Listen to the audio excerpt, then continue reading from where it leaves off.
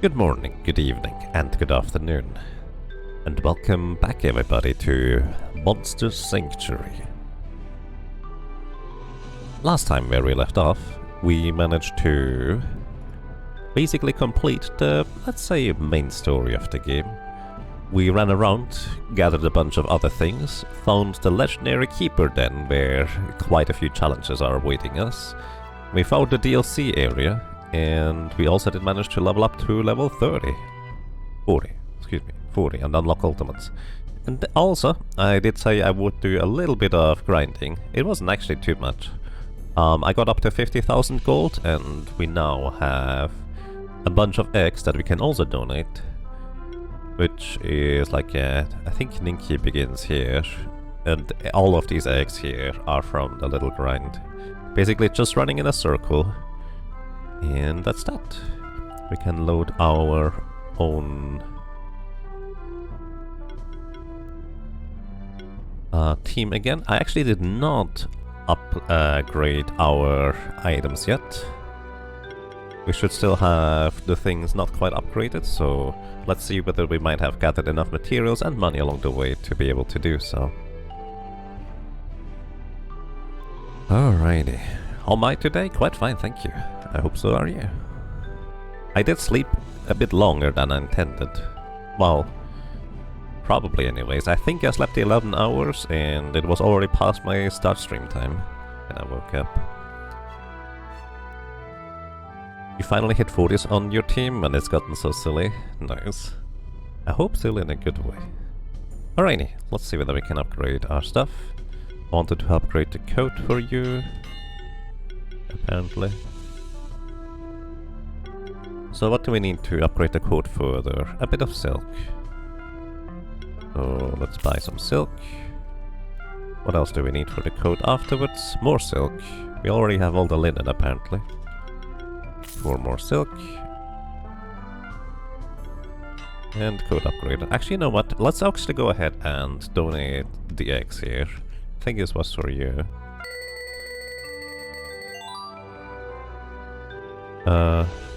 Here are some special rewards. Oh wait, didn't I? Oh, because they level up with me, the ones I donated. So we get a Fang +2, a level badge, 2 bronze, a skill potion, combo potion. Alrighty, let's donate some eggs. Kame egg, and we get a mass potion for it too. Some gems, donate multiple eggs. These ones here, Tanukis, Vasuki, Ninki, a lot of Ninkis, Psycho Phantom, Vasuki, Minky, and the others I'm going to largely keep. Maybe one Ornithopter you can have. Some Psycho Phantom eggs, I guess. A Blade Widow. Some Vasukis. I guess they were not all in the front area. Anything else? Grummy you can have as well. Okay. Donates 49 eggs, indeed. We'll hatch and train the monsters. We get small antidote, copper, almond iron, leather, cotton, leather, cotton, leather, cotton, leather, cotton, leather, cotton. Basic little stuff. Our army strength was just below 5,000 earlier. Let's see, it is over 54,000 now. So we get a skill potion, some crystal shards, multiple smoke bombs, switch stone, shift stone, big potion. Height +4, skill potion for 20,000 is a reward boxes, steel silk, shift stones, switch stones, phoenix serum, more stuff. I don't know whether these rewards are randomized by the way. Alrighty.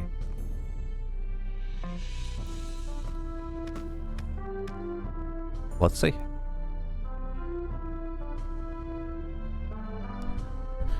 And welcome to Spellbreak, Godactylus. I hope you have a nice day. By the way, when checking some stuff on the old file, I noticed that it was Raykoi Dactylos, because you were the koi, the little fishy. Alrighty, let's see, what else do we need to upgrade still?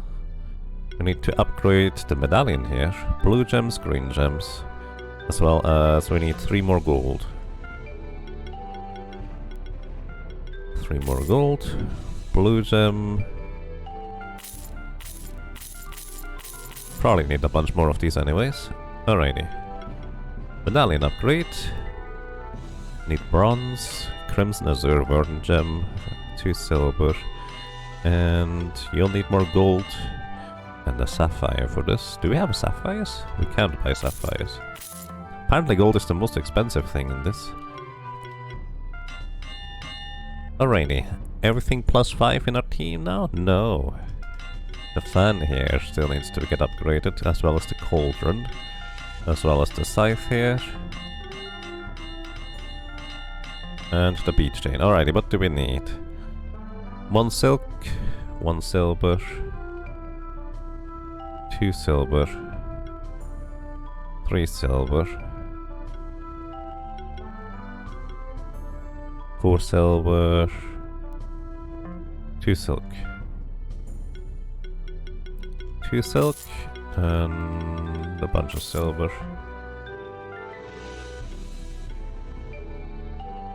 Upgrade the fan, the cauldron, the bead chain. What else do we need at this point? 2 gold, 1 silk. And 4 gold, 2 sapphires. I'm gonna not be able to remember this much. Just buy 5 gold. 2 sapphires. A bunch more silk.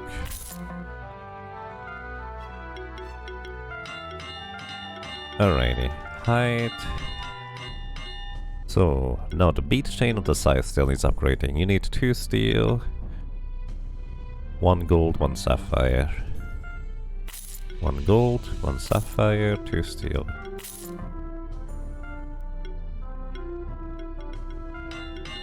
And last but not least, we need 4 more steel and 2 gold.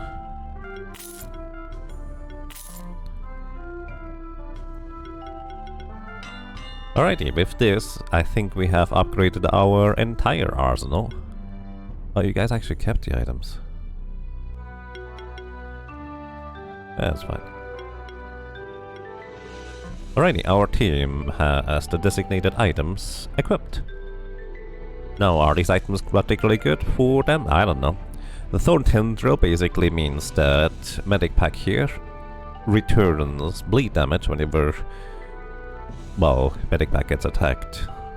As well as Blood Vessel means that regenerate a ton of mana. Crown means a lot of health and more defenses. Glorpierre is Purifying Mace. Remove 1 harmful stack from an ally. Harmful stack I think actually means bleed and such. So, actually that might not be what I was thinking of. Restoring Mace removes debuffs. Excuse me, restoring ones. Also, we may want to open up the reward boxes and such. Giant Seed, Switchstone, Mass Antidote, Shard of Winter, Blade Widow Egg, Sunstone, Frosty Egg.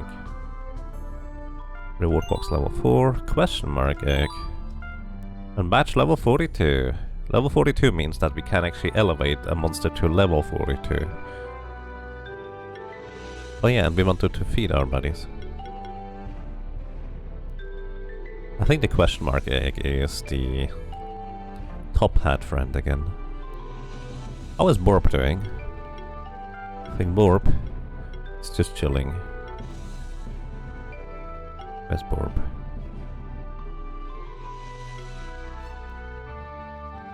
I think Borb made an egg. Somehow. Probably through alchemy. Probably means that Borb is doing fine. Where are you, Eddie? I'm blind, aren't I? Oh, there you are. Borb is doing quite fine. Borb does have cleansing as well as revive. So it could be technically a potential friend, but it's also really frail in comparison to, well, our team trying to just tank everything forever. But hey, he's still around. Alrighty, let us continue, shall we? And where we continue is actually over here. Let's finally knock out all these red things, shall we? Because there's a few map markers that I still have there. Well, I think we still didn't get the key required to go through the door. So I don't know what's up with that.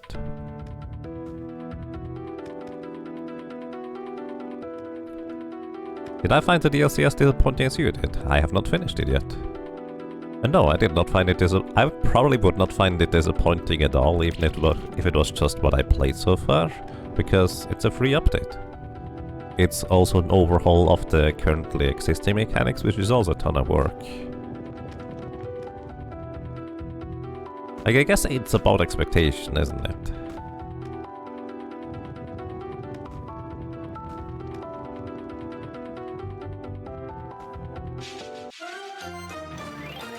I did not mean to go into this encounter.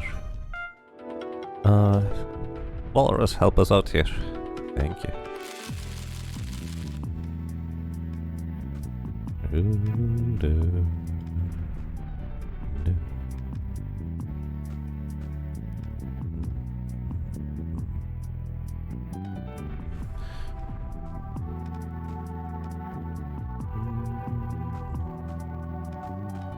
Alrighty, now we have hooks somewhere.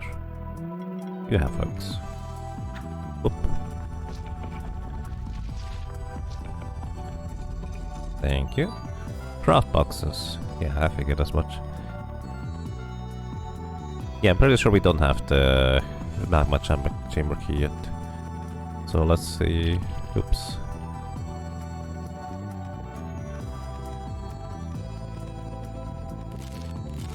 Oh, that was a sound thingy. Bart, can you help us? Thank you. There's a bunch of tar here. And more tar. And I think we also need to ask a cracker turtle to help us out here. In the reward box X, get a random item 3 times. Interesting. We get a tar blob egg. Put +5 in the scythe. Oh, would love to have gotten another hexing rod, I guess. Alrighty, and that's that mystery solved as well. Anything else? Well, maybe to the right there. Oh yeah, the plus I remember. The plus was mainly because I was curious as to how you would get through here. Turns out it is literally just come from this side instead of anything else.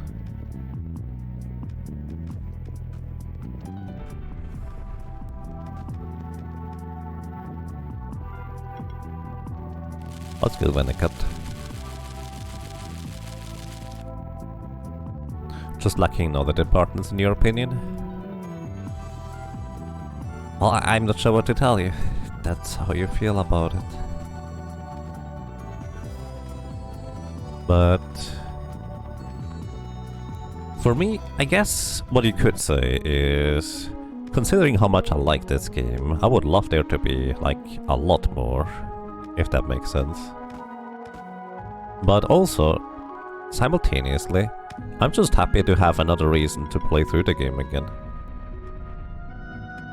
I think that is perfectly fine for me, at least for now. Alrighty, so we were supposed to go to the roots of the tree. And I think we also now have the ability to become small, so let's see what's on the left side here.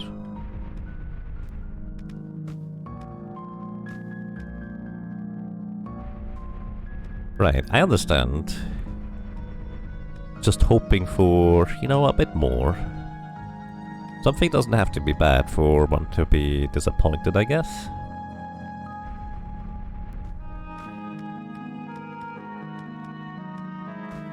Alrighty. We're almost down there.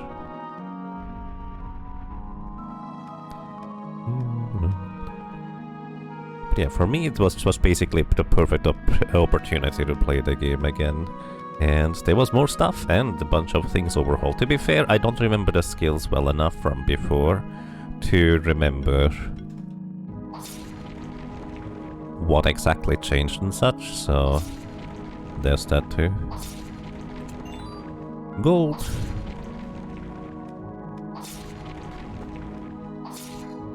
Really? So that means we need our Stampede Buddy. I sense a very powerful presence in this room. It's a champion monster. Stronger than a usual champion. Well, we have actually fought only stronger than usual champions recently, my friend, so how much stronger than that can it be? Craft box. Let's see, you look terrifying. Let's see, but our team might be able to get through that. It's weak to ice. Almost unfortunate that we don't have our ice team anymore. Resistant to wind. Let's see, it also gets aging stacks. So we shield up. Give you 2 burn debuffs and some more, it looks like. Full defense for us.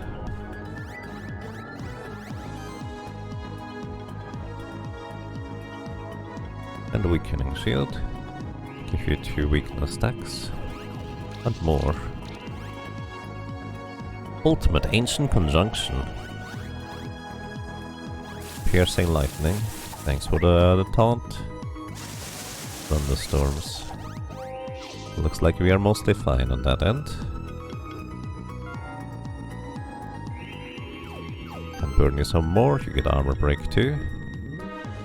And you're definitely lacking a little bit of the mana regen department. Give yourself full defense. And some lifeline for everybody.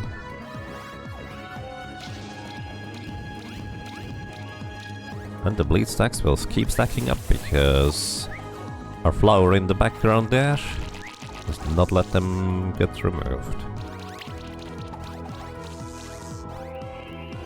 We don't really have a way to remove his buffs either though, to be fair. Mass restore, full defense for you. Maybe we should have armored up at the beginning. More shields. And that's as debuffed as it possibly can get. It also seems to recover debuffs every turn. But the bleed is just going to take its toll very soon now. Bitumen Surge and Thunderstorm. It looks like it's not gonna get through our shields anytime soon.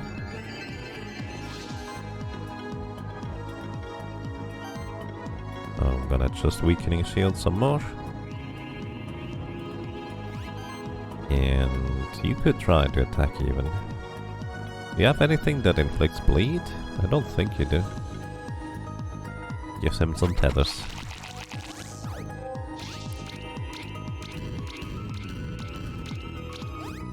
And next turn is done.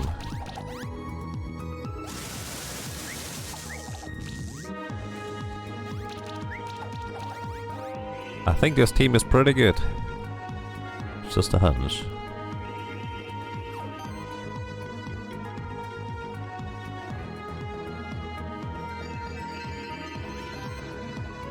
And Leaf Slash.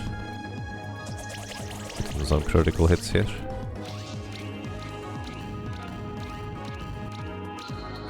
Yep, that team is pretty good. Maybe even get a 5-star thing immediately. We get a Terradrill egg, Terradrill, and a Tambourine, health, crit chance, and healing skills increased. That could actually be useful for somebody that we already have. Nice. Hey Valakaror, what did you miss? We just started. So, Terradrill, or Drill. Let's see, I don't know, would this count as a dinosaur?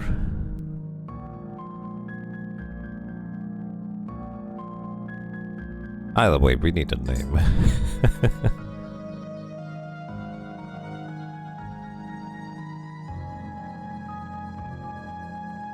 Alrighty, what else do we go for?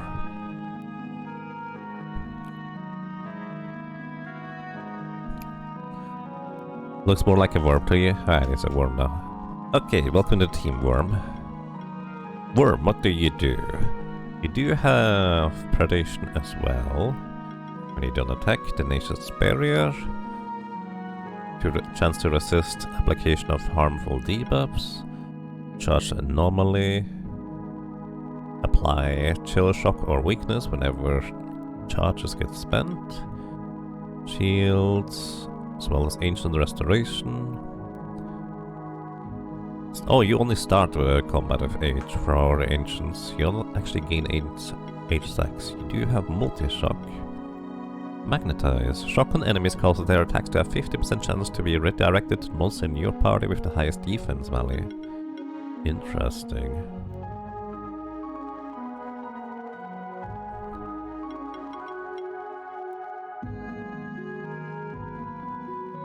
Leto. Or Leto. Multi-barrier. This is actually a pretty defensive guy. Stunned. Shock debuff also reduces enemy dodge chance by 10% and the critical chance by 7%. A defensive shock guy.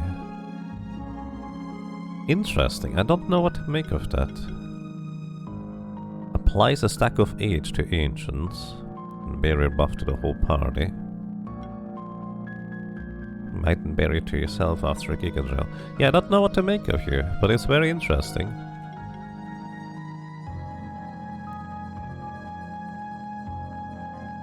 Alrighty. And I guess that's all there was this down here. Let's get back out of here for now.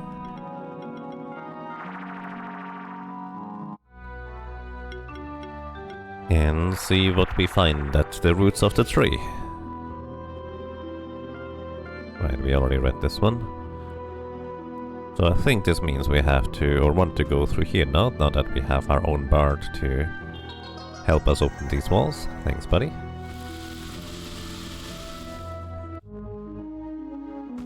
This looks like...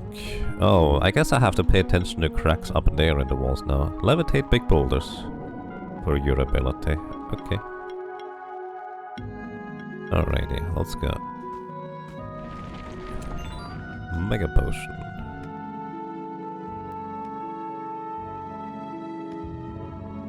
And swim in place.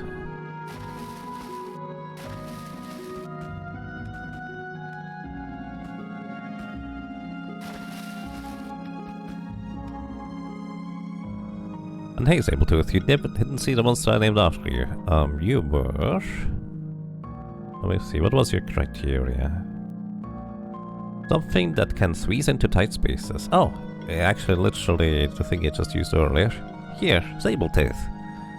Because if you have the little Sabletooth buddy with you, you can squeeze into tight spaces because now we're a blob. Literally. This allows you to go into tight spaces. Rainbow slime! Indeed. Oh, I just noticed something. No, you stay.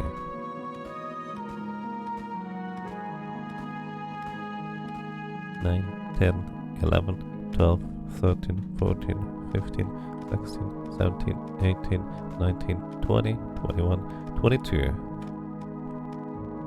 He just does my paladin again. I wonder whether you can overload the game by just making too much of a movement without your body moving, and he eventually comes over. This is great. Alrighty.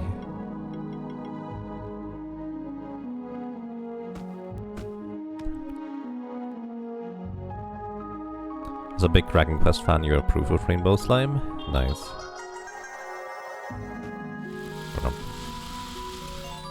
Switchstone.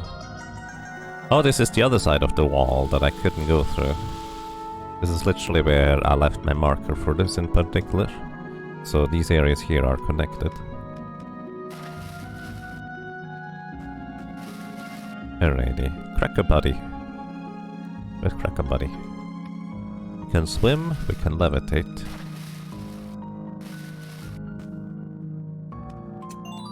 And we get a reward level 4 bucks.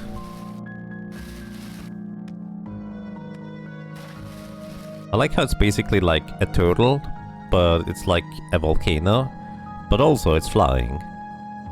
Which means in the air it greatly levitates you, in the water it allows you to swim, and in tar it also allows you to swim. It's great. Silver.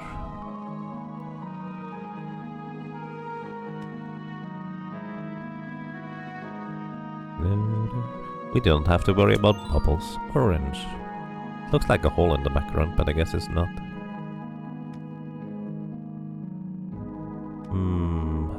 Oh. It's right here.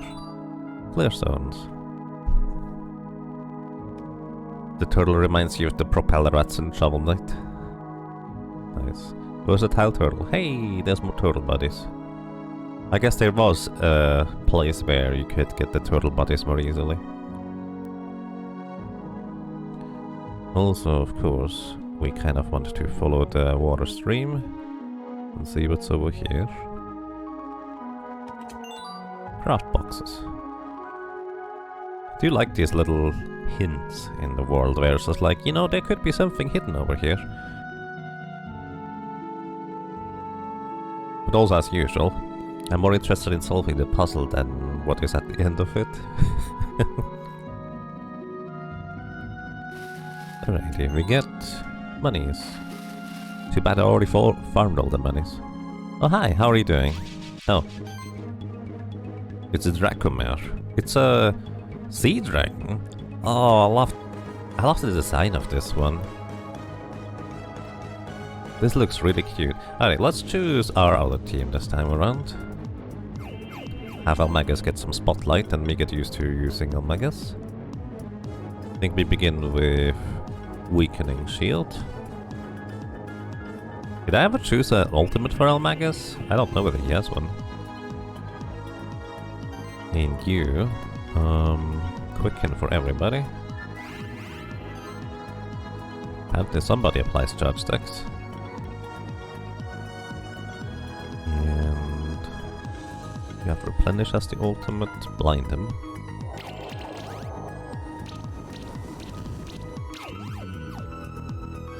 Full offense and remove some debuffs. Void Flare, ow. Only attacks twice, so I guess this is a main story boss here. Oh, this is your ultimate.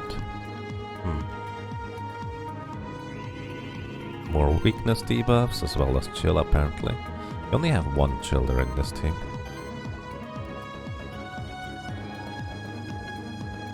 Just gonna give myself some shields. And Cleansing Flame to remove your buffs.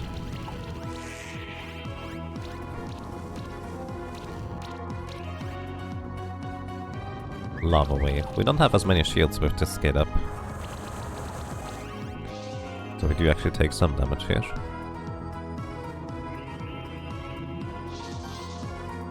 Encapsulate for you. And Cleansing Flame some more, removing your buffs, good sir. But he's... Wait, do we not remove buffs anymore? Do we just copy them or what? I'm very confused. Just look at this. He has all the buffs still, it feels like. By Cleansing Flame.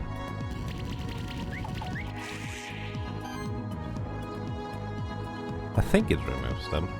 But I guess he just has the ability to build up buffs way more than we can easily remove them. I would need a single target Shadow Storm to blind, I think, for these bosses. But simultaneously, I guess we're mostly fine. We'll have all the chill stacks. Our cold power. With this team we also don't have a barrier buff by default, which could be an issue.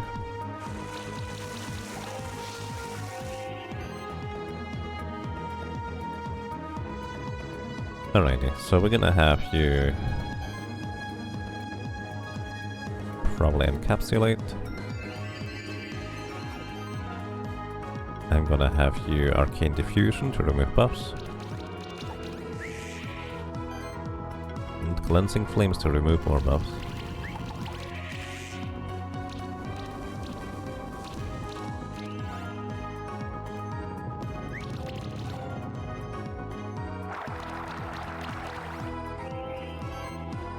The Yaka Monthly Mini Marathon begins tomorrow.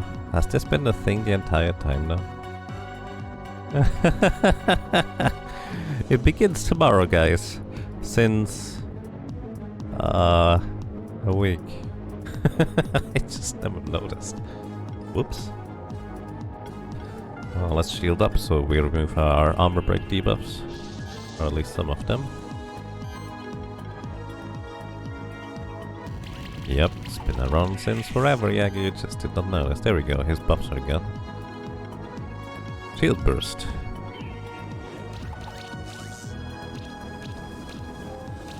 Bleed? There we go, bleed knocked them out. Oh, not even 10,000. It's Draconov egg, so it actually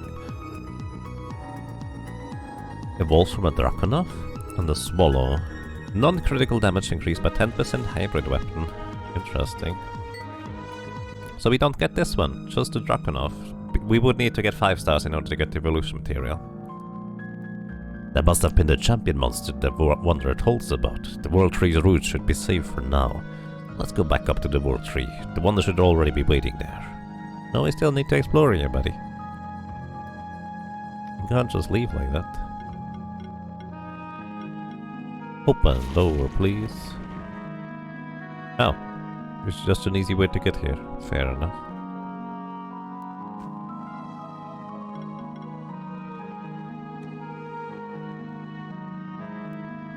Oh, no, the timer is not supposed to be frozen. I forgot to continue. Basically, the timer is just how long I've been spending and playing through the game.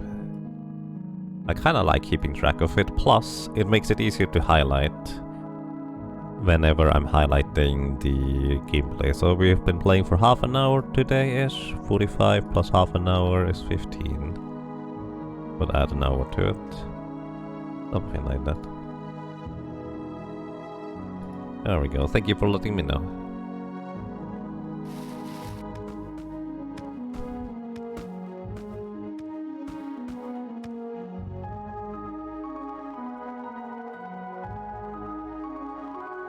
Alrighty. There are 2 more walls to open up in this area. So excuse me while I'm gonna go ahead and explore these before I talk to the dude.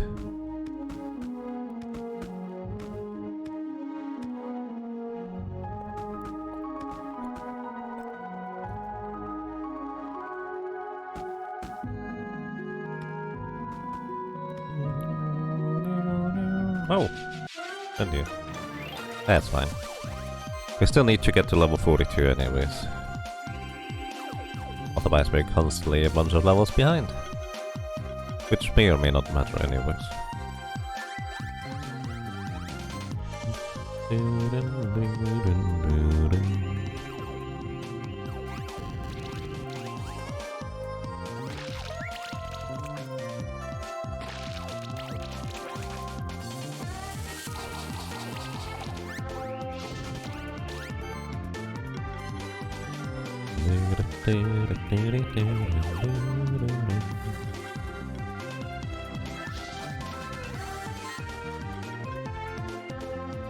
Armor up.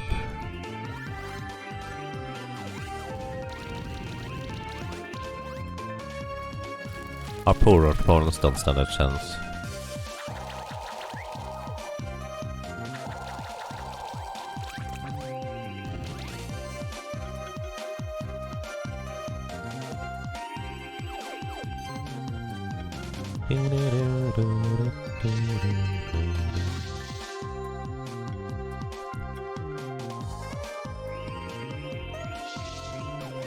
Both of you run out of mana really easily.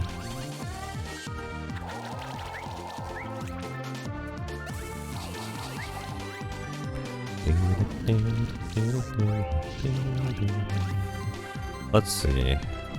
Leaf Slash barely puts a dent into their armor or defenses. Mega Restore.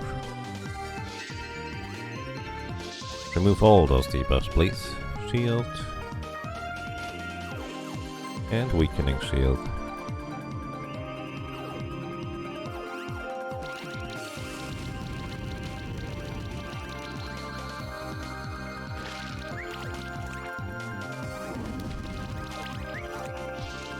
They're trying real hard. Can't blame them for it.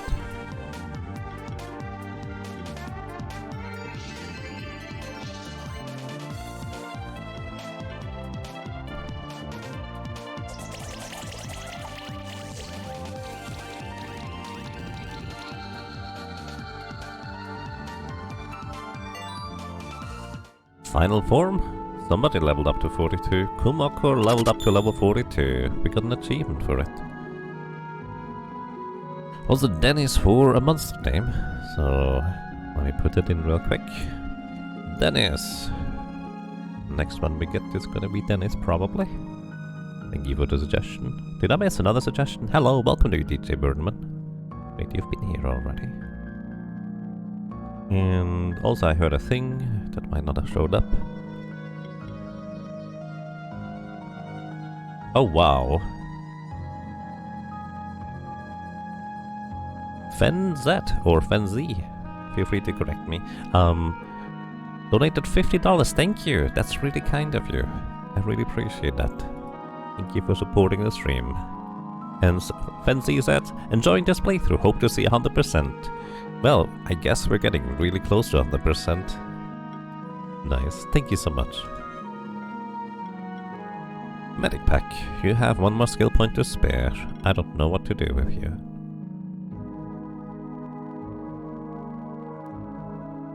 Yeah, probably just invest into defenses. That's the idea. Glorp, what did you want to do? Crit chance from equipment probably increased. I think that was useful for your healing in theory, but I'm not entirely sure how much healing I'm really doing with you.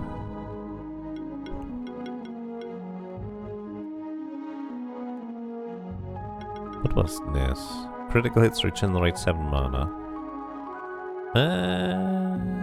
Could be interesting.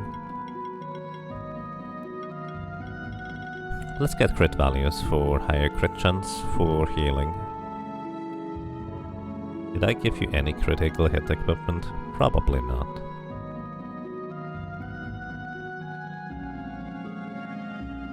You just wanted to see Fossil again, that's fair. What does 100% mean in this game? 100% means basically full map exploration. It means getting all the monsters, clearing all the challenge encounters, and I don't actually know entirely whether there's anything else, like anything that can be reasonably tracked for 100%. If there's a 100% speedrun, we're probably gonna use that definition for it. But yeah, that would be the current idea, I guess. Chance to apply weakness. You could also shield self by attacking with shielding leaves. Maybe I should have gone shielding leaves instead. Knockout. What else? Non-critical damage increased. So this would be 10% less damage taken for you. Actually good. And oh my goodness. Holy cow, thank you. GBA donated $25. Wow. Well, 100% unlocked indeed. By the way, if anything else needs to be added to the 100%, I actually haven't really looked it up. I have to admit, I didn't really exactly learn what 100% means, but we're gonna complete this game as complete as possible. So if I miss anything, let me know. Thank you so much, JBA, that's really kind of you. And Fenzi, or Fenzet, thank you as well for subscribing with Prime Gaming. Welcome to you, and I'm glad you enjoy your stay. Thank you so much, everybody. That's really kind of you. You need to update your gold. What happens next at 1000? I don't really have any plans for 1000. The main idea of 800 was that I have finally a bit more wiggle room, because the last few months I didn't have any really, for like missing the goal in upcoming months and stuff, so yeah. Is Grimer one of your favorite Pokemon? For me, yes. I mean, just look at the adorable grape juice jelly monster. It looks cute. You have one more point after this, Magus. inflict weakness debuffs.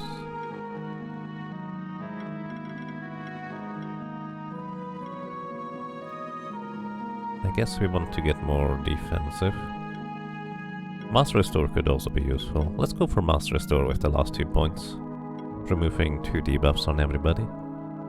Kumoko, you are our first buddy that has reached the highest level. Gonna get you Shadow Grasp for in a single target.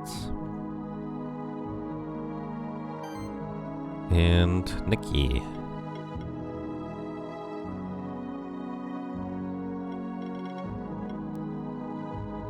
I think we wanted to not get to 7 health, did we? We have 1 more point after this.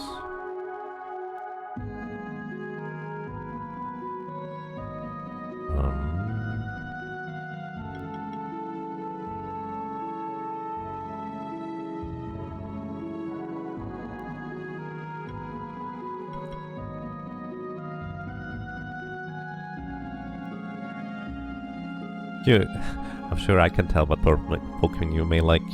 Well, it could be like, you know, a cool Rowlet, for example. Iris percent run if you reach 1000. That's a very different game, though. But the Iris percent was fun.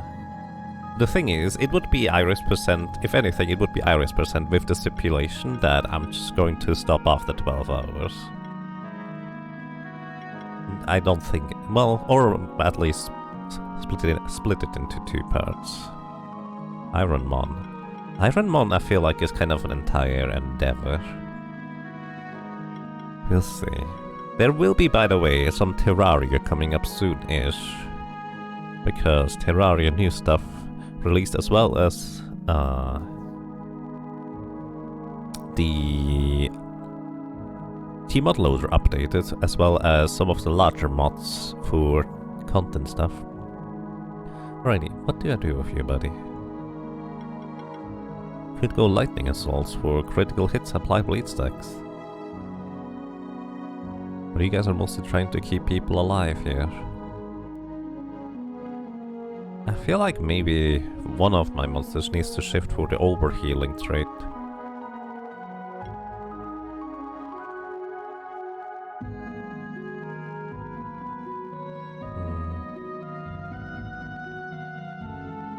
I'm gonna give you the health anyways. Or, actually, Hybrid Shield probably makes more sense now that I think about it. And this one would be... oh yeah, heal when attacking, since you're trying to remove debuffs. That sounds useful. Alright. Let's see. Let's see where our Bard can lead us to. Chilled chaotic content. Yep. I think there was a chest up here that we couldn't reach otherwise. Oh no, there wasn't. Wait. What? Could I have gone through there and I just did not notice?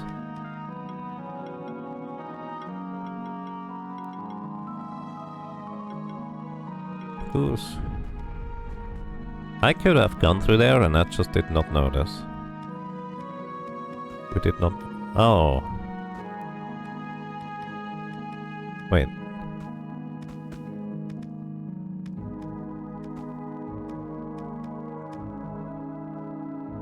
Huh. So, how do we get there then? I did go through those vines? There must be another entrance to that room over there.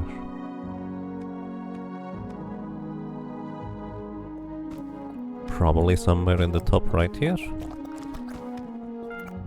Cracker buddy.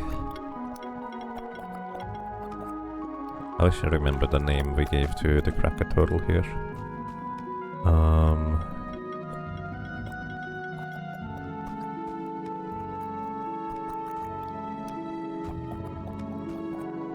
It's not over here. There's clearly a way to go over there. Maybe from the other side, I guess. Alright, let's check real quick. Cracker Turtle is Finis Kalan. Alright. Whee.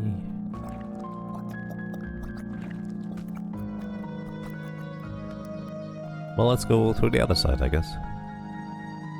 Can't you fall through the right side? There were mushrooms in the way. They basically form a solid roof over it. If that's the part you saw. Or I might have just missed something, which is entirely possible too.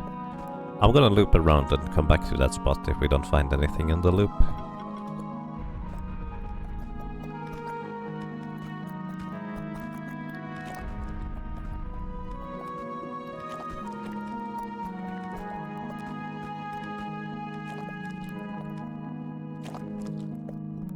Alrighty. Oh yeah, right. Whole body here is on page 1. Wait, it's over here, isn't it? I think it's over here. Who can open the wall, guys? You can open walls. Maybe not.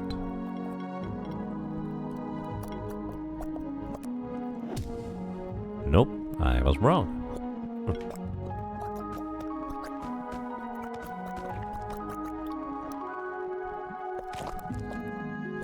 Also, that reminds me, I wanted to check real quick. What was your other shift? Overheal, so it is overheal. I don't know whether overheal or that passive is better. Basically, that passive is better if we can generate shields anyways, which I guess we can.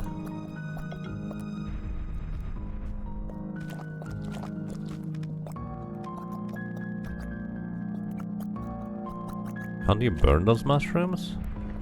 I've never tried, actually. Maybe. Let's see whether there's an opening over here. There is not. Maybe an opening here? Ah, there it is.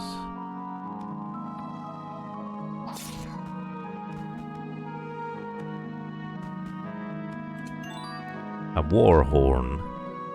Physical attack and health. Healing, shielding, and buffing actions. Heal the monster with the lowest health equal to 75% of this monster's attack value. Interesting. This would be like for a Promethean? No, wait. A Goblin Miner, maybe.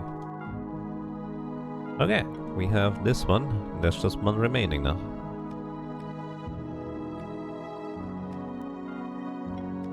Yeah, burning mushrooms actually would have been a clever idea too. Considering basically the scenery of mushrooms has been just the solid platforms the entire time, I didn't even consider that. But it would not be unreasonable. And again, I've never tried to burn a mushroom, to be fair. Like, do they actually even burn at all?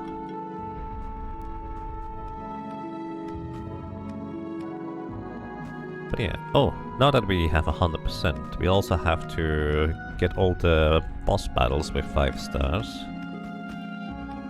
Would we include 6 stars? Because 6 stars is literally just for flexing.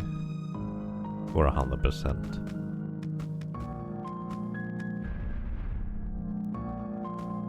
I think if we include 6 stars, I might request 8 for strategies, I guess. Because those could be pretty ridiculous. 1 weapon and 3 accessory instruments. Oh, for the bards, that kind of makes sense, because the bard gets extra stuff from instrument items. Speaking of bard, in real life, you burned a few cooking. Fair. Get a ruby, is that it?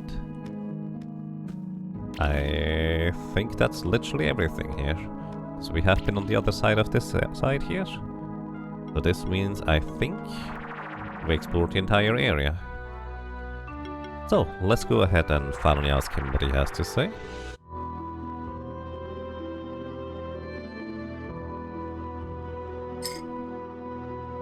Hi. Is it done? Have we defeated the monster that's gnawing at the World Tree's roots? It is done. Is there anything else that we need to do for the World Tree? Do not worry. I already took care of the World Tree's wounds up here. It should be safe for the foreseeable future. I will see about getting some of those monster keepers down here to tend to the World Tree, but that can still wait for the moment. I should let you in on some other important events that you have likely forgotten about. We will be very grateful for that. My memories barely reach back 100 years or so. I understand that you have been preoccupied with the well-being of the Monster Sanctuary. A noble undertaking, to be sure, although I doubt that is the best solution for the conflict between humankind and monsters. Either way, there are matters beyond the Sanctuary that will require your attention in the future. Let me tell you about the clash between the Celestial Raven and the Celestial Dragon. When humankind and the other mortal beings sprung forth from the World Tree, most of the Celestials were content to let them flourish and shape the world in their own ways. Others among Celestials, however, felt from that the natural order of things was for them to rule over the mortals. They were afraid that the world would succumb to chaos otherwise. Foremost among this group of Celestials was the Celestial Dragon, the most powerful of all the Celestials. They were opposed by the other Celestials, led by the Celestial Raven, who felt responsible for the mortals that it helped create. You and the other so-called spectral familiars were among these noble Celestials as well, of course. This battle over the fate of our world has been raging among the Celestials for millions of years. The last time that the Celestials clashed was about almost 3,000 years ago. This most recent clash resulted in catastrophe for both sides. The Raven was fatally injured, and I was encased in that block of ice.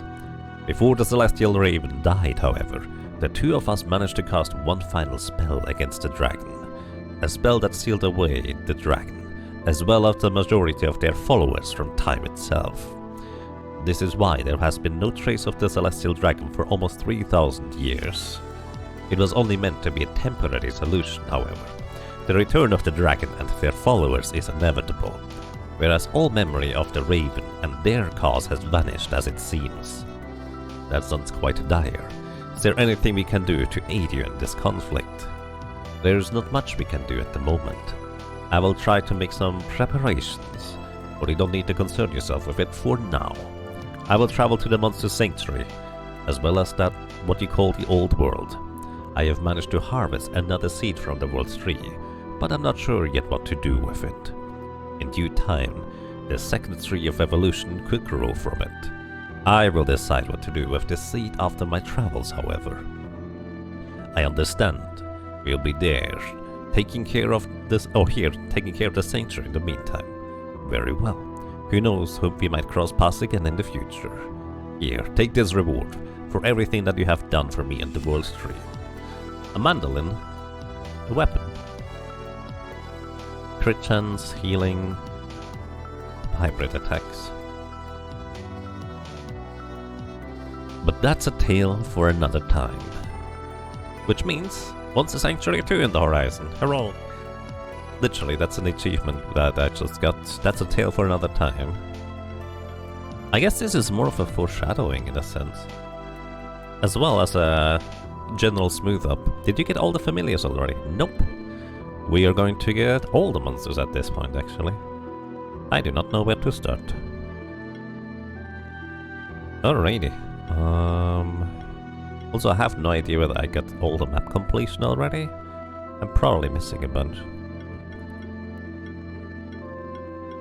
Wonder whether there's like an in-game tracker for how much percentage we've got. But yeah. Let's see. Where do we go next? Are we max rank Monster Keeper? I don't think we are, actually. There should still be this stuff up here. This map reminds you of Hollow Knight. Well, it's a Metroidvania, so that makes sense. The save file says if you save and quit. Alright, let's see how far we have gotten. 98.4%.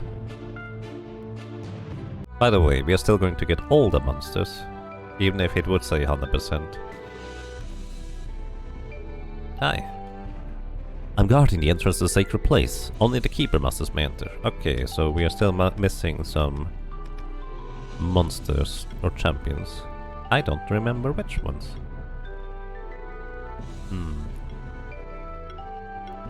Oh, we're also kind of missing that magma chamber key there. Maybe we need to clear the guys here?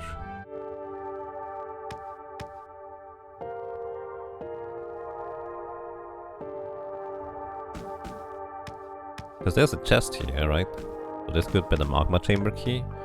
But I need to defeat all of them for that?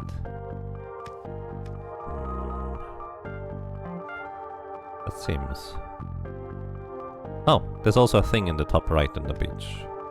Maybe... Oh, right, I did miss one beach champion. I was kind of thinking, would I be not champion anymore on my old file because I don't have any or all the monsters anymore or something?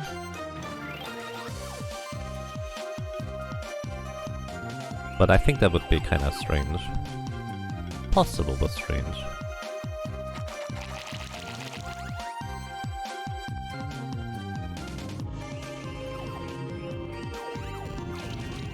You changed the team? Yep. We basically... Well, I'll try to come up with a debuff-oriented team that just tries to survive and eventually knocks out the opponents via virtue of their bleed stacks just piling up into oblivion.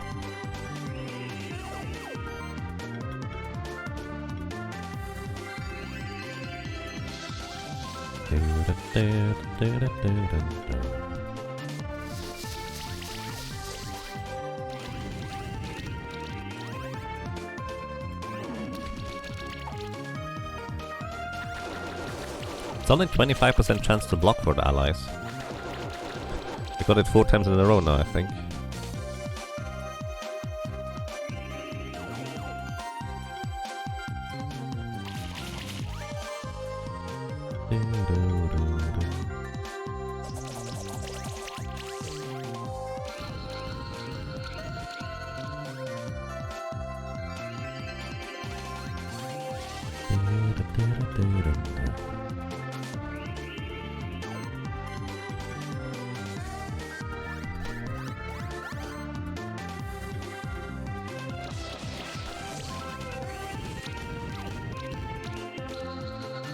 Yeah, the music is really good. I agree.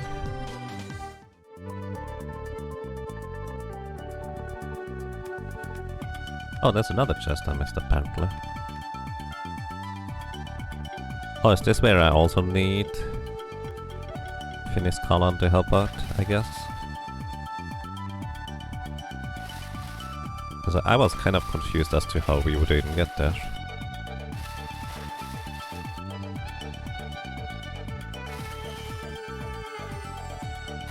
Oh wow. This is how we do this, right? No?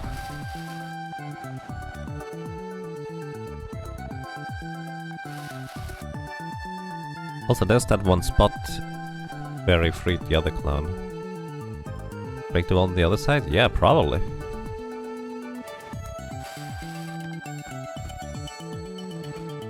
Or fall in from above?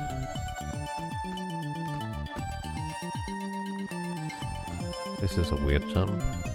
I don't think I'm supposed to jump from up there.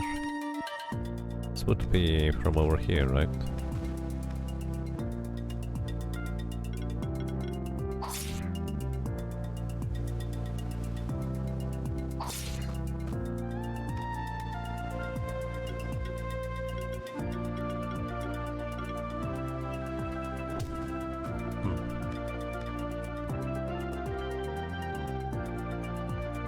Okay, did manage to mute in time.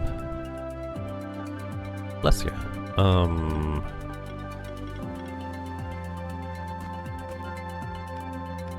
very confused.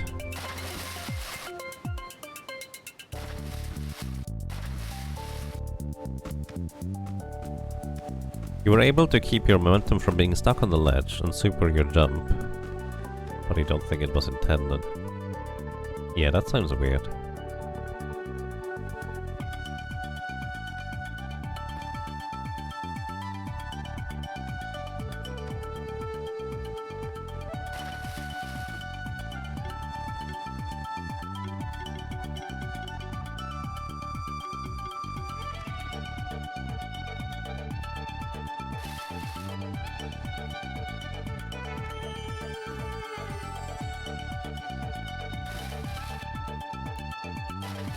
Oh, that's what you mean. You keep the jump like that.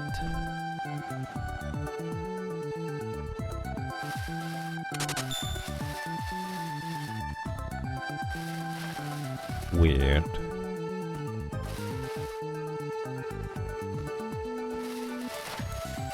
Maybe it is intended actually that you do get additional momentum from the bubbles. And Cry4, thank you. Thank you so much for 12 months of support. Welcome back. And well, I'm glad that you enjoy your stay. Thank you so much. I'm pretty sure this is intended actually. Like, it's weird, but you can do it from the ground up. Yeah, I think this is just supposed to give you a boost like that. Like, if I didn't already play the game, this would be the first thing I tried. Like, it even crossed my mind earlier where, there's this little bubble stream just facing up. I think this is intended.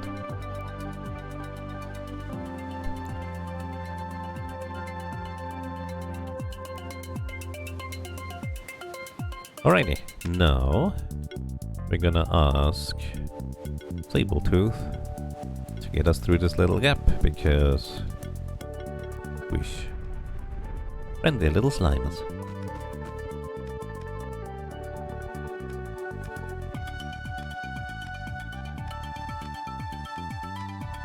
Oh, chest.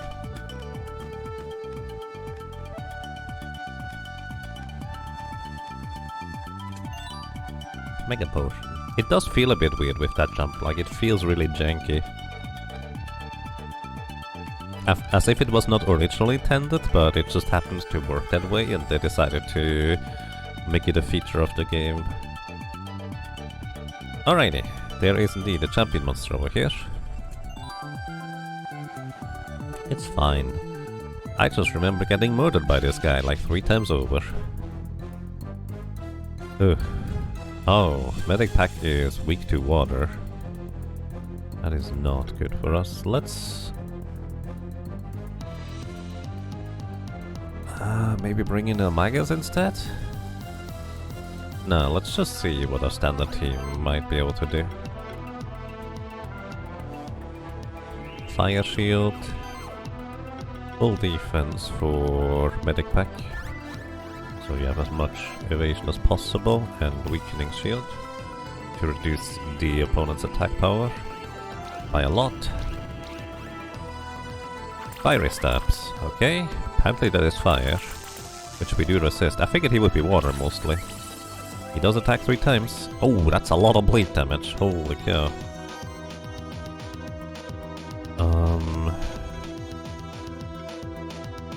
Full defense for yourself, I guess.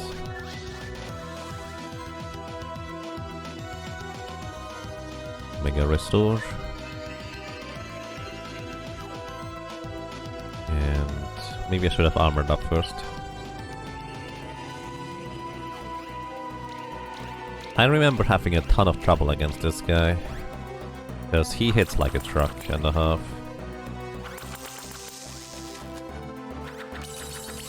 And his bleed damage is pretty extreme too.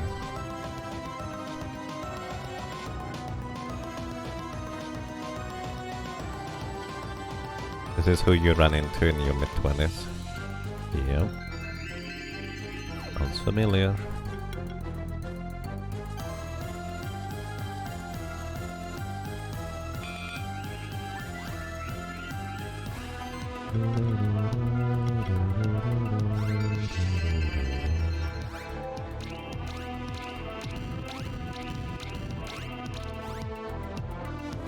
Like, we will beat him, but we're not gonna get a good rank, and we will need to get a good rank.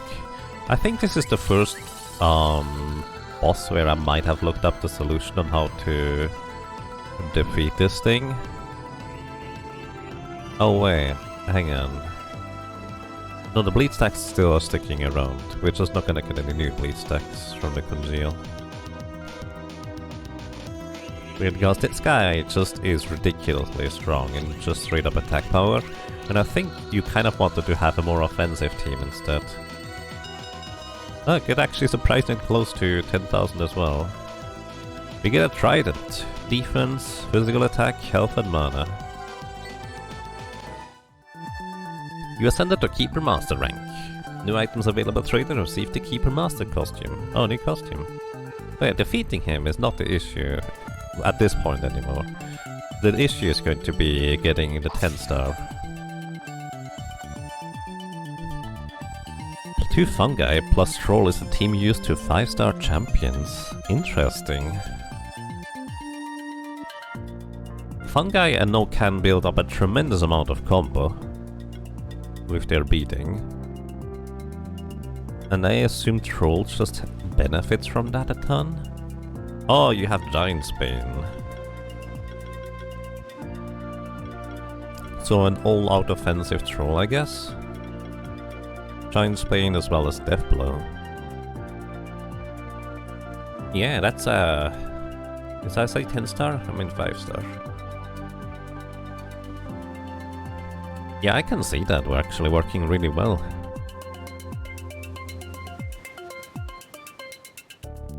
I like that idea. It's a much more offensive approach than I would go for. By default anyways. But this could certainly work. Just knock him out in turn 1. Yeah, I like that idea. We might actually pursue that one. Alrighty, and this is actually all the champion monsters that we could possibly fight. Still don't know what is in the magma key place. But champion monsters means we are now allowed to get up here.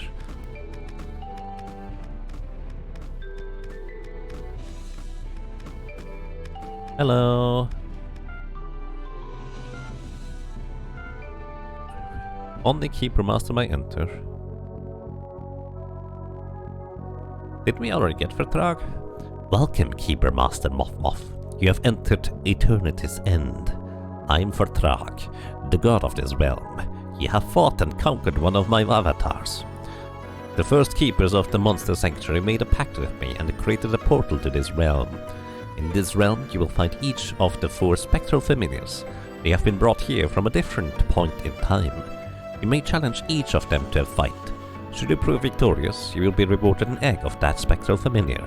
The spectral familiars from those eggs are perfect copies in the sense that they are the same strength and abilities. They lack free will, however, and will return to this realm after their keeper passes on. If you defeat your own spectral familiar, you will get a special item instead of an egg. Neat, so this is how we get the other spectral familiars too. And let's begin with this one.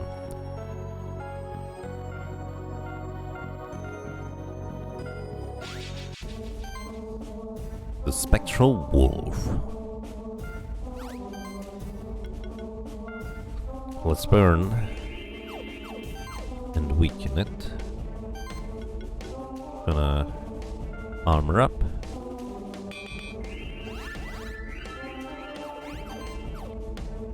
And Entombment Surge to give you telestack so you deal less damage in theory. Ice Storm. 1 hit. Ultimate Blizzard. 2 hits. Do you attack 3 times? No, just 2. Alright. That should not be that difficult then. I'd like to not have...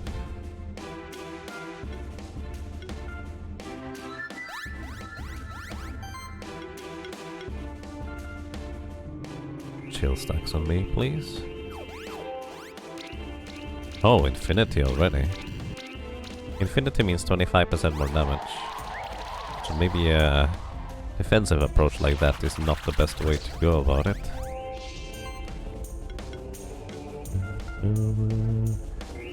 With these chill stacks we don't recover much in the way of mana anymore.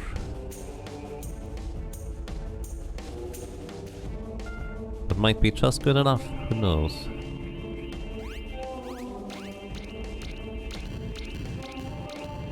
And the bleed stacks are piling up.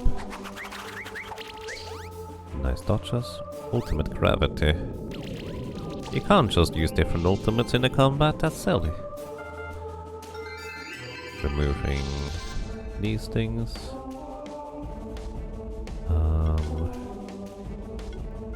Full defense for you, so you also have a chance to dodge things. And weakening shield again. Just more defenses. One more turn and we win. Oh yeah, I guess we don't have to high rank this one, we just have to defeat it. That's a bit of a difference compared to other encounters.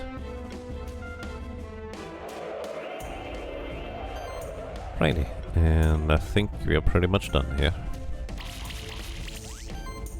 Because Leaf Slash will always crit. And we did not even get to the bleed stacks. Congratulations, you have proven your cunning. Infinity Flame. Attack, magic, health, mana, crit chance. Can only be equipped by Spectral Familiars. Oh, I see. Thanks, buddy.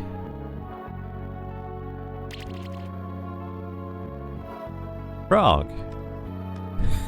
There is a frog indeed down here. Are you ready to face my challenge? Sure. So, this is going to be the last name that we actually have from early in the stream, where Spectral Toad will be named Hal. Assuming I beat it. I kind of hope I do. Full defense yourself first, so you have reduced cost for things.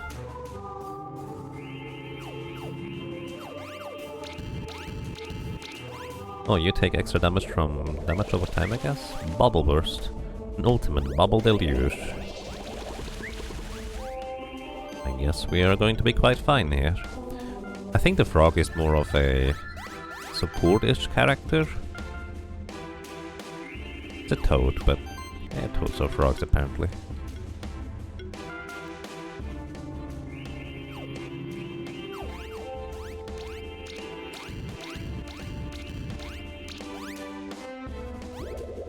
Bubble Burst. Force of nature. Yep, looks like we're pretty fine. Troll uses Poison Eater to do ridiculous damage. Oh yeah, that makes a lot of sense for the troll mushroom setup.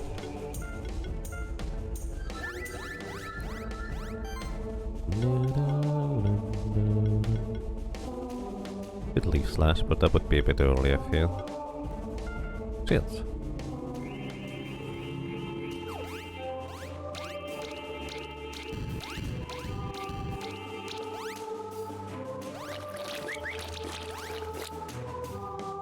Channeled heal.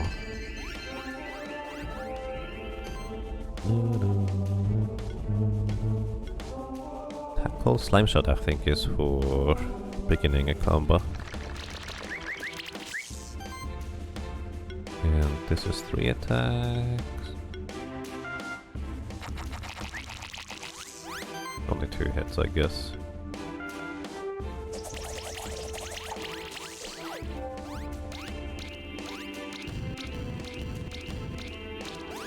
Alrighty, next turn he's gonna go down. Ultimate Bubble Deluge.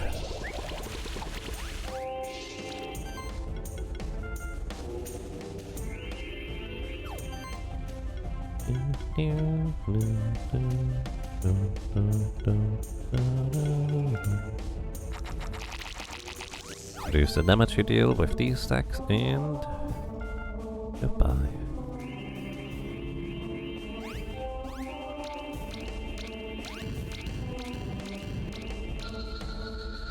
Victory.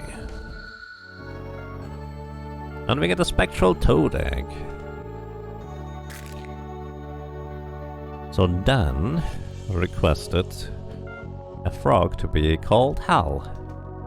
Welcome to the team.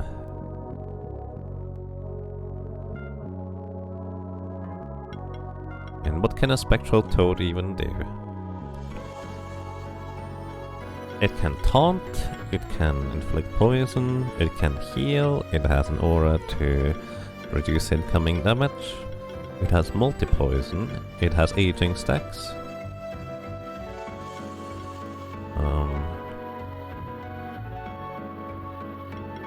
Chance to gain random buffs when applying debuffs. Extra channel. Does Toad have a switch form? I mean... overworld things to do? I'm not sure what you mean. But yeah, I'm not sure what you would do with a Toad. There's certainly some stuff you could use it for. It does even have multi-heal.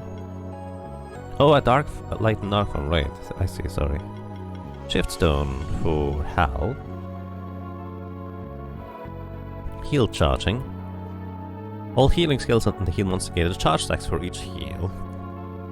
Ooh.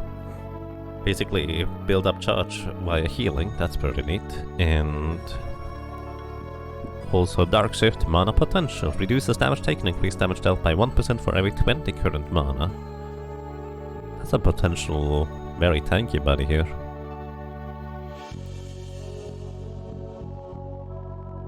That's actually potentially very, very tanky. Nice. Okay, this jumps. Whee! Also, clearly there is something more up here. I mean, I saw it earlier, but I guess I didn't really acknowledge it. Let's go Vilacar. Test! We get a Mega Potion and a Shiftstone. Cute.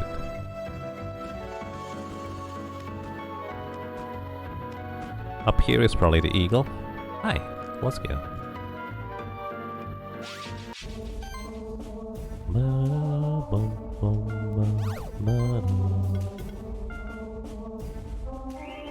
Double electricity at the beginning of combat. That's actually mildly concerning.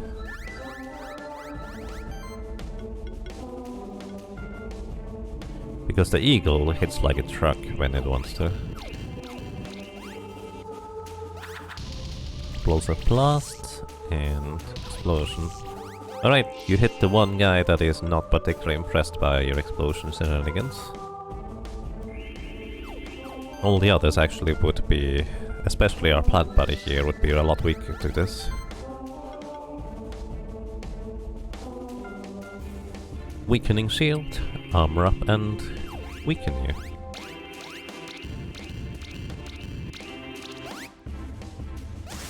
Thunderstorm. More lightning and napalm. Ooh. Looks like we're mostly okay. Remove the debuffs. Full defense for our snack buddy. And more shields.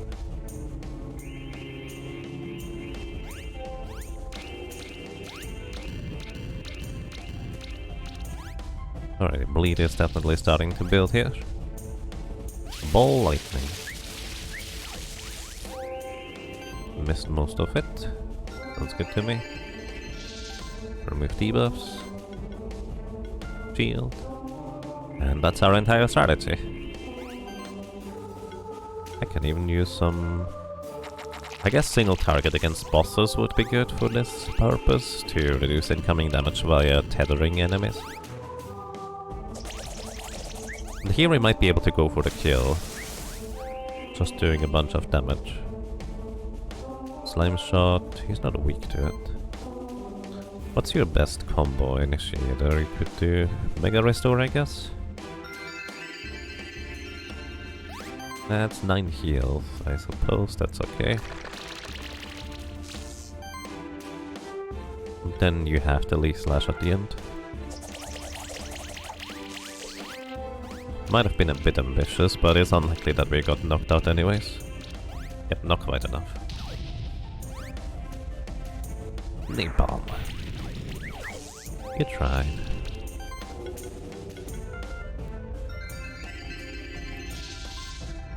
Heal off Tarblob. It's such a fun one. Yeah, the team works really well, I agree.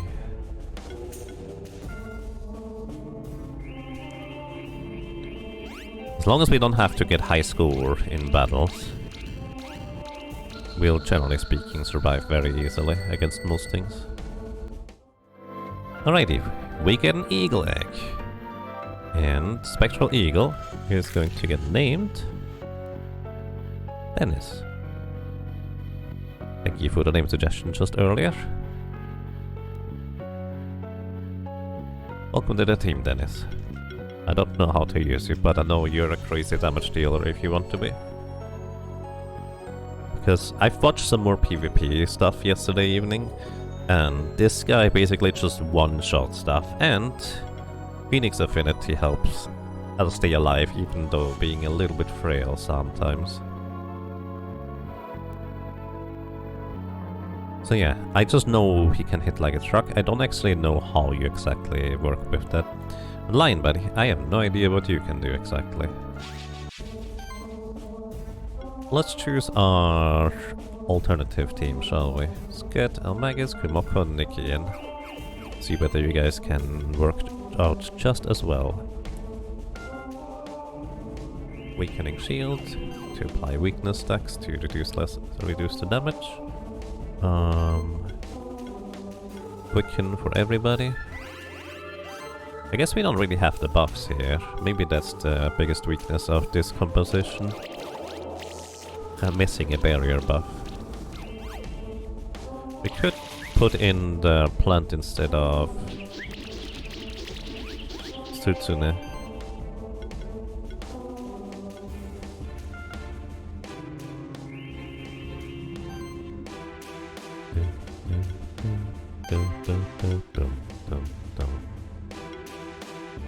Definitely removing your buffs, buddy.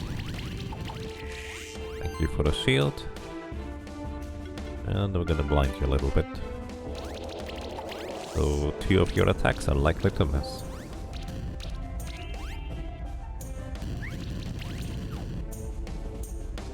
Inferno. Don't have nearly as many shields as we have with the other composition either.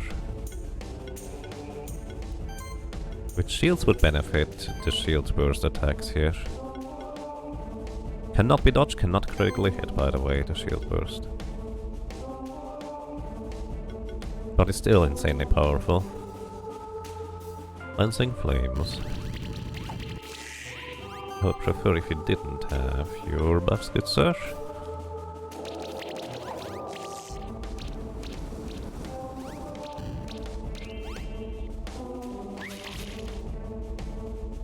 Godless Rex. On the guy that resists it, sure, works for me. You can go Occult Power. And we could actually try some Lightning Staff Slashes, which should include Bleed Stabs. Or Bleed Stacks that will not go away anytime soon. Gemstone Barrage. Do you have more ultimates than the others or something? Let's see, Occult Power.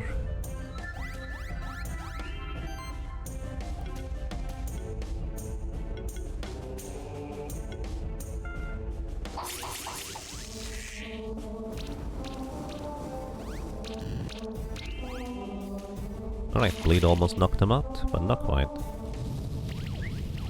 And it looks like we're good to go.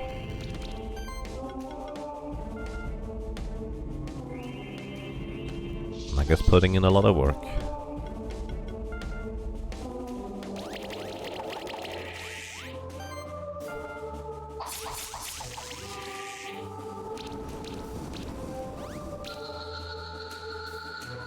Bleed out seems busted. It's really good.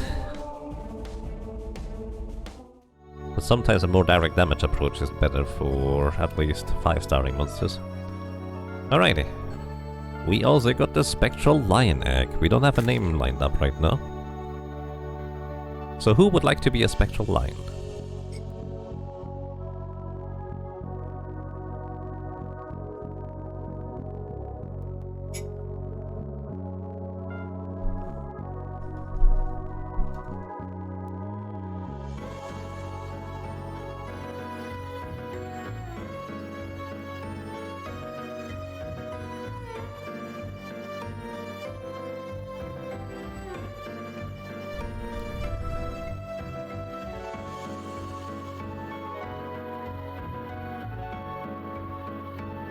Oops.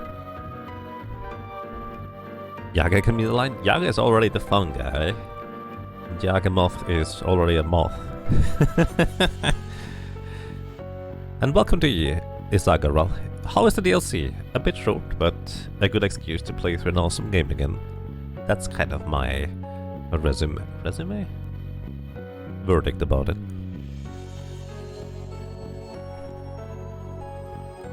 Lionel seems like a lion name. It definitely seems. Perfect. The professional. The professional we can actually put in there too for the next one. Sounds good. I'm curious what the professional is going to be. Alrighty, welcome to the team, Lionel Parks, and it seems very much like a lion indeed. What can you do? Also, I took the liberty to just write the entirety Parks in there. You have Forge. By the way, Forge scales with attack power, which is part of the reason why it has such a huge shield on the Promethean.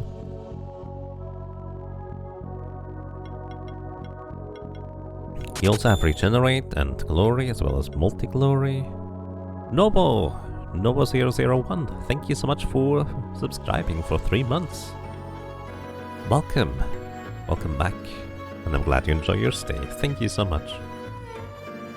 It's very majestic it is, actually. We have multi-burn here. You have mana burn to regenerate mana when burning enemies. Heroic party, dealing more damage. That's a lot of heroism here. Multi-life, an additional glory and regeneration stack. Godless Strikes, Gemstone Barrage, Inferno, Aging on top of it. Aya Storm, burning enemies. It's pretty good actually. Let's see what the shifts are. I actually kind of forgot about that for the Eagle as well. So here, Eagle Shift. Light Shift is charged up. Increased damage dealt, reduced damage taken mana cost by 1% for every charge stack. Capped at 15 stacks, so basically 15% more damage. On top of the charge stacks already allowing more damage, so that's a pretty offensive shift. Or equip a second weapon, which could also have... well, be really offensive. Basically this thing is just purely offensive, it feels like. Then we have a light shift, buff mastery. An additional stack are only half as strong. Well, that's standard. Additional stacks are not quite as powerful as the initial ones. But just one additional buff for everything. And a critical chance for each buff on it. Interesting. Alrighty, that's all the spectral buddies. Thanks, buddy. Bye.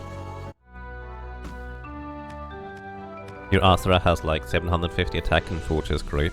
Yeah, I didn't realize that until I had the Promethean in our team, Ben, for quite a while. And Ben just hit like a truck. And then also shielded like a champion on top of it with Forge. It was just insane. And this is not something I recognized before I actually even used Forge. Where is Astra? Here. Yeah, it also has Forge, which I just didn't realize how powerful that would be.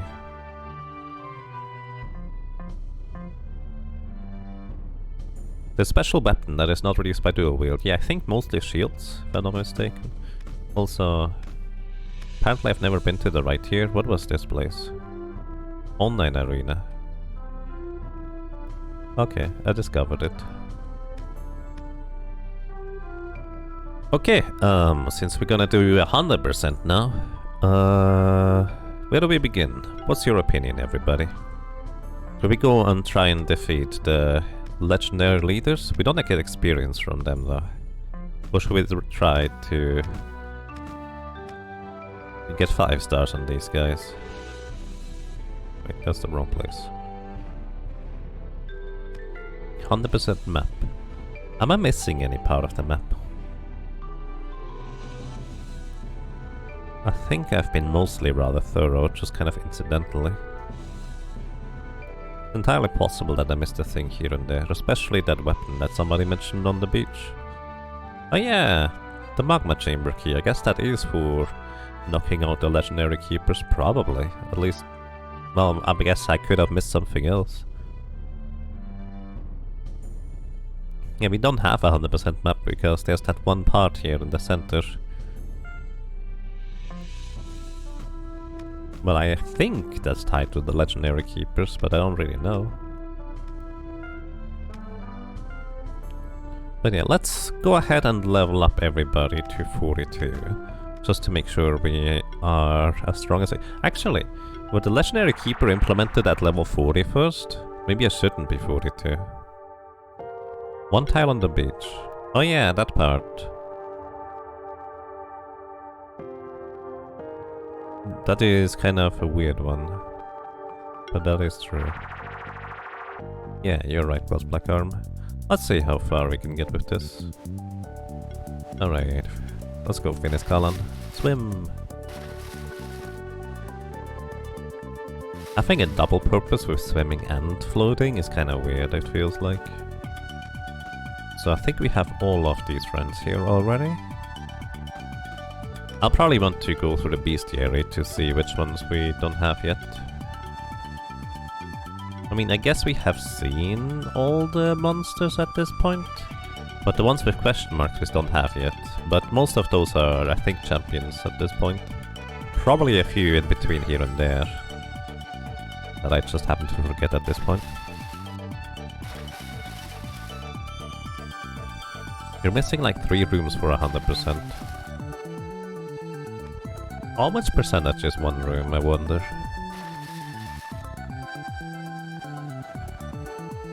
We have a punchy fish. I always say punch fish instead of brawlish, because it's a fish that punches.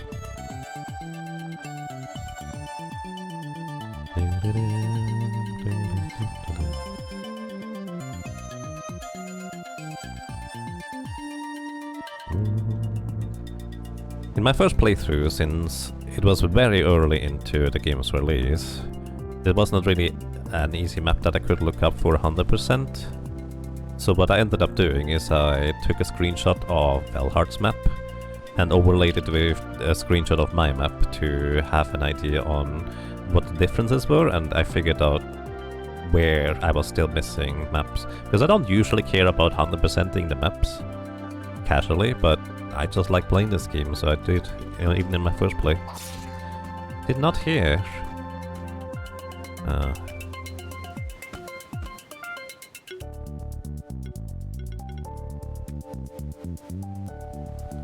Could have bet it would be somewhere around here. Not here.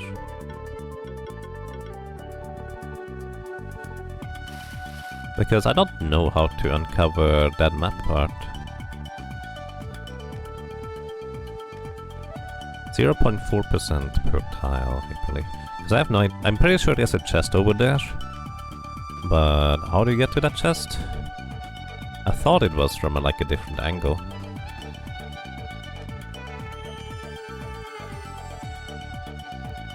Because clearly there is something over there, right? Oh, is it from below? I think it's from below, isn't it? Because there is a tile just below there. Like initially, my instinct was that, oh, it's a map bug because it just happens to not overlap with the tile that you're supposed to be able to discover from there. But I don't think that's the case. Especially not since this game has been out for so long.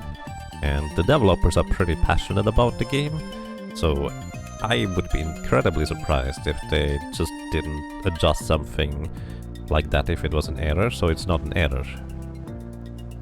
So it must be intentional. And the best way I can think of is we need to get there from below.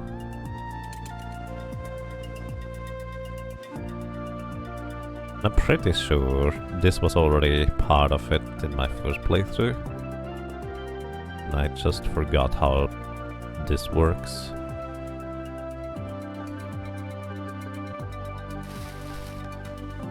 Oh, it's here, isn't it? Yep, I just forgot. There's the moon sword.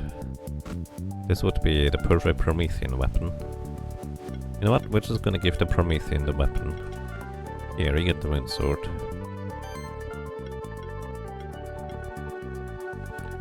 So whoever said stuff about the moon sword, you were not crazy. I just missed it.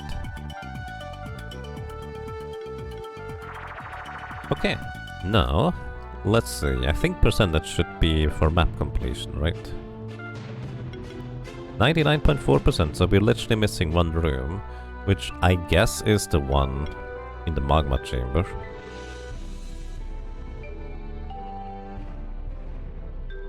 Alrighty. What do we do first? Champion monsters or legendary keepers? What's your opinion, everybody?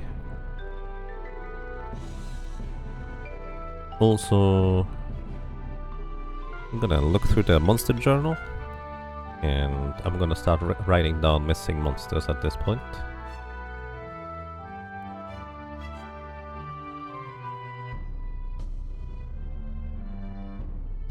Alrighty. By the way, still the naming list.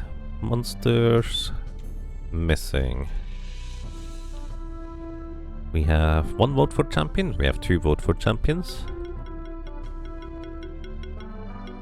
We need the Spectre still, which is part of a champion. We could also get him in the tower. We can get the Grulu. We also need. By the way, at this point we have very specific monsters still missing. Druidog. We don't have a Druidog? Really? Thought I did. Goblin Brute. Oh, I kind of missed you, buddy. Goblin Brute, we still need as well. The Goblin King, that is part of it, that's the champion.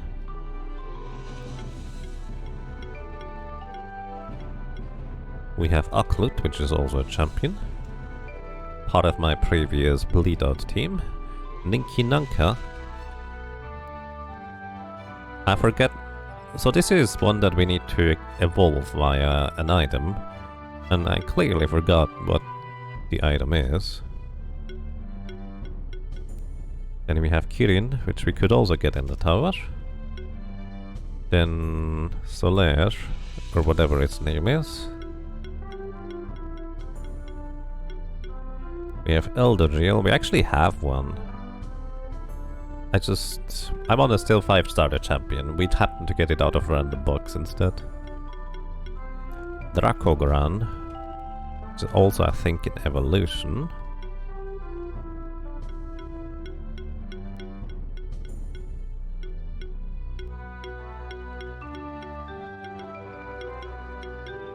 We have Draco Noir, this is also a champion. Alright, everybody says champions, so let's go and figure out how to champions. We might want to go ahead and prepare 2 mushrooms for that. King Blob, oh, we do have what we need for King Blob, but we have not decided who to turn into a King Blob. Vodinoi. Oh boy. This is the biggest issue I had in my first casual playthrough. I have had no idea how to defeat that guy. I think I ended up doing it with mushrooms and some other combination. Mad Lord is also a champion. Ascendant is as well. Is a champion. Gumagius, Rampede, Rathops, Krakaturtle. Look at this little cutie. Aww. And welcome new Justice By. You need tips for getting good in this game. Are you looking for anything in particular? Because I'm learning how to get good in this game myself, and I'm not good at it yet. Drachamur. Because there's so many like little aspects to it. It feels like it's kind of difficult to find a start to get good. Like that's maybe one of the awkward points of the game. Trying to figure out where to... or how to begin getting good. Madlord and Ascendant can only be evolved. Right, but we don't have the item. That's what I'm saying. What does Clay evolve? Clay? I don't remember having. Do we have Clay? Do you have Clay? Clay might be for Ninki Nanka. So we have Ice Stone, Majestic Crown, this is for the Slime. Stardust, I think this is for the Garulu. Druid Soul, Giant Seed, Sunstone, Shard of Winter, Volcanic Ash. By the way, at this point we have...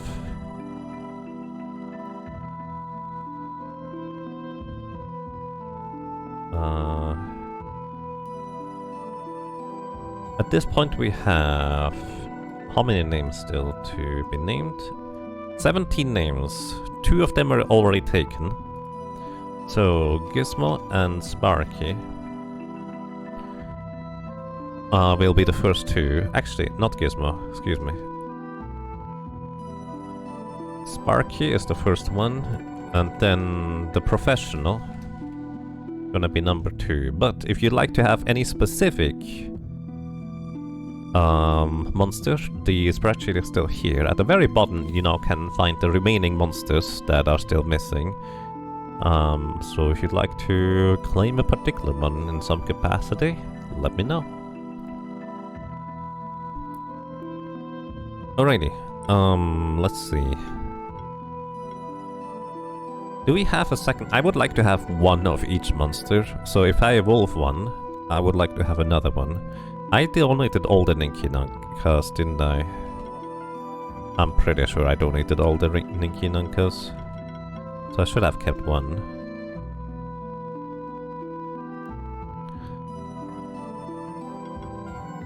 That was a mistake in hindsight.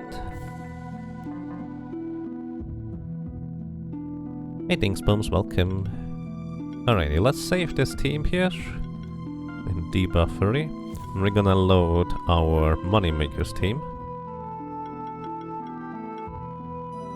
And let me real quick show you my route that I used for money making. We're not actually going for money making here. I'm literally just looking to get a second Ninki Nanka egg at this point. But since this is reasonably quick, I figured might as well show you. So, I just use the Gryphonics because this is basically as fast as it gets for movement. As well as I use the options here to set it to the fastest possible. I set it back for stream because I think 1.5 speed is just about fine. Then I went around here. I'm just gonna show you one loop that I did. I don't know whether this is the most efficient, but this is just what I did. I have set all of the friends here to use Gale as their first ability. Victory, we get X and stuff and money. And the way you get so much money is, for one, each one of these Vanacuts here has a gold sense, increasing the money gained after battle, and if you're lucky, you encounter a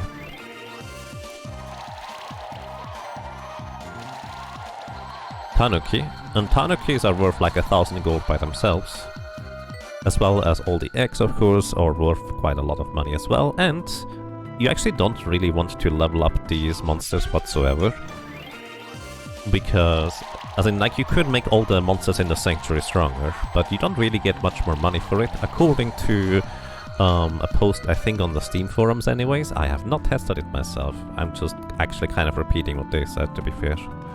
Then we go up here.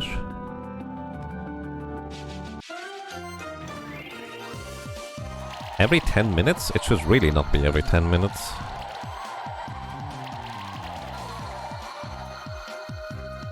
I unfortunately kind of have to use the ads manager thingy because the alternative is that people just get ads all the time when they try to join the stream, and most of the time that means, unfortunately, they are not gonna stick around just because I wanna see what this guy's about. Oh, attention span gone, which I don't blame anybody for. There we go, we have an Inky egg.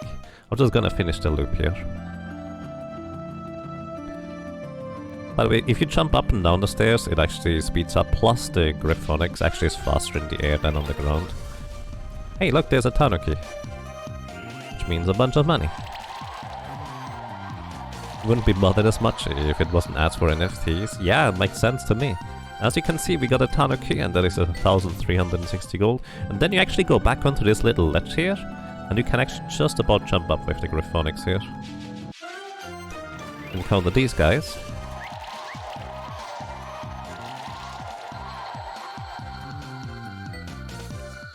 And then you just keep running to the left. So, the advantage of the route here is you don't have to use monster bells in order for the monsters to respawn. Basically, one route is just fine. But I don't know whether this is necessarily the most optimal route to take, or whether like there's more efficient ways to via monster bells, but this is just what I did. Alrighty. We have our Ninky egg. So, who would like to be a Ninky? Nanka. Ninky Nanka? Ninky. It's a Ninky egg. It's gonna evolve into a Ninky Nanka. Gonna load our Devalfury team.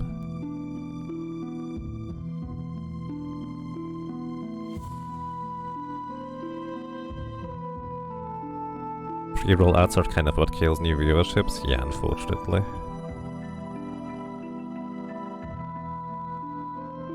You mean you have your Reiko egg? Okay. We do in fact have a Reiko egg. We're gonna see Reiko in 2 ultimate forms.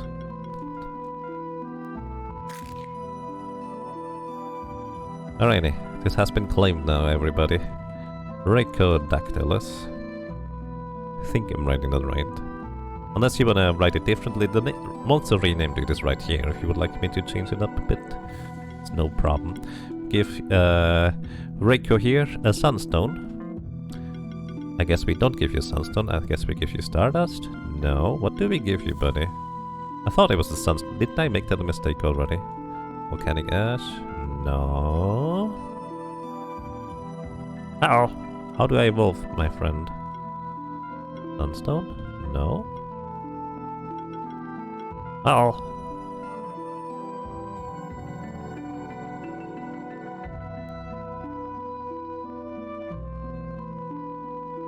I thought... Huh. Magical Clay. Wait, where do I get Magical Clay from then? Clearly don't have Magical Clay. I figured you would get the evolution item from the monsters that are evolved, but... Talk to the NPC to the right.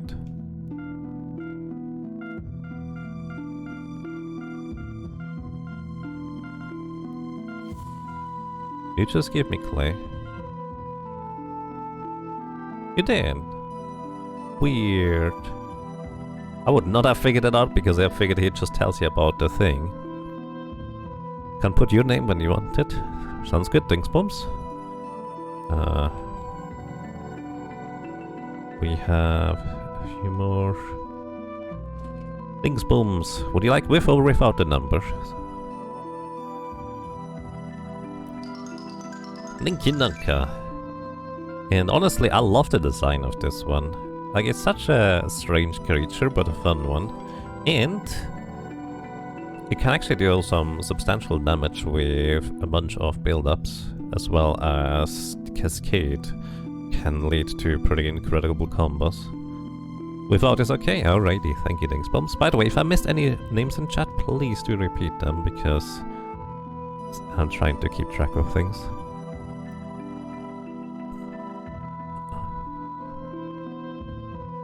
Buff support unit. Yeah, it's buff support, but also can deal some good damage. Elemental break, breaking spells, breaking support.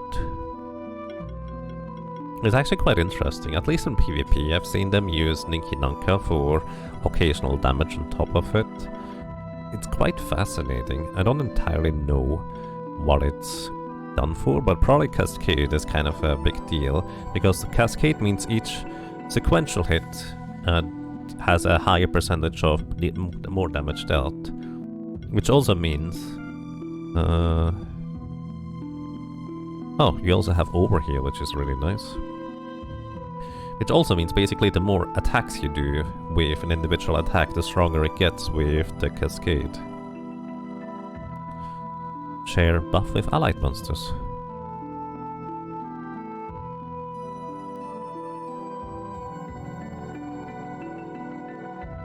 Alrighty, welcome to the team.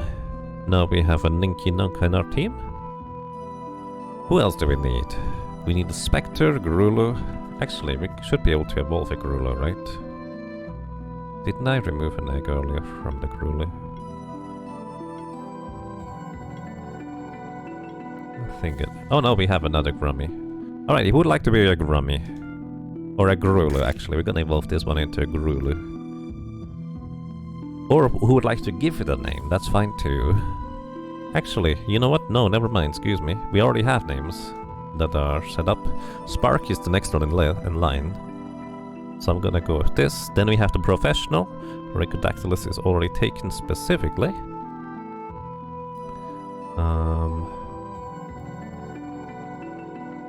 Alright, sorry. Okay, Spark is finally taken. Has been waiting for a long time for a name. Rhacodactylus. Next up is the Professional, then we have Dingsbums in line for the next friends. Alrighty, do we need... I think we need Stardust for you, don't we? Yep. Are there many frog-like monsters left? No, this is as frog as it gets here, really. The only frog... The frog that was already taken from the very beginning was the Spectral Familiar, which we finally got just recently. And that's kind of how it was. And Sparky just joined our cause. Let's check the shifts real quick.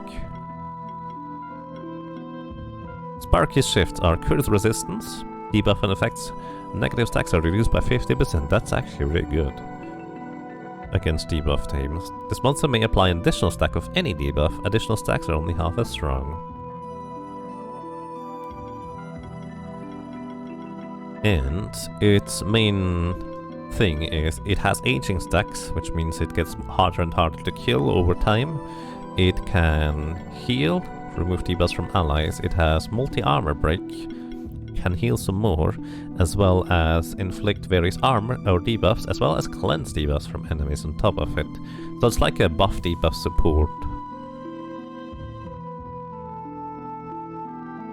Is an ABBA on mobile still more costly than on PC, chat?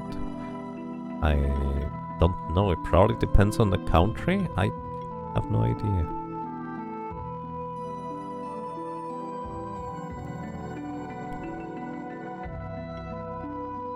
Yeah, this one is quite fascinating. I feel like you can make this one work in quite a few ways, especially in debuff teams. Trying to see whether there's any particular debuffs. I have to say, one thing that I would like to see slightly changed in UI design is I would like to be able to have the proper color without having to go down the tree of the various things just to be able to see. Also, Solar Burst could actually help build up a ton of combo. Corrosion.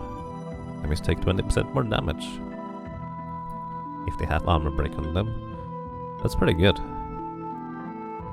Alrighty. So that means we have Garulu also. Now, we are kind of pretty close to the Druid Oak spawn, so let's go ahead and try and get a Druid Oak as well as a little Goblin Miner. Nope. I guess there is a Goblin in there. Maybe I want a more offensive team for this setup, just so we can actually deal damage to enemies, rather than our... You know what? Vanakouts might actually be just good. Team of Vanakouts.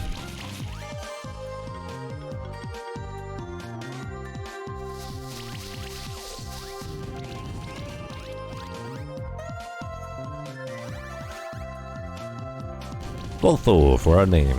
Nice. Welcome to the team, Kolthor. Actually, Kolthor, welcome to you. And I have the perfect name lined up for you, coming up in just a little bit here. Because wouldn't you know it,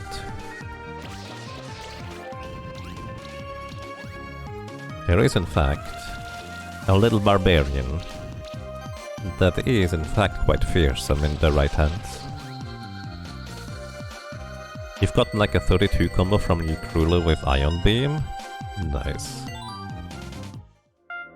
Alrighty, also Kumoko leveled up, which means we get an actual badge. Let me go ahead with the moneymakers, are probably better for random encounters, oddly enough.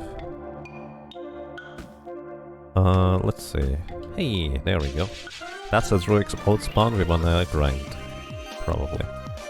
So we just use a team of mana cuts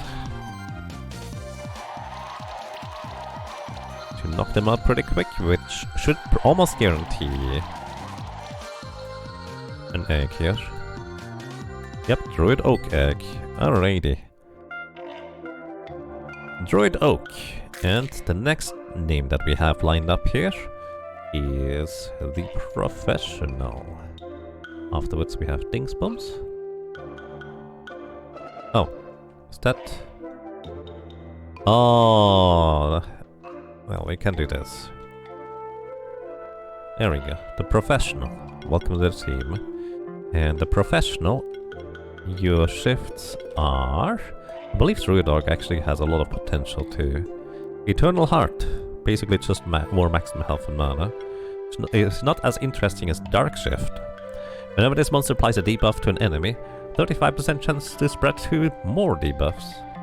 So this could very well fit into a debuff team kind of deal. Because it also has multi-weakness, keeping enemies at low offensive power, breaking armor of them as well.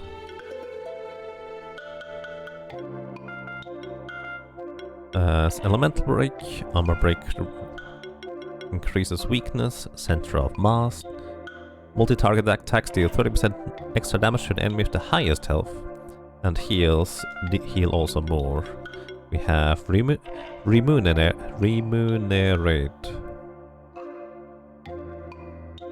When applying a debuff, also a high chance to apply a regeneration buff, and we have Multi-Regenerate, which means whenever you apply a debuff, high chance to just give everybody regeneration in the team.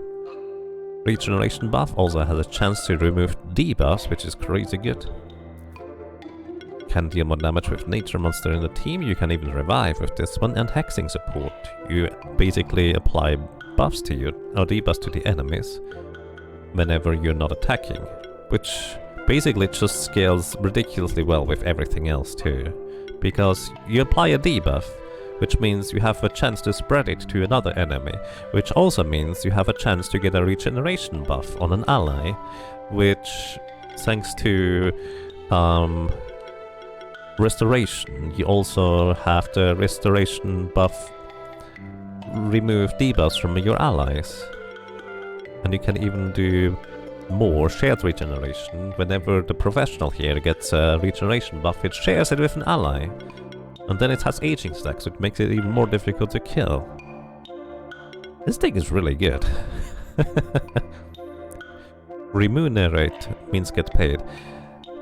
Okay, thank you. Actually, I did not know that. Yeah, honestly, I'm always thinking whenever I see this word that it's a misspelling of remunerate, like number up things again, I guess. But yeah, this guy is a potentially great addition to a debuff team.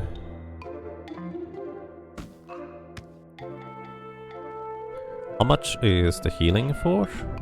The wave? Or what do you mean? We have... based on maximum health is heal all. 2 times 500, so 1000 plus 6% of maximum health each time. So 12% of maximum health total. And hey, look at this! There's a little barbarian that we still need for our team. Oh, they're resistant to magic, of course. But because we are so much higher level in comparison, well, the damage might just be enough. Oh, not quite. We would need a physical AoE.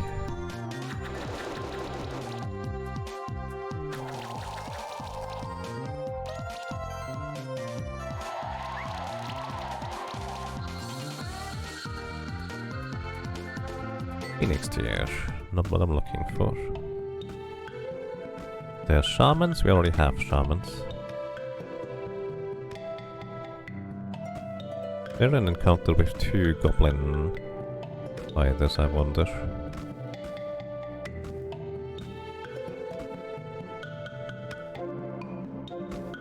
There's 1 goblin fighter, yeah sure.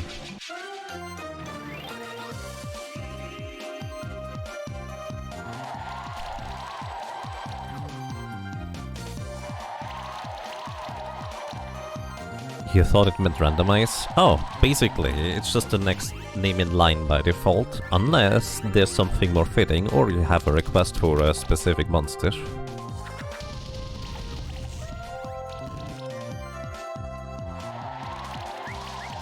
Oh, you mean remunerate.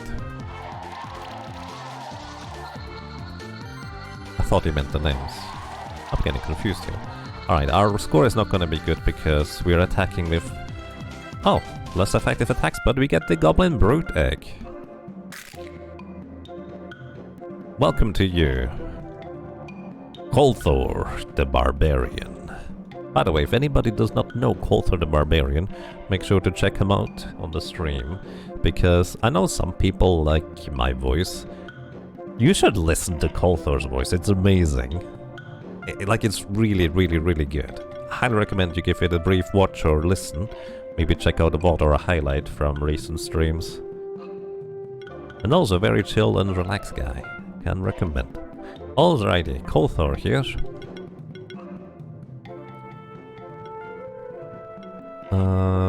Shift Stone. Light Shift is equip an additional accessory, probably for a shield. Allows the monster to equip 2 weapons. Second weapon values are reduced by 50%, probably a shield. Which does not get reduced. Alrighty, so that is for Light and Shift. Basically it's just an equipment setup for our little Kolthor here. Then it has Barrier, as well as Regeneration. Full Offend as well.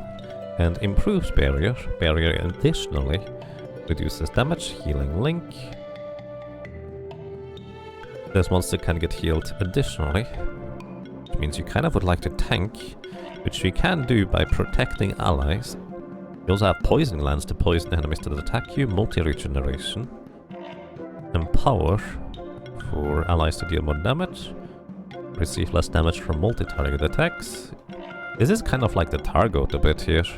Stick Focus. When this monster has a wooden stick equipped, it gains 300 attack, 60 defense, knit shield, all allies for 600 at the start of combat. That's amazing. Wooden stick is basically your beginning weapon on everything. Huh. That's kind of funny.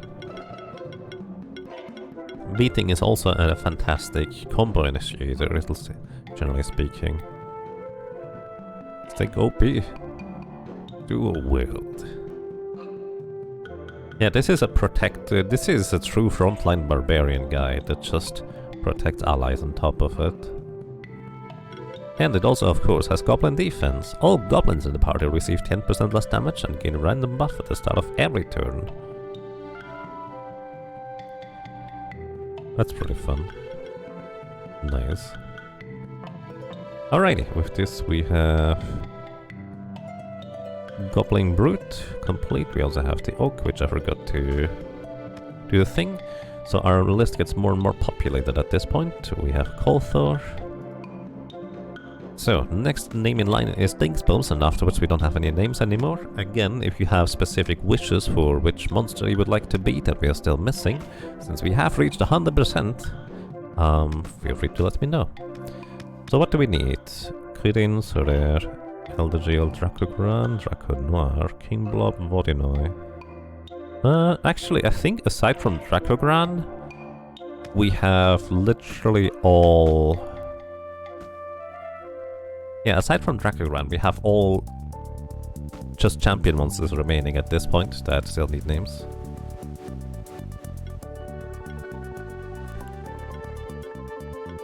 Do we have a Draconov? Actually, we need a bunch of Draconov eggs. And I think I donated a bunch, didn't I? Because I think Draconov is the Eevee of this game, which transforms into many different ones. Let's see whether we can... I think we may need Volcanic Ash, so Dingsbums. Welcome to the team. We need to evolve this one, I think.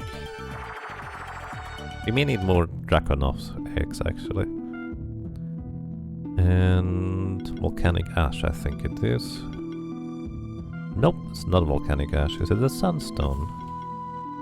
Nope. Is it Stardust? Nope. Is it an Ice Stone?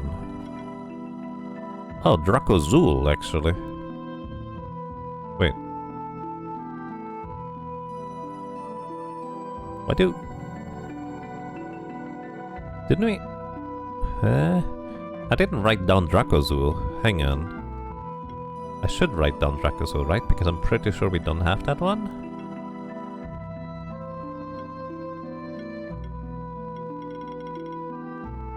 This is Draconoir. Dracozool should be the one in the eyes, right? Yeah, Dracozool. I forgot to write down Dracozool for some reason. Alrighty, there's actually one more monster in that case. It's 18. So Dingsbums is gonna be Dracozool. Oh, I haven't actually championed this one yet. So this is also one of... We're gonna champion this one anyways, by the way. But I guess we already have one more. You're a dragon, indeed. So Ice Stone, we must have gotten this from a random box in that case. Welcome to the team. Dracozool is a decent setup monster for combos, but also actually a pretty solid damage dealer on its own, from what I know. Let's see, what do you have for shifts? Light Shift, an additional accessory.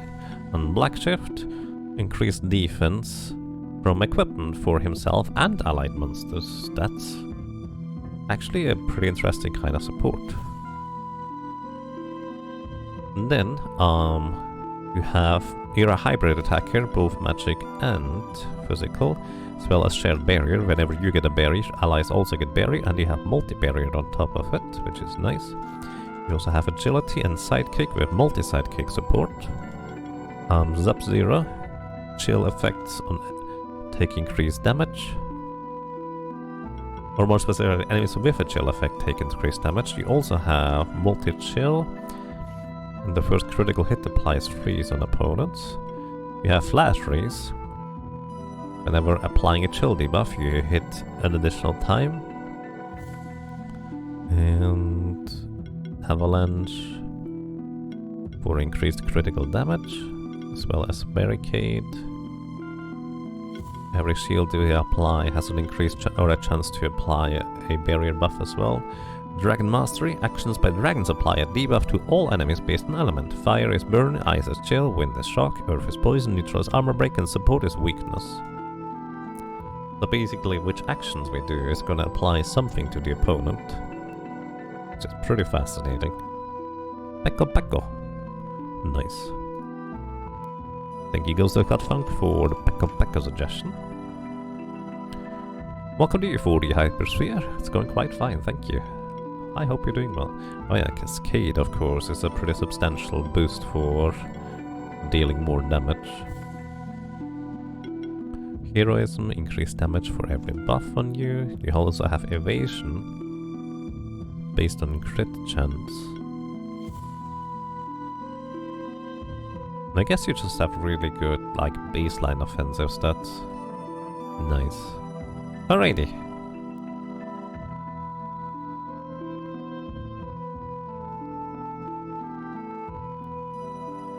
And guess it's time for champions. Welcome. I'm doing quite fine, thank you. I hope so do you. Oh, we also have a new outfit. Alright, let's go champion monsters right after changing the outfit.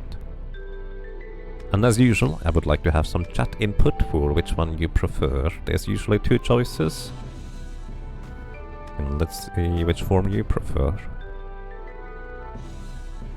What monster did we get for Chucky? Chucky was... somewhat recent-ish. Here. Chucky is a dinosaur that allows us to charge into walls and open them, as well as pretty offensive to say the least. You're a huge dinosaur, yup. Can even run through the dinosaur stuff.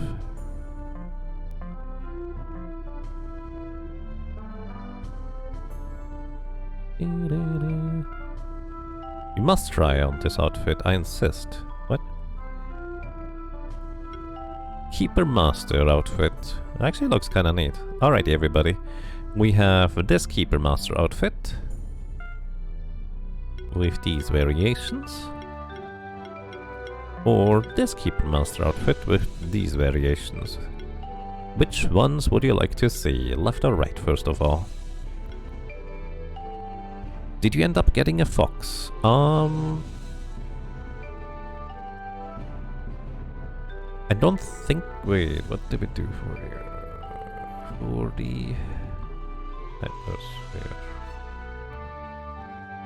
For Harg. Oh yeah, actually we did get a fox. That was quite a while ago. So everybody, this one or this one? What's your choice? Left or right? So, real quick, for your fox we have Kenko, which is basically like a spirit fox kind of deal. We got this actually very shortly after you happened to bring in the thing. So we have Verhargo here. It's very much a spirit fox. There's 2 unlocked, yeah, basically this one and this one. Okay, we have 1 vote for right, 2 votes for right, 3 votes for right, 4 votes for right. Oh, poll up for left or right. Please make sure to vote on the poll if you'd like to. If you don't want to vote, well, I mean, you don't have to. Keep in mind, they also have different colors. This one has like weird grey hair. And this one has also weird grey hair. I like this weird grey hair. This way people can vote anonymously if they want to stay lurking. True. Thank you, Regadactylus. The red-orange one is amazing. This one? It's kind of a curious color.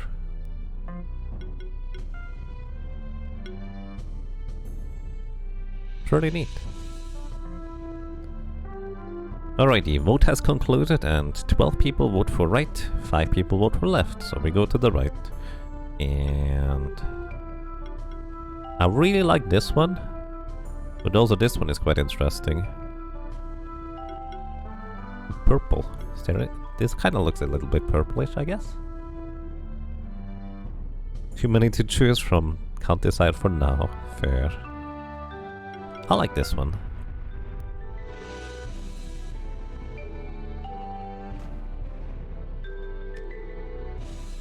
Polls only have 5 options. Polls only used to have 2 options originally. So that's why I mostly go just left or right, because we already had all the other outfits anyways. And sorry, I get to decide for the color, generally speaking. Like, I do take input. I was strongly considering the red one, but I actually kind of really like this one. Just grey hair. I like my characters with grey hair. Alrighty, it's time to try and defeat champion monsters with 5 stars. We already have Steam Golem, let's get Kirin. Oh, right. Whoops, I forgot to load our proper team with the Barafari. Let's try Kirin. That did actually cost me a smoke bomb. Alrighty, I don't know what Kirin is weak to damage over time effects, which seems like a perfect fit for us here. Let's just begin with our standard team here. Shield up. More debuffs for you, and full defense for you. And weakening shield, so you can deal even less damage. Oh my goodness, that's a ton of debuff damage for it. Which will translate into bleed damage shortly after. Alrighty, Mass Restore to remove the debuffs, please. Full defense for yourself. And armor up for everybody.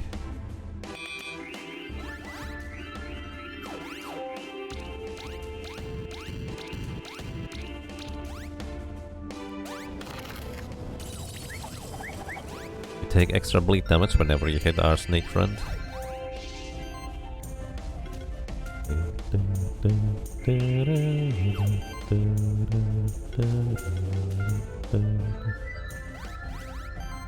Alrighty, and with this, could even inflict more bleeds. That will stick around forever thanks to our planned Dark Shift passive. Alrighty, and unfortunately for you, there's not really a whole lot you can do about that anymore. We are as healthy as it gets.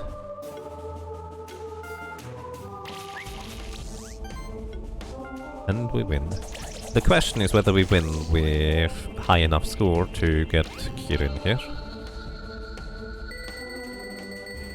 And we do. 5 star. Turn duration for 4 turns. Basically, the longer it takes, the less score you get. But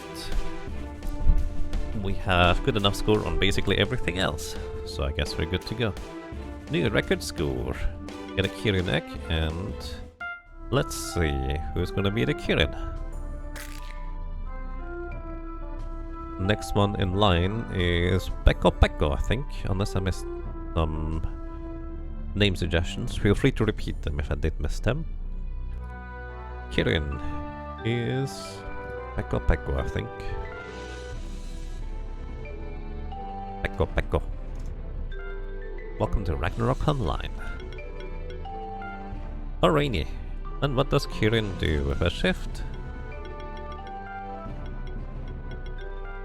Kirin's light shift is a rainbow horse. That's cute. Whenever an allied monster applies a debuff, it gains 2 charge stacks. Nice. And Shadow proc every actions, basically you just get additional more out of anything you do. That's the short version. Which is quite interesting. Rainbow horsey. And what do you do, generally speaking? You apply electricity, remove buffs, and then when an allied monster removes a buff from an enemy with an attack, there's a 50% chance to deal an additional hit. Interesting, as well as flash freeze. Whenever you freeze an enemy, you deal more damage, so basically you have a chance to apply shock and freezing whenever you attack. You also can use charge stacks for various interesting things. Whenever you trigger shock damage, you trigger charge stack. You have multi-shock and take less damage from enemies with debuffs. You can heal, multi-heal as well, get shields and charge shields for everybody. Interesting, so it's kind of like a charge, heal, debuff thing. Pekko Pekkos are sort of horses, so it works. Yep, definitely.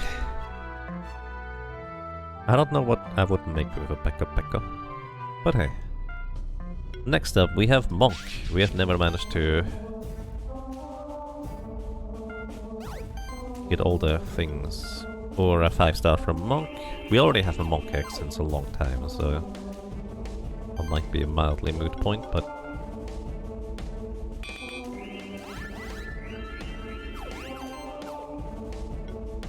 full defense.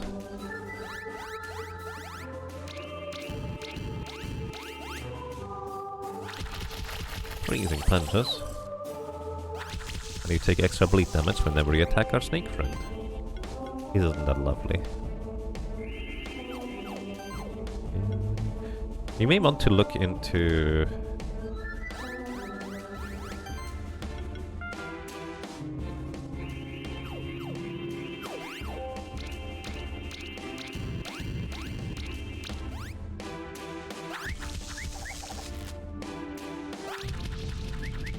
Oh, whenever you attack, you remove the debuff. That's interesting. You may want to look into the mushroom team, who are punching really hard. With trolls, so to speak.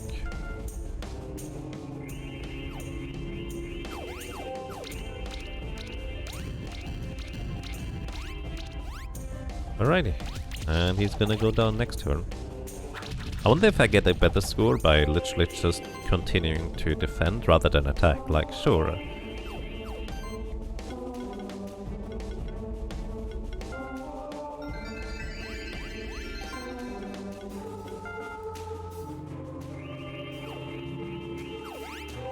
Let's see. Because we've been either way here. No, execution is still basically on the floor, but hey, we get 5 stars and a monk egg. There's an NPC in the west area that says how executions are accounted for. I'm too lazy to read. For now it's good enough. Minotaur. Keep going with the same team, I guess.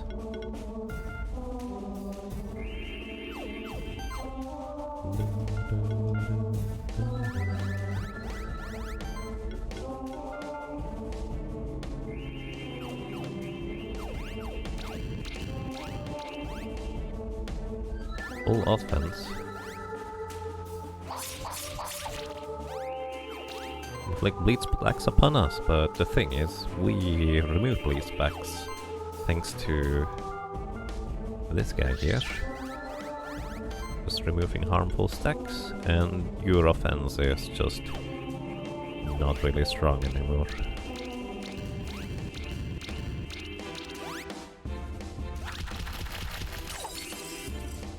Yeah, first 2 monster actions determine execution by combo count, and the third monster is by how much damage they do to the enemy based off their maximum health. Right. I think I remember reading that in this playthrough too.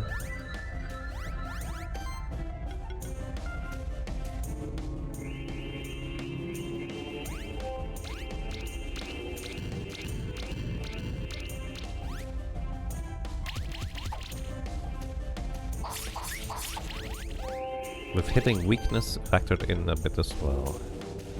So only just a bit, so not a whole lot, I guess. I just don't really have a way to set up a lot of points for that matter, I guess. And look, we crit all the time and inflict a ton of bleed. Does not go away. Oh, the bleed was not quite good enough. I love how the Minotaur can basically be a pretty competent like physical damage tier, but the Megataur, which is kind of the evolution of it, effectively is more of a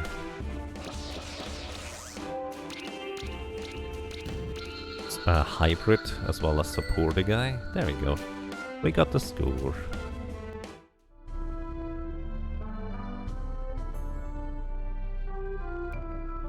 The NPC wasn't clear about it and you were too lazy to look it up. Yep. Look at that axe. The great axe.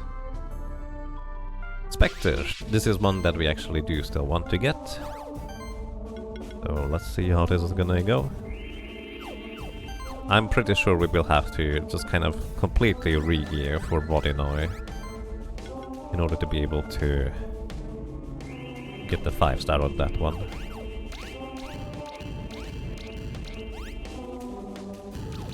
Knight, how? No, you're burning my flower. You mean it.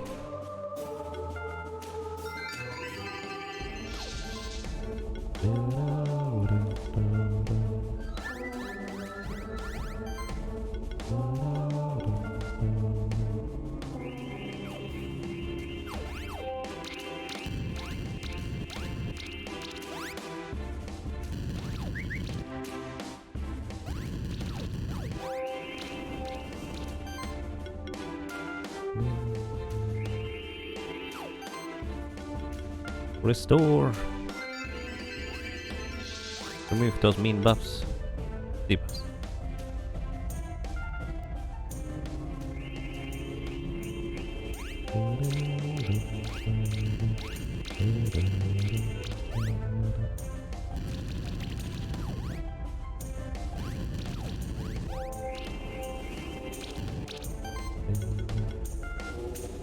Looks like we're good to go for now. Full defense for you as well.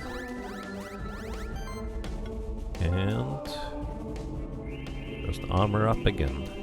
Not really any debuffs I can land anymore on our opponent at this point. But he's gonna go down next turn pretty much. There he's nothing he can do about it. Remove the debuffs for good measure.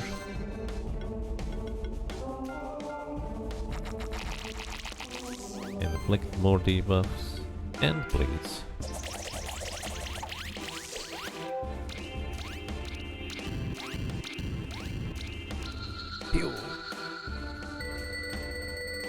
Why is it healthiness 97%? We were at full health. I don't understand. Oh well, we still got the thing. We got the Spectre Egg. Alrighty. We do not actually have any current names in queue, unless I missed them, which is entirely possible. It's actually kind of awkward to open up the rewards panel points thingy. Let me try to open it again real quick. Inspector. Nice. I like it. Let me just real quick. I guess Inspector is gonna be perfect for this one. Let me just open up the queue so I can hopefully see if I missed anything. Oh, Peko was the previous one. Alrighty, I like the Inspector. Naming a monster? Indeed. If you'd like to name a monster, feel free to let me know. If you'd like to have a random one, or one that is still on the list that needs to get a name. Inspector is the Spectre. So here's the list of monsters. At the very bottom you see the monsters missing. Actually, you know what? I'm gonna go ahead and just hide in these rows that are not relevant right now. These are only the monsters that still need some names. If you would like to just submit a red name for whatever the next one might be, that is an option. Alternatively, you could name a specific one. Alrighty, Inspector. Your light shift is debuff variety. Take less damage and deal less damage for each debuff, as well as debuff mastery. Additional stacks of debuffs on all opponents. So you seem very much a debuff oriented guy. Ooh, you have Congeal as well. The Spectral Cannon, how fitting. Congeal only at level 30 however. You do have Fatal Upkeep. Dot damage is increased. Take less damage from enemies with debuffs. You can inflict glory and agility. You can even revive. Trickster Spirit. Get shielded and healed. Multi-glory, vicious. When applying a debuff, chance to gain glory. Glorious Spark.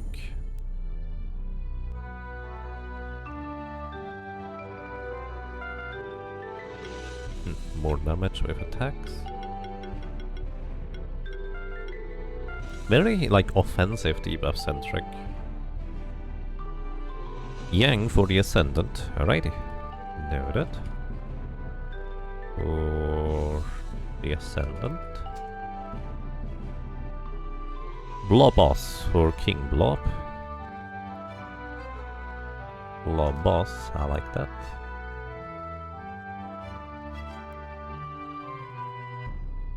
Taking Pagan Red Cat and Valakar.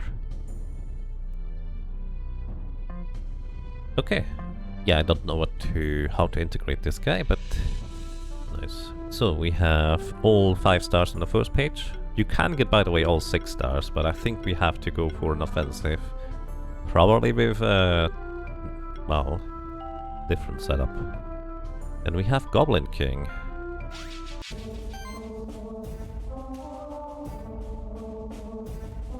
You were thinking blob of Loblaw? Loblaw. Lob. Loblaw.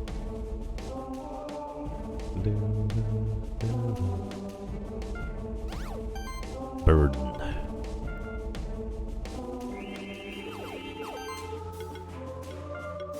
Roll defense. And I think we armor up here.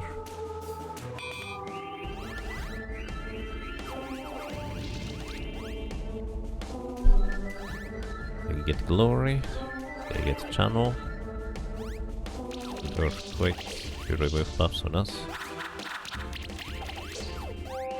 That's a lot of attacks. Fire shields.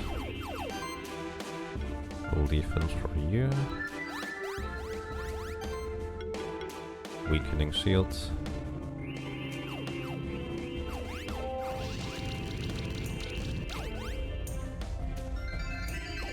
Mass restore to remove my buffs. You meanie.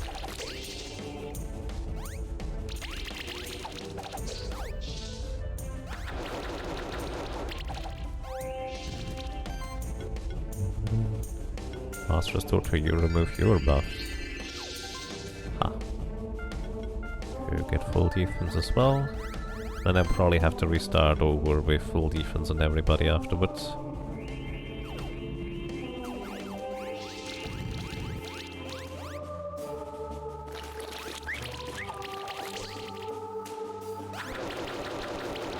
This is gonna be a longer battle because it's not just one opponent.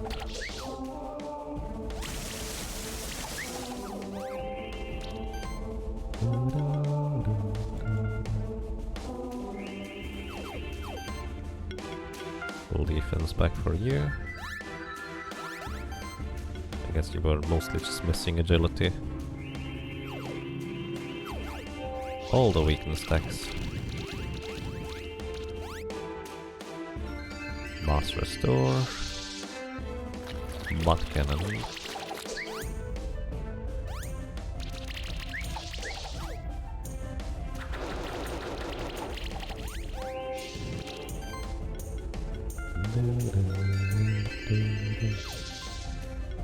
Full defense for yourself because you are lacking most of the buffs at this point.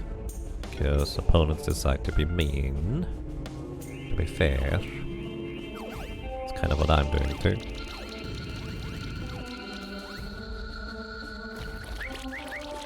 And at this point, we pretty much don't take any damage.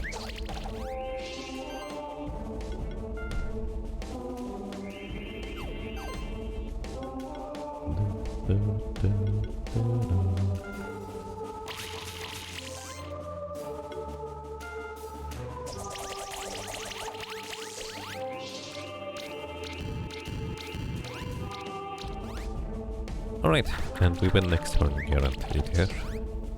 So the winning is not the problem. The problem is the scoring system that might decide that we are not worthy of getting the high score.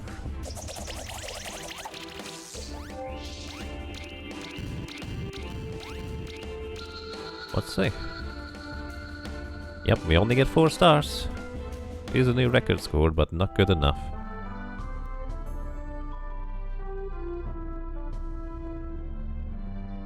Alrighty.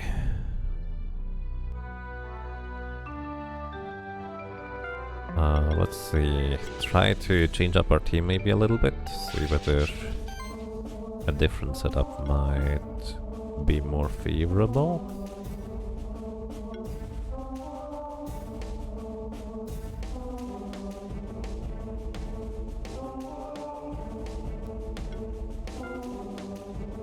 Let's try Omnagus, Komoko and Cthulhu.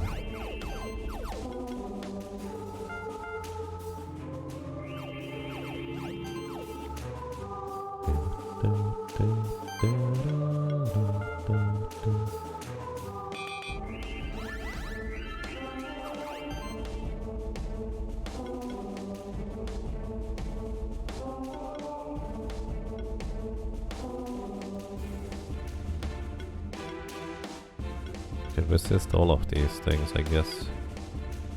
Makes a lot of sense.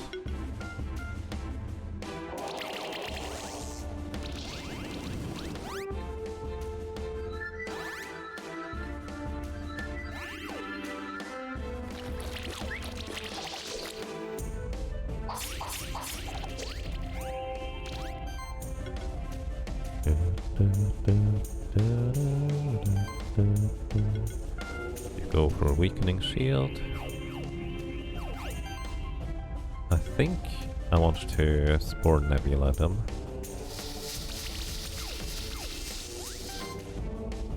More debuffs on you guys.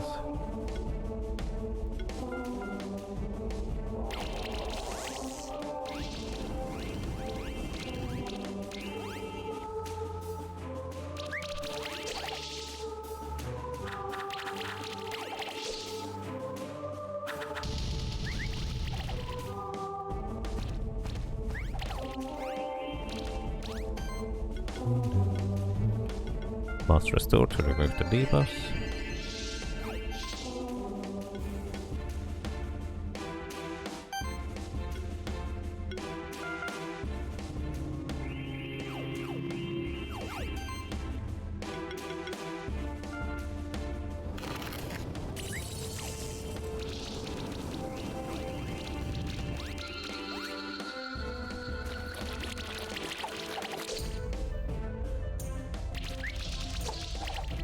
Here go all my buffs.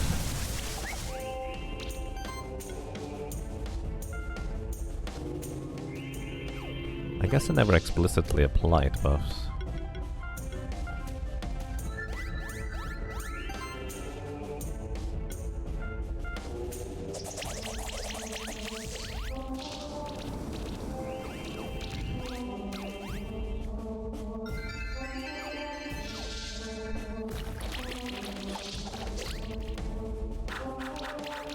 You were work lurking?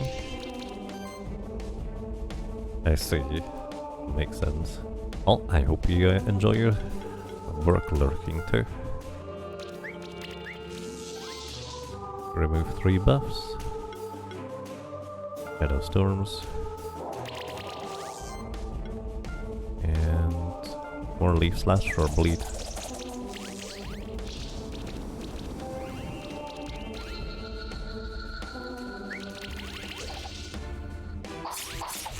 You also get score for buffs, right? So I should remove the debuffs to have a healthy score. You need...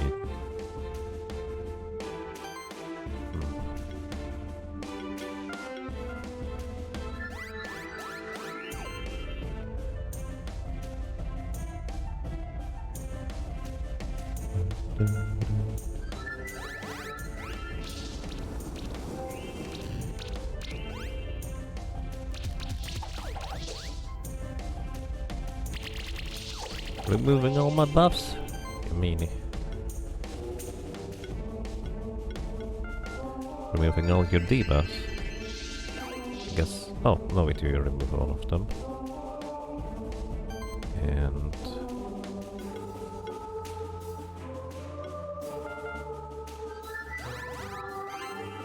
buff back up. Shield burst.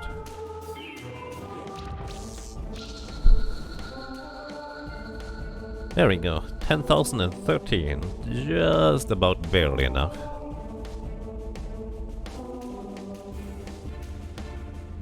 Worked way too much also. Oh, I see. Welcome back. The Promethean team got a huge execution score, did it? Could look into it. Goblin King Egg.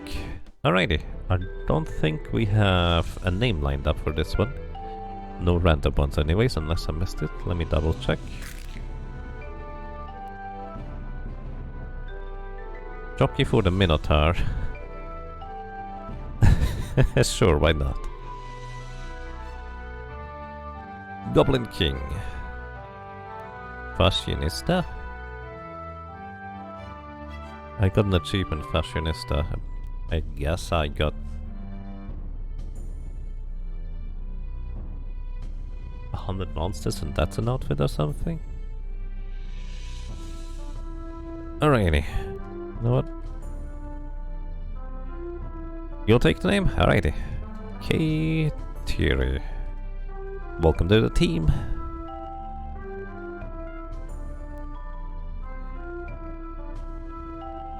Nice. So we got the Goblin King. Let's see, Kateri, what your light and dark shifts look like.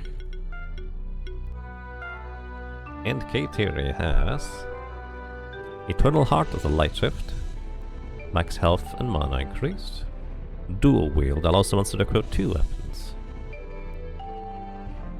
It's 101 weapons for the final outfit. I see. Good to know. And let's take a look at your skills. You do have Multi-Might, of course also Goblin Provisions. You run the Buster Goblins. We have Revive on you, improved Assault for each Might, Sorcery and Glory buff. You do Cleanse with your attacks, you'd have Multi-Sorcery, you're a hybrid attacker. You remove a random debuff every turn, kinda like a Sneak Buddy. Can turn neutral attacks into ground, I will guess. Critical Mass. Weaken applied to enemies, critical focus from equipment, strike mastery. Interesting. I know this can be a pretty competent and potent damage dealer. I don't know how to build damage dealers. Hey Multi-Saito, welcome. Hope you're doing well. But yeah, I know this guy can dish out a ton of damage if you go straight for damage output. Somehow. Alrighty, neat. Next one. Draco Noir. Oh no, actually Eldergeel first. For Eldergeel we might want to... No, let's just see how our standard works. I think we want to focus more on inflicting bleeds more quickly. So I think Kumoko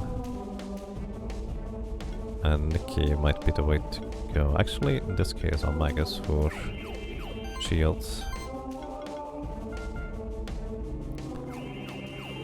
Weakening shields. Oh, we don't have any buffs. We have occult power, do you, now that I think about it. So, this thing is resistant to water and damage over time effect, and weak to neutral. We don't have any neutral attacks, dude. Apparently Cleansing Flames is the strongest thing we have. Even if he doesn't have any buffs to steal. Oh, we should have used the other thing anyways, because bleed damage would be better. Whirlpool and Fireball. Do you get 3 attacks? You only get 2. Okay. So we're gonna occult power for you to give you a bunch of buffs. Weakening shield to inflict weakness, and we're gonna go for lightning slashes for inflicting bleed damage. And the bleed damage is going to rack up quite a bit here.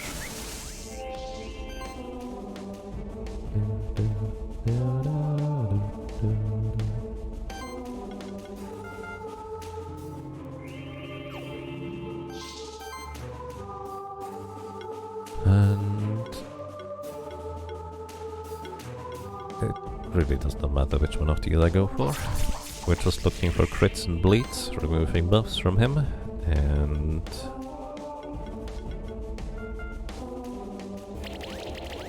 ending up with Shadow Grasp for more bleeds.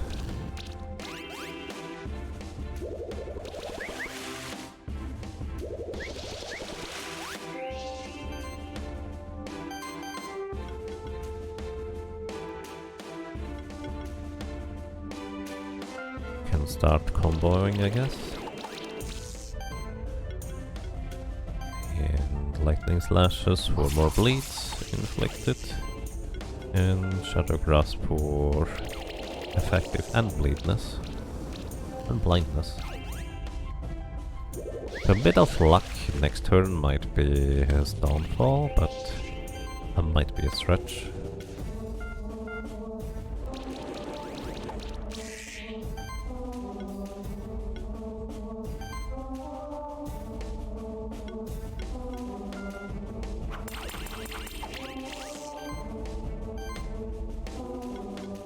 Field Burst would probably be the most damage we can do here. Oh, so close.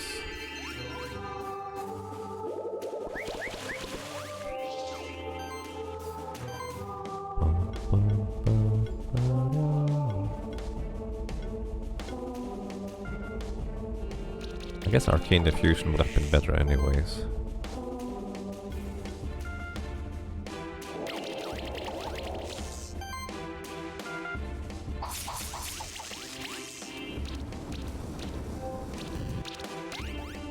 Oh, it revives too, I forgot about that part.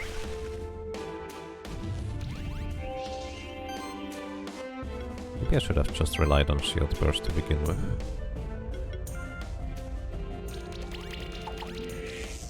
Okay, it's basically dead anyways.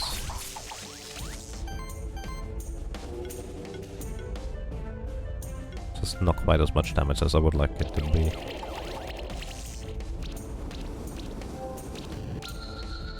Alright, and we get only 4 stars, actually pretty far away from where we want to be. Oof. Get a Pirate Hook. Hybrid weapon, crit chance and heal self on the first critical of an attack. 250. Oh boy. Do we want to look into... Let's actually just continue. See, so the Elder Gel we need to... or Gel. We need to get different setup. Let's see which monsters we can actually knock out with our current teams. Gonna go for the more offensive variant here.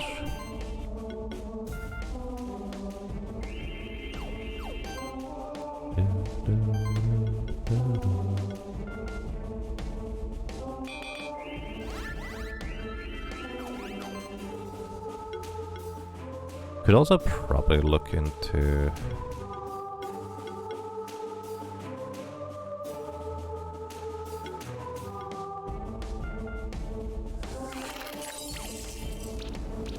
maybe changing up the ultimate for more damage too.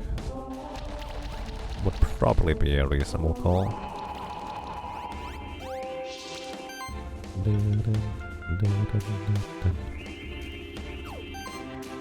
Poisons.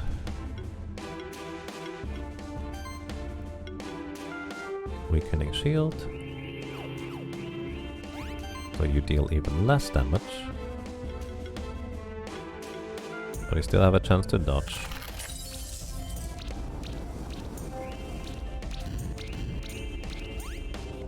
$5,000 bleed damage so far.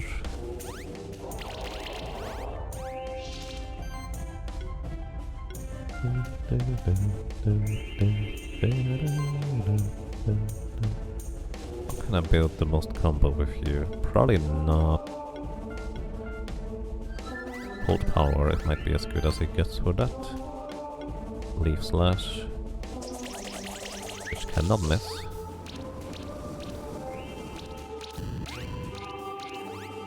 Alright, next turn he's done.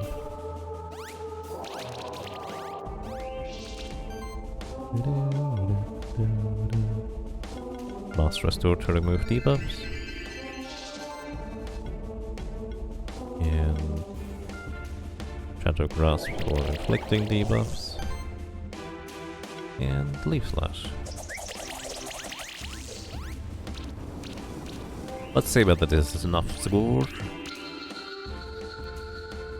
And it is! Nice, we get the Dark Stone, so we can evolve a little Draco into something. Which, by the way, we need another name for this one. Or do we? Yep. We do have a Draco Noir now. We do need a Draco Grand still as well. So if anybody has a suggestion for a Draco Noir or a name, I would be happy to learn. KNBU. Sure, why not? Welcome to Team KNBU.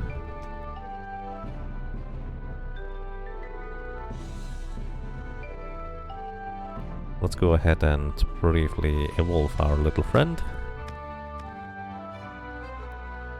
Also, just in case I didn't say that yet, welcome to you, Multicyto. I hope you're doing well. We can use the Darkstone to evolve a little dragon friend, KNBU here, into Draco Noir. We went quick enough to the draw. Oh.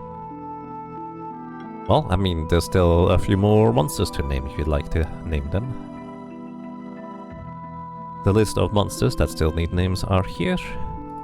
So there's that. Yeah, we don't have any... We only have names for specific monsters at this point, but no names currently for the next one in line, if that makes sense. Alrighty, let's take a look for the shifts. Draco Noir. The light shift is equipment mastery, additional accessory for you, and blacksmithing. Equipment stuff is increased for you. Alright. Then you look like a crit focused damage dealer, with debuffs affecting you less. You also have multi-channel? Okay, extra channel. You like reducing magic cost, you can blind opponents, but actually specifically all opponents. Still only applies a stack of blind rather than multiples exposed to deal more damage to blinded opponents. Curse Transfusion. For each debuff this monster has, it deals increased damage. It gains more damage reduction, so basically inverting debuffs. Here it is, full utility, and critical buffs too. Dracogran to Murder Lizard. Nice. Alrighty, let's actually just get a Dracogran in that case. Murder Lizard. Monster Sanctuary Dracogran. So I think we need to get little dragon buddies.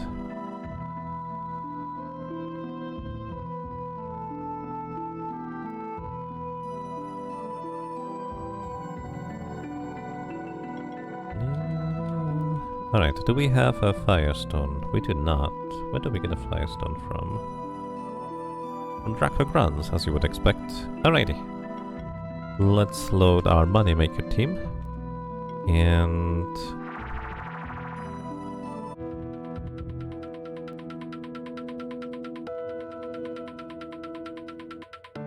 let's see, we are...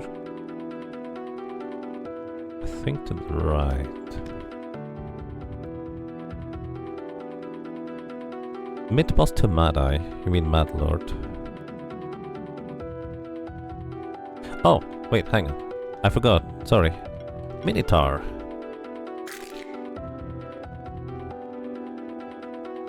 Sorry, I completely forgot because Minotaur is a monster we technically already have, but specific request for Minotaur from Kothor was Foki.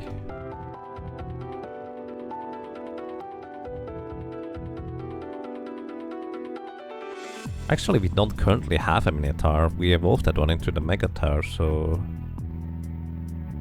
this is actually quite fitting. Welcome to the team. Minotaur is a physical attacker that also gives equipment buffs to allies as an aura, which is actually pretty powerful, and it deals a good substantial damage whenever it tries to attack. If you set up for it to be the primary attacker anyways. Alright, here's a Dracogran. So, basically, we just want to try and get their items from them.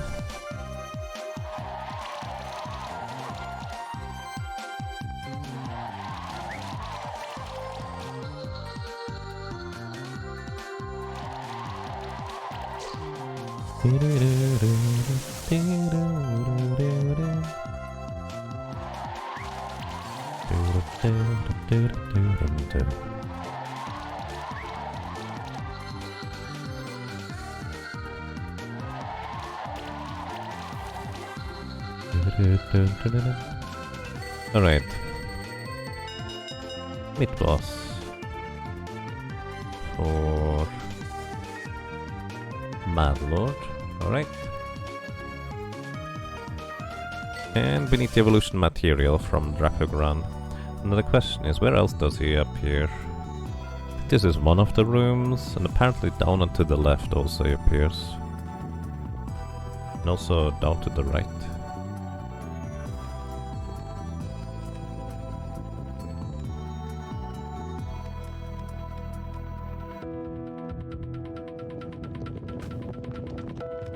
Lava bodies.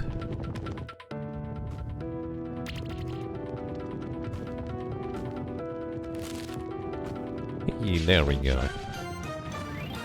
Let's actually go with our... Wait, you guys don't have equipment. I wanted to go with our charge team, but they don't have equipment equipped right now. But that would be a little bit less than ideal.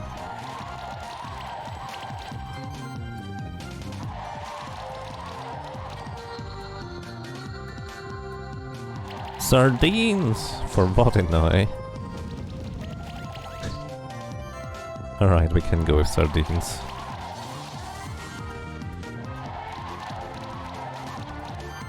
This is not enough, is it? Wow. He survived for an additional turn.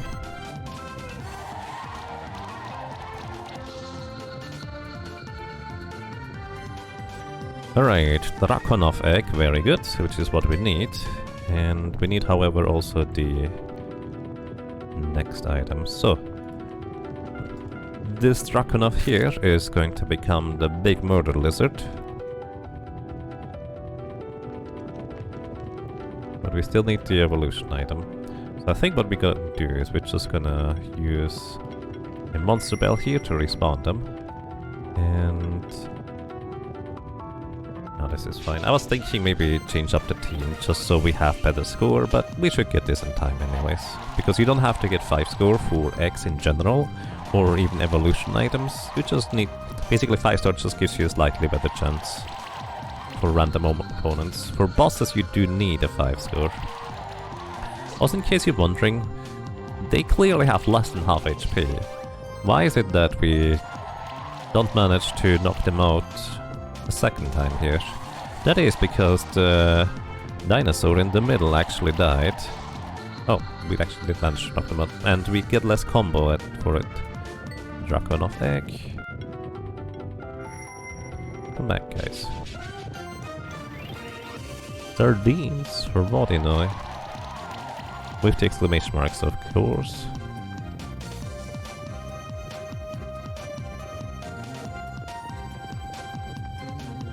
Right, we have 4 more names to give away. Crit RNG2, I suppose that's true. But yeah, we get less combo, which means less follow-up damage.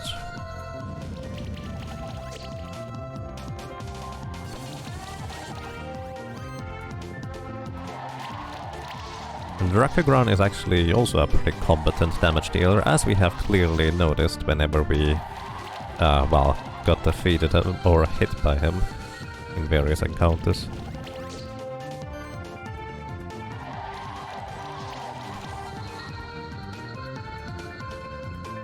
And there it is, we got the Firestone out of this. Excellent. Did I see your suggestion for Bodinoy? Yes. If there was any others, I did not see it. Well, I did write down the Mad Eye one. Alrighty, Firestone for Murder Lizard. We now have a Dracogran. What does a Dracogran do? Well, first of all, let's check out the shift. Shift for you is Equipment Mastery, an additional accessory, and Blacksmithing. Equipment is stronger for all allies, which is actually not a unique aura, so it can stack. Although I'm not sure how much you would want to stack that.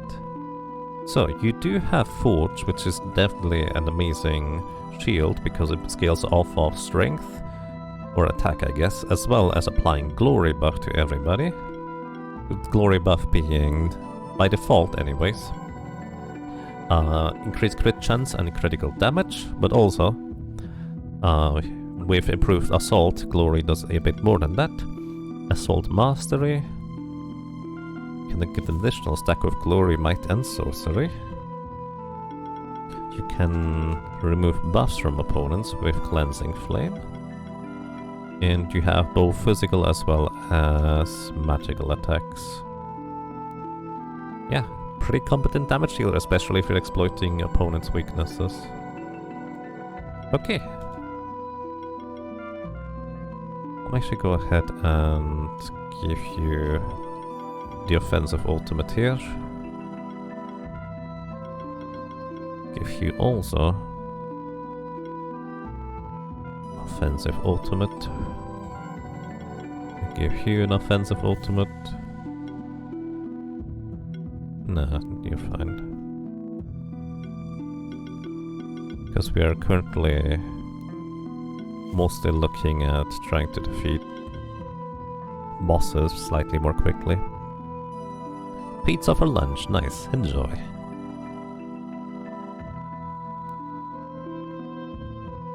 Sunglasses? Did I miss something? Am I blind?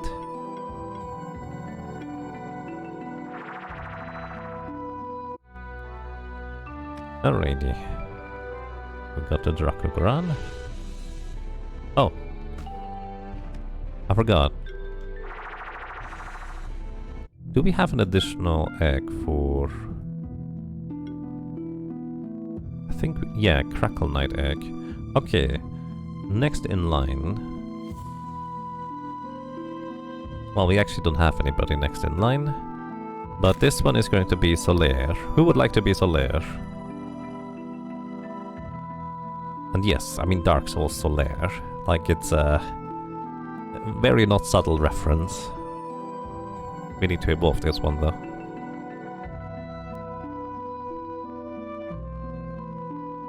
I mean, Slam Dunk Wizard suggestion. Oh, sorry. Let me check what that was. Please name a monster Yaga Yaga. Yaga Yaga sometime. Harvey Birdman. Probably a reference I don't get, but that's okay. Harvey Birdman for Solaire. And I think we're gonna use a Sunstone to evolve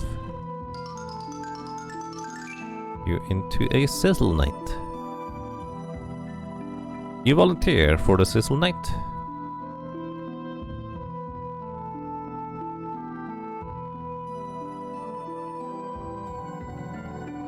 We can still rename. The renamer is right here.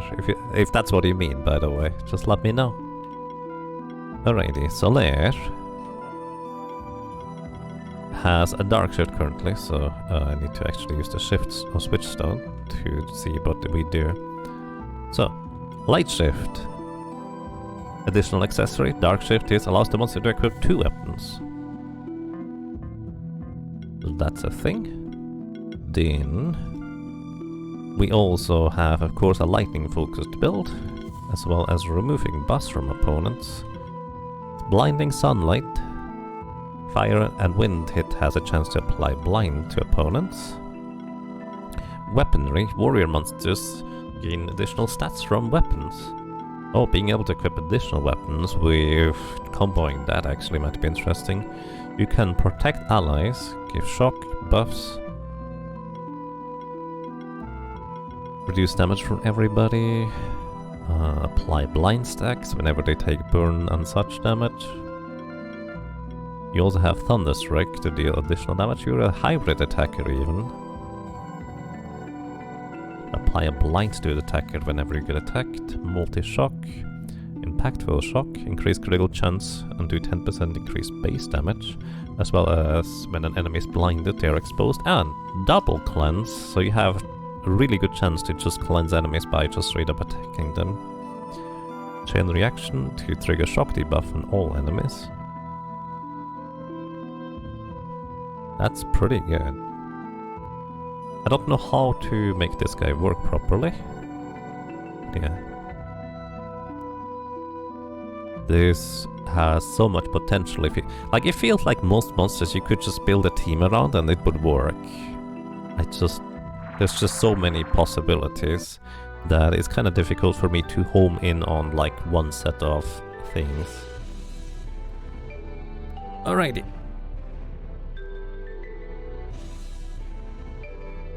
We have Solaire, or a Sizzle Knight, I guess. And Dracomer, as well as Elder Gel, don't have names yet, but those are the only two. Well, that's not technically true. This guy feels shockingly good, maybe. So Yaga for a thing. We'll see. We'll see what we get. Alrighty, back to trying to get champion buddies. Let's get Aklut next. I think for the gel we need a slightly different setup. Blind Shock, Burn Warrior, just try to focus on that. Right, I agree.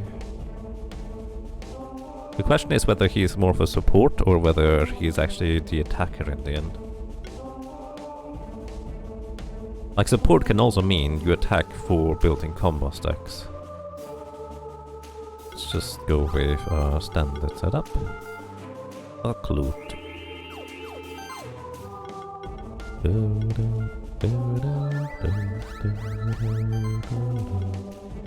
Now also have more offensive ultimates to use.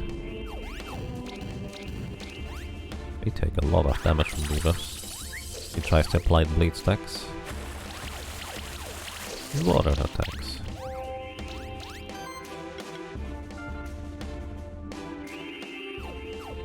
And a lot of chill debuffs too. The tonic spikes, unfortunately now too expensive.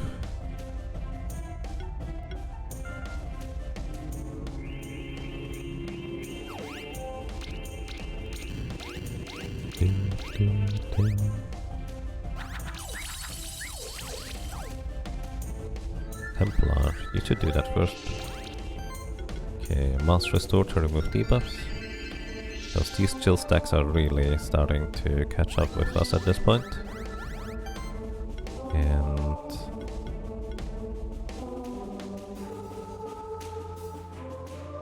yeah, more weakening shield for now, I guess.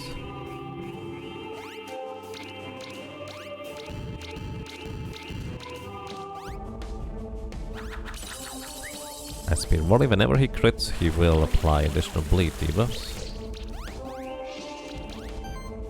Just a general thing from this guy. Remove debuffs. You could also full restore. Remove more debuffs. And I would like to use a Titanic thing, but I guess we just don't have the mana for it. He is basically down anyways next turn. Jump, jump, jump. Tried to heal, but didn't get there.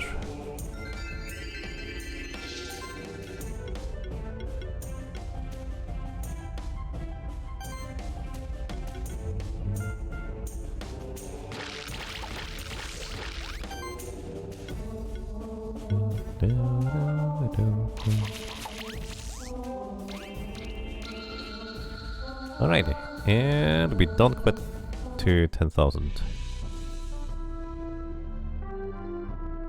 Land Whale. Lunar the Land Whale. For Aklut, I guess?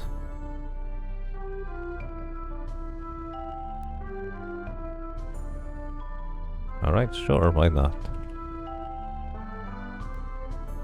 And we only have one name to give away at that point. Alrighty, could try to go for a slightly more offensive approach.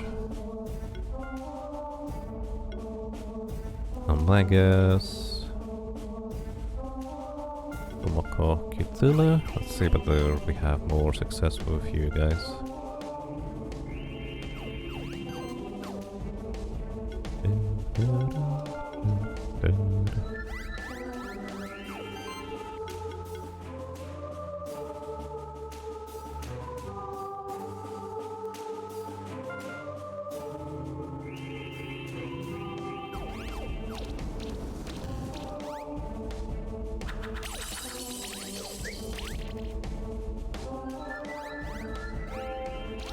Alrighty, we can use your Arcane Barrage for starting to build...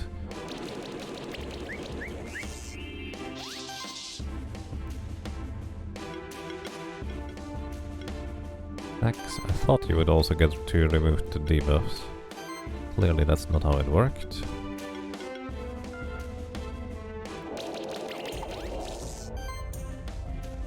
And Leaf Slash.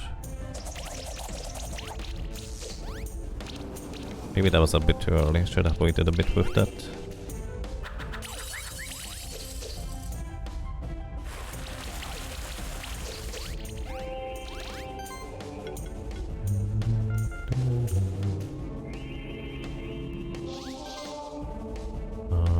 Can we go for Dark Shroud? Still a good chance to dodge there. Sure, why not?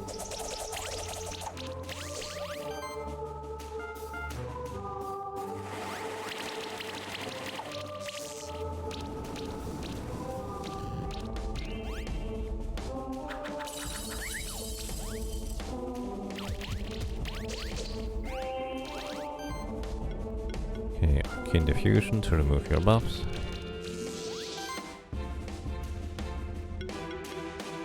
Can go for Shield Burst in the end, so let's try to set up for that by building more combo and Shield Burst.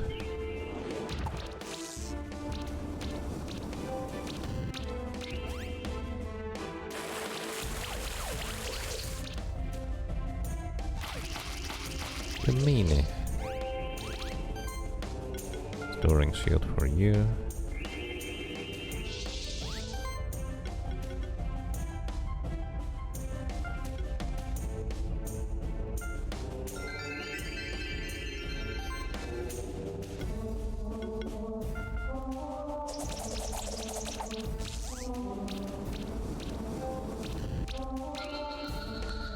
Alright.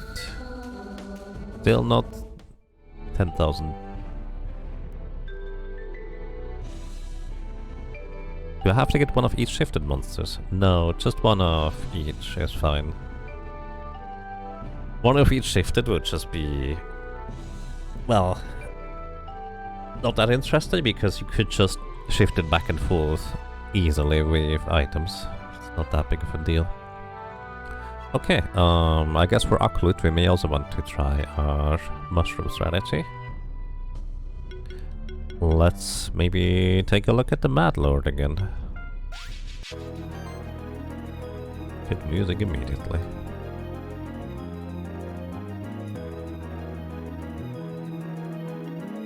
Let's choose Nikki for the backline this time.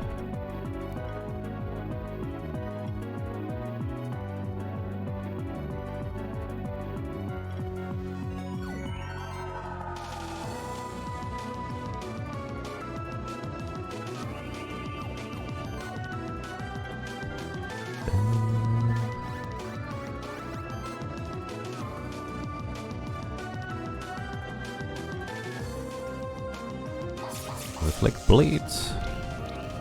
Oh, he's resilient against damage over time's effects. I did not actually consider that. And of course he gets to attack 3 times. Maybe this is not the team for this.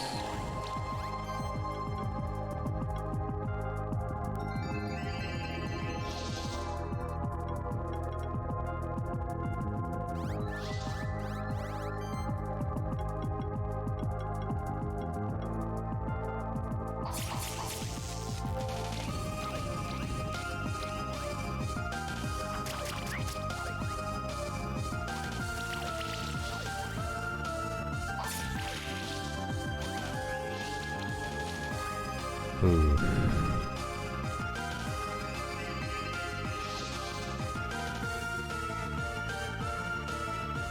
Full defense for you, most certainly no. And you probably want to heal yourself.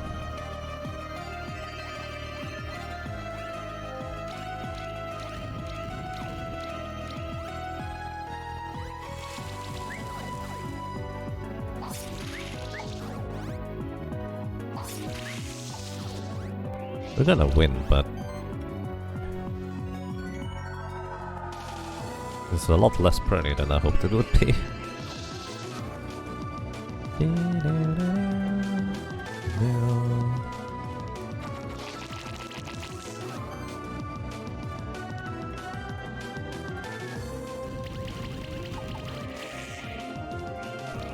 He still has buffs. Wow.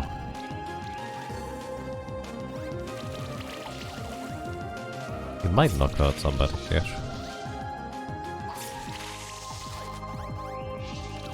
Well, he didn't, but it's also not that far away from knocking out somebody.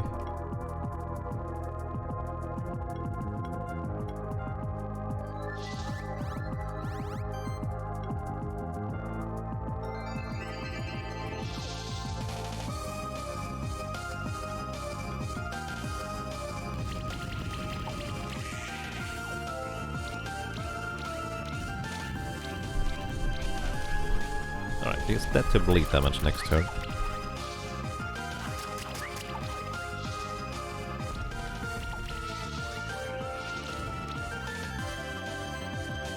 Mega Restore. No more Divas for us. And Cleansing Flames. Give me my buffs back.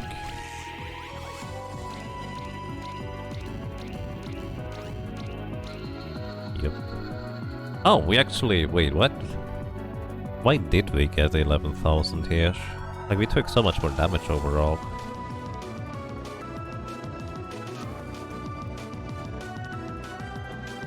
Probably because we stole all the buffs from him. Alright, we got the Demonic Pact.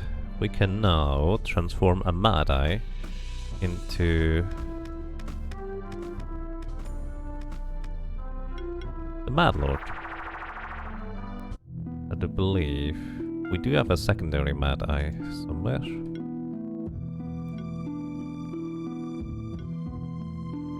We don't have Mad Eye Egg though.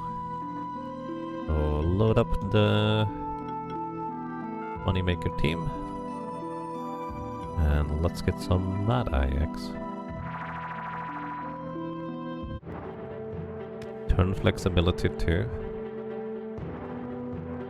Bring back the Mad Lord? Yep, of course we do.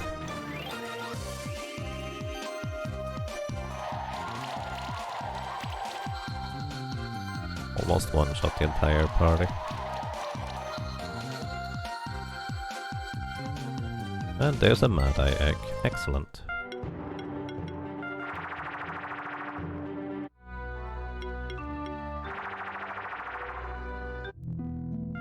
I mean, kind of like the other Spectral Familiars. This Mad Lord here... Wait, what? Oh, it's at the front. This Mad Lord here is largely just a perfect copy, but with no free will. Or something like that. Mythboss. Welcome to the team, Mythboss.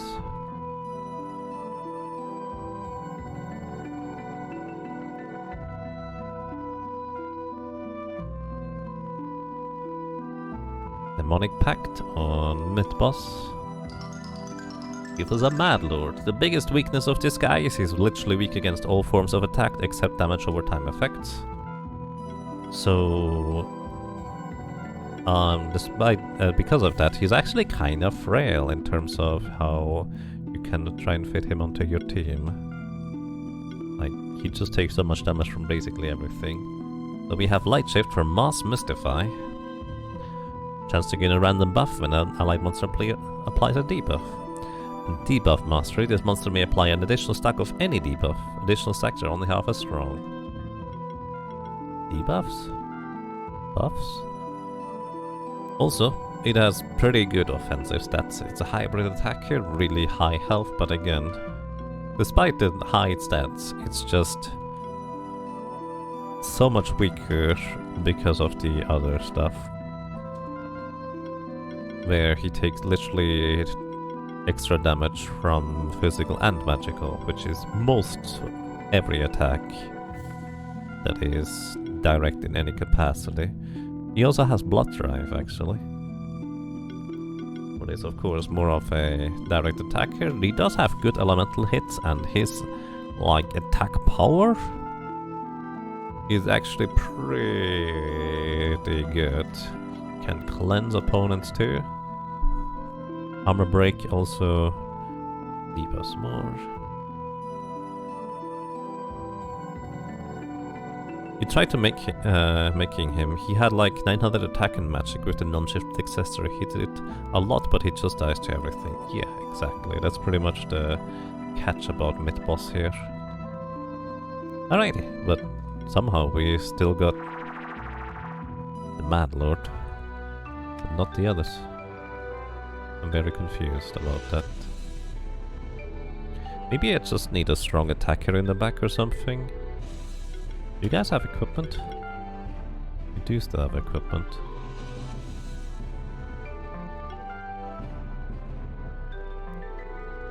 Maybe we try this setup here for the others still.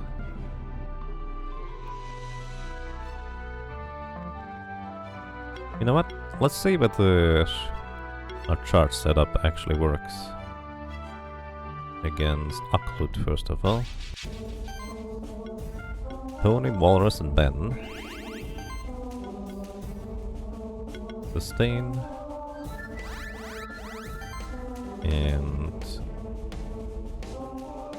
like Kinesis. As well as probably just punch once heavily.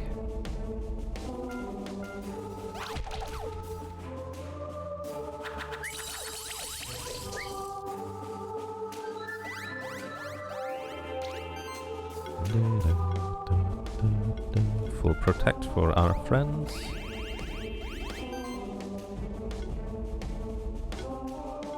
And polar winds maybe for...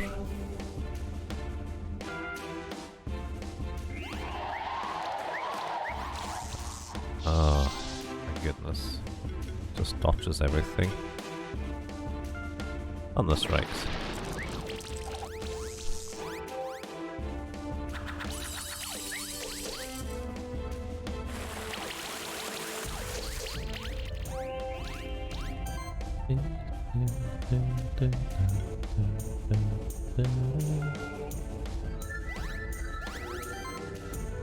Alrighty, you're trying to remove buffs on this guy. Very nice. Then Thunderstrike some more.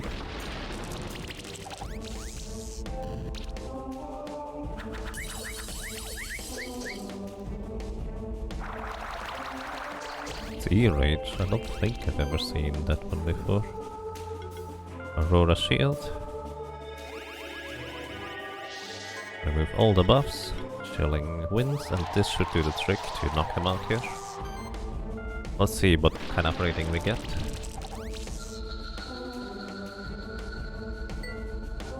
Nice. Okay, we get the Aklut deck. I remember using Aklut in my previous team because he also has Bleed Out in the Dark Shift. And Lunar was the requested name for this one.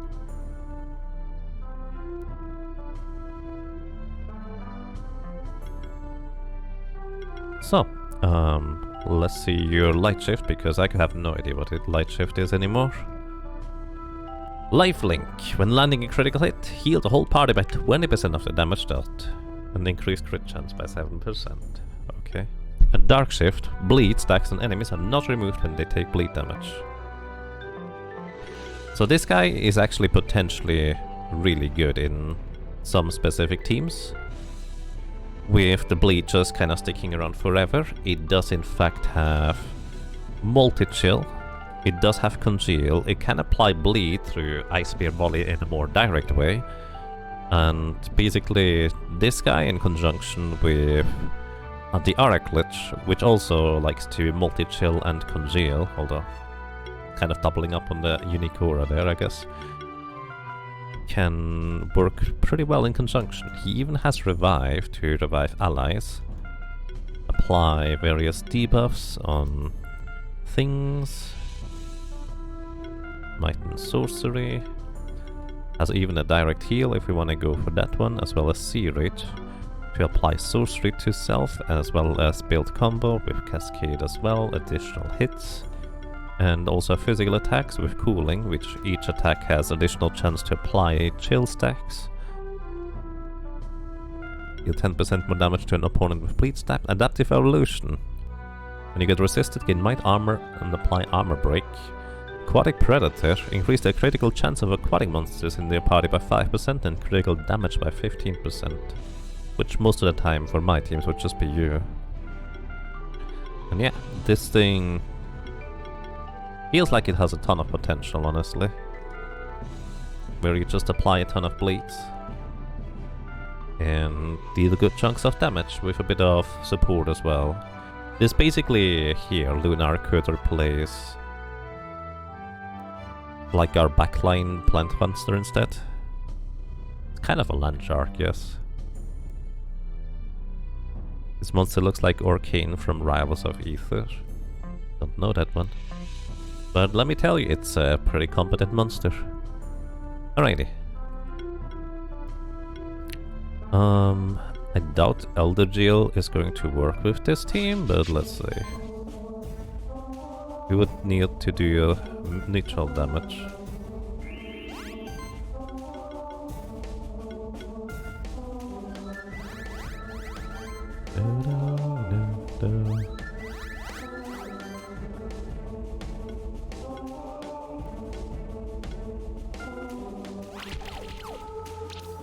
Apply more shocks. No, you're not supposed to apply shocks on me.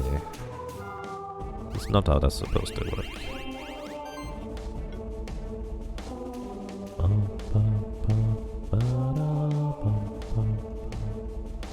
Blind you. And you remove your buffs. Well, starting to Thunderstrike.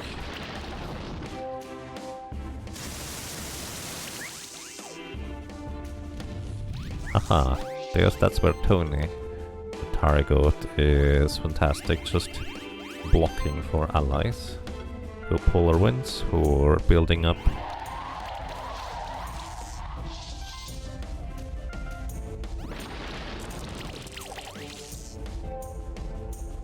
Combos.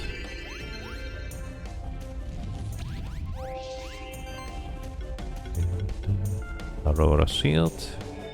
Remove debuffs as well, build more stacks. And Shadow Grasp.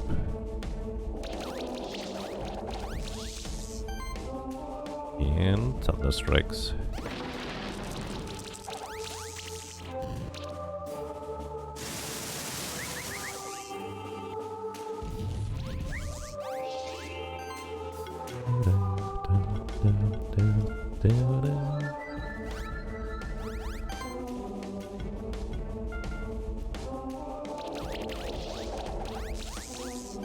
Of course, even if we crit here, it's not gonna wipe this one out. Not quite yet. Because it will get revived. Alright, what we're gonna do here is we're gonna Shadow Grasp first, hope to remove his buffs. Did not remove his buffs. Thunderstrike, 20% chance to dodge. Really? Ah, he did dodge. I wanted to have Tony do the tackle at the end here. Because Tony would actually be able to knock out the revive after. But unfortunately, that did not work out in our favor.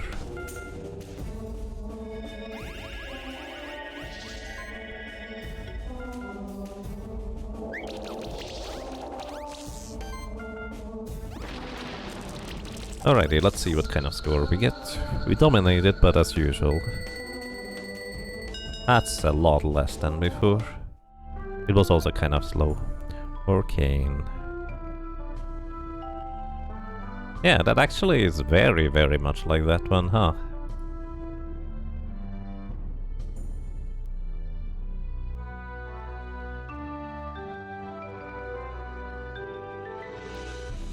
Oh, by the way, it doesn't look very beginner friendly. Actually, each individual system of the game is introduced just kind of gradually. Like, effectively, the game at, in my opinion, reasonable pace just introduces you to a new concept and a new idea of the game. You don't have to pay attention to most of them in order to just play through the game and enjoy your playthrough, I feel. Alrighty.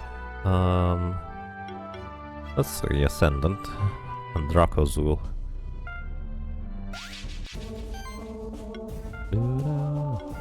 Let's go if I charged him some more here.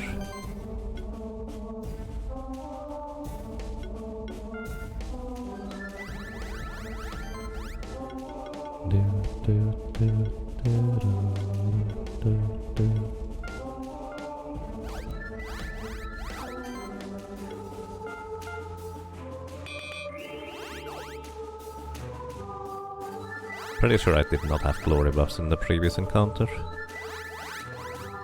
I have a ton of buffs, holy moly.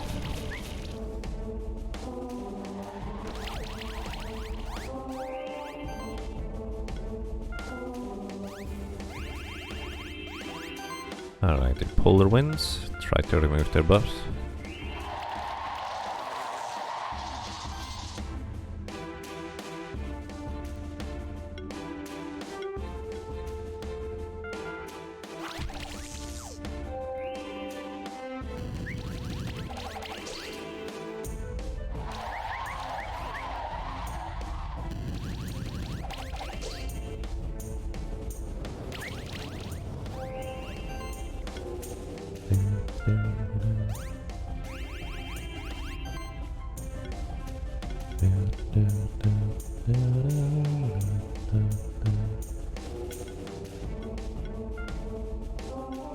Trying to remove your buffs.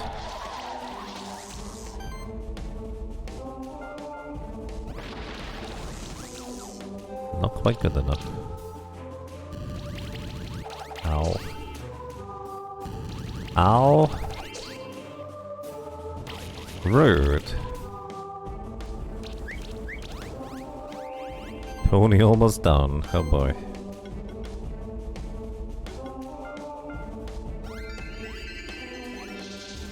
Healing Tony all the way back up here. Full defense on top of it for dodge chances. And... Please crit sometime? No crits allowed.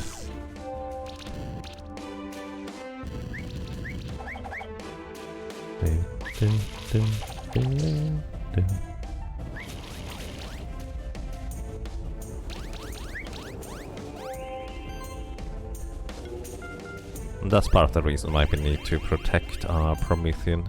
Because Promethean is strong, but somewhat frail in comparison to...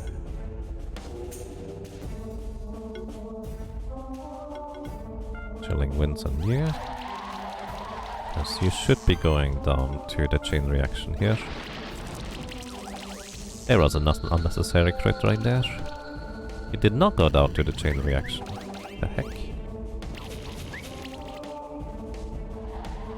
Thanks, Tony.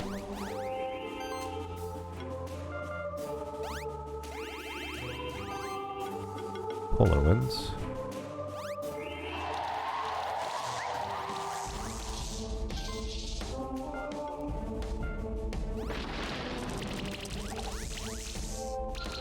There we go, finally done.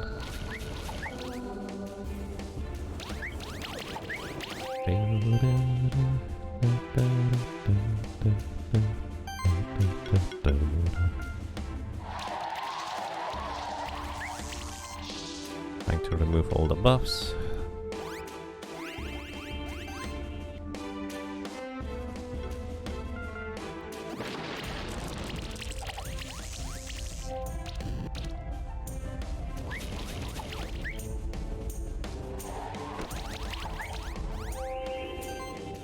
Alright. Polar Wind still has 1 turn cooldown.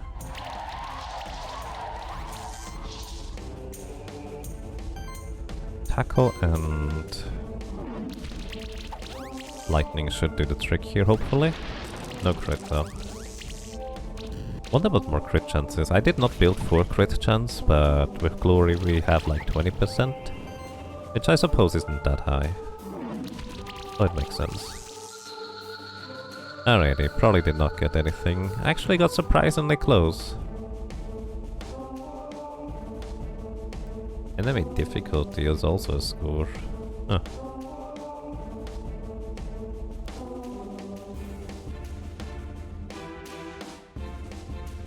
If I buffed myself some more with this team, against this team, and kept the healthiness up all the way, actually I think we would win.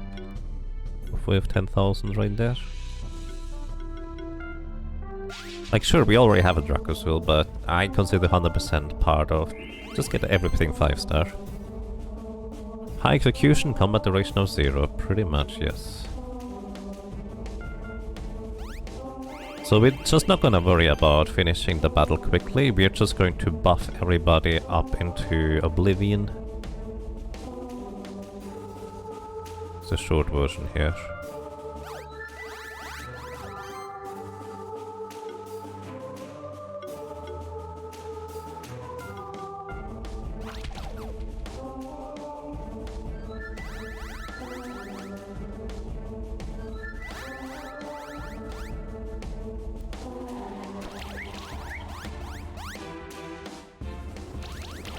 Oh my goodness. Rude.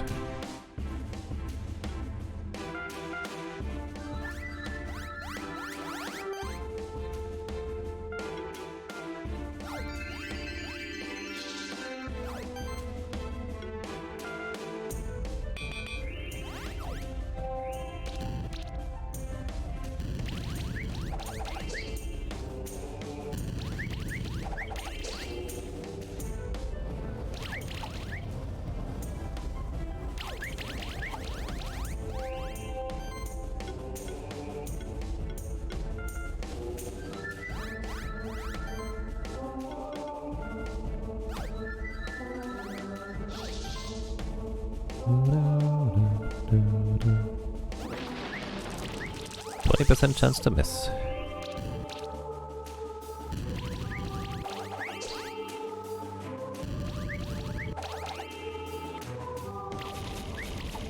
Oh. No, not that one. Wow, that is a lot of good dodges there. That was lucky. Protect for everybody, please. Polar winds to remove buffs and remove debuffs. Heal us up to a bit. Did not really remove any buffs though.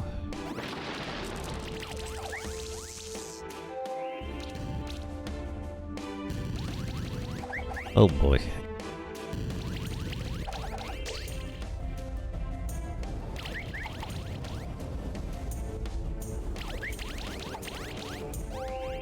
So much combo potential on their side. I wonder whether bosses can actually even combo to begin with.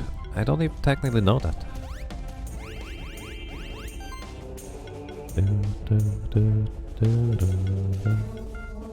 Remove your buffs. Maybe now? There we go.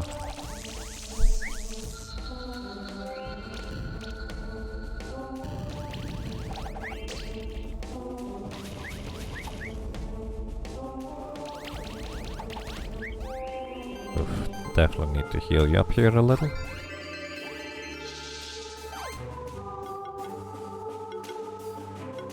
And I would like to regenerate more mana on Tony here. Gonna give you full utility. Apparently largely already had full utility.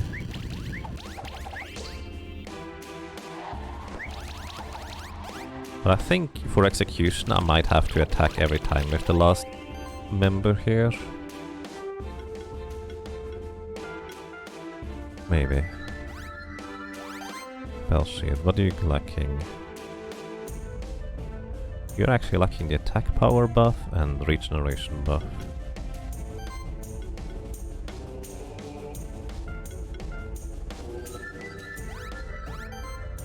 You should have both now.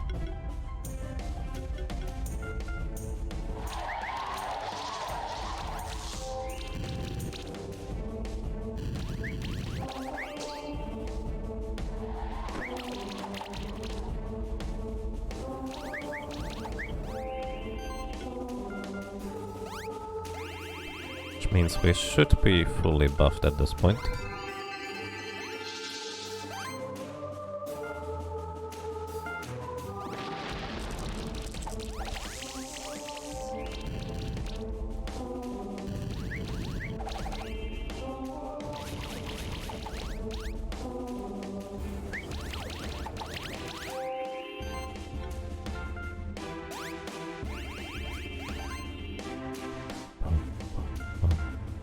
well.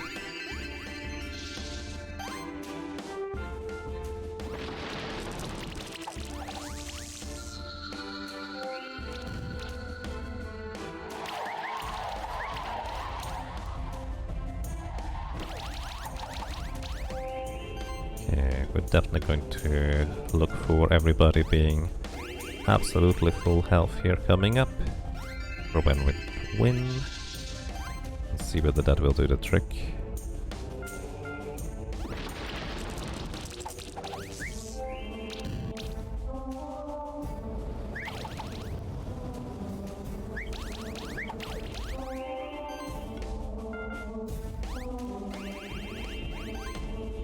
I think everybody's full health.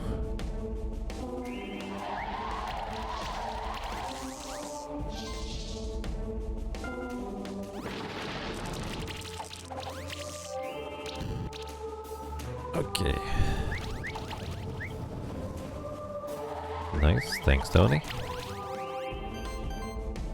Restore.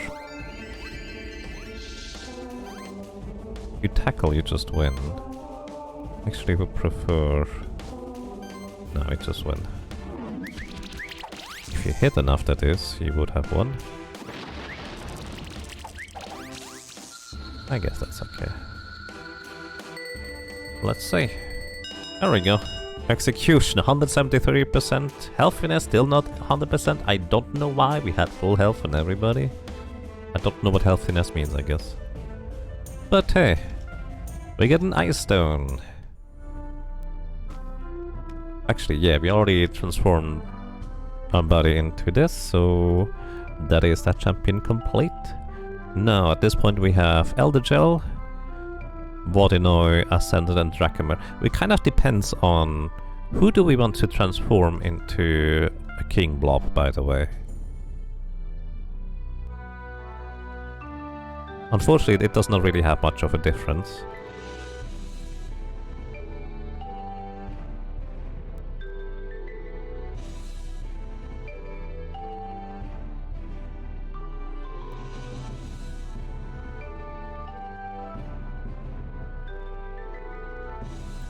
Okay, high execution, combat duration 0. Yep, that's pretty much how I tend to win, I suppose. Because I think it's because my individual, like, last attack had both a decent combo count, as well as the attack itself was kind of as strong as it gets. You'll be making yours from tar. I'm actually also kind of strongly considering this. Let's get a tar blob.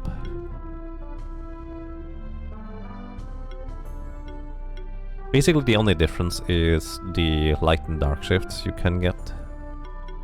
And I kinda like the tar blob. Let's just go for tar blob. We did get a name for that already. Let's give it the Blobos. Then Vodinoy will be Sardines, Yang will be the Ascendant, and then we have Yaga Yaga for a random name, and then we need to name Drachamir and Elder Gel still. I think Drachamir is also going to be one of those that we need to evolve to.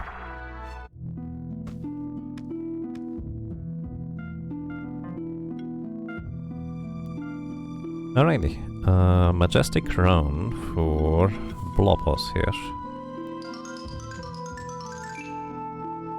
Look at this majestic King Blob.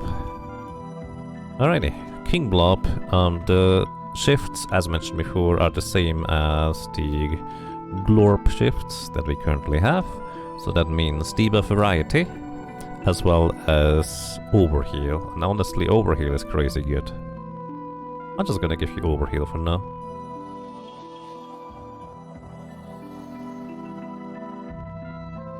Successfully dark shifted.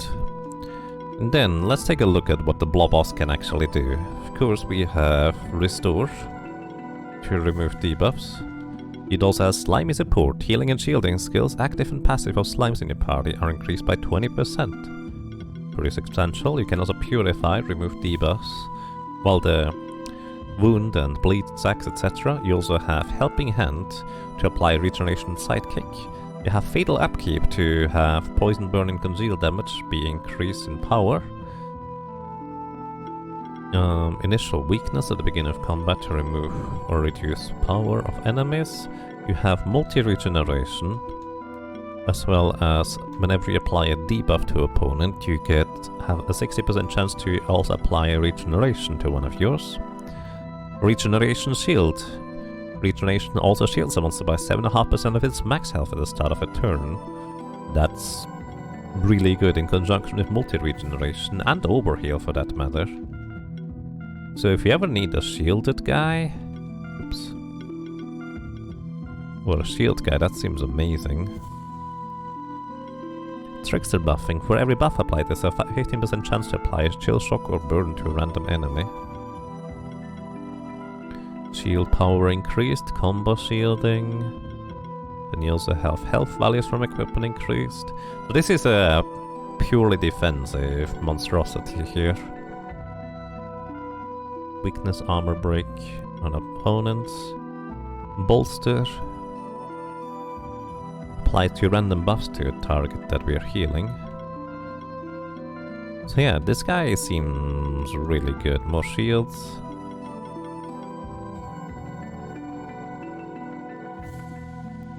Could even go for full utility to apply various buffs on top of it.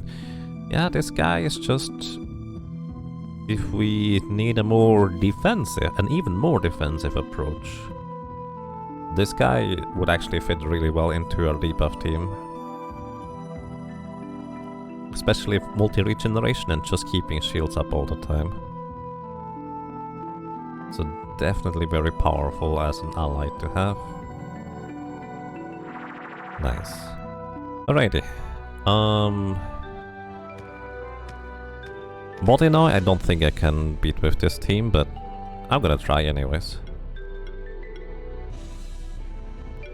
As well as Ascendant. Let's try Ascendant with the same concept. We're just gonna buff our team up all the way. We're gonna aim for the execution thing, whatever that means. Alright. Sustain on everybody. For defense up. Psychokinesis for dodging physical attacks. And Forge for applying glory buffs to everybody, plus more shields.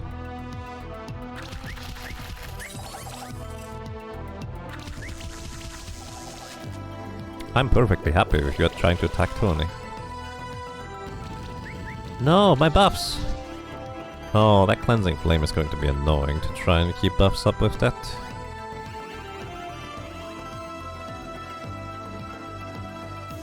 Full defense for a year. And you begin Thunder Striking. Oh my goodness.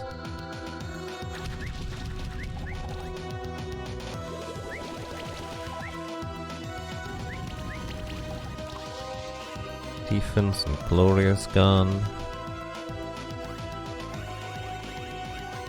Right, what buffs do you guys need? You need a lot in the center there.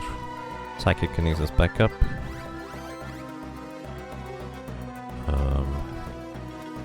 Thunder. I'm actually maybe want to... Nah, we just go. I was considering keeping the guy in the back alive instead of the main dude.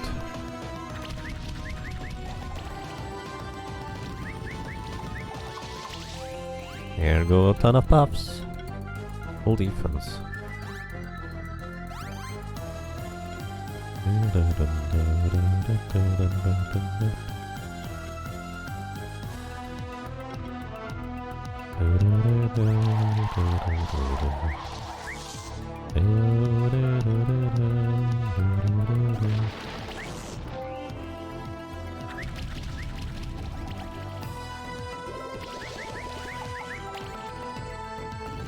Yeah, he always uses Lens in Flames, so trying to keep my buffs up seems really, really difficult here in this situation.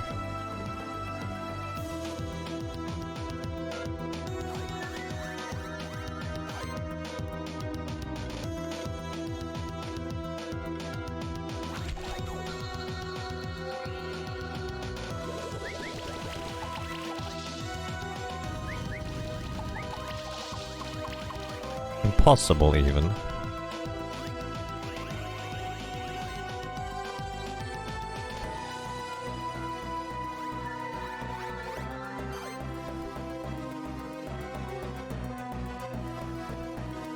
%28% chance to dodge. I should try to remove your buffs, huh?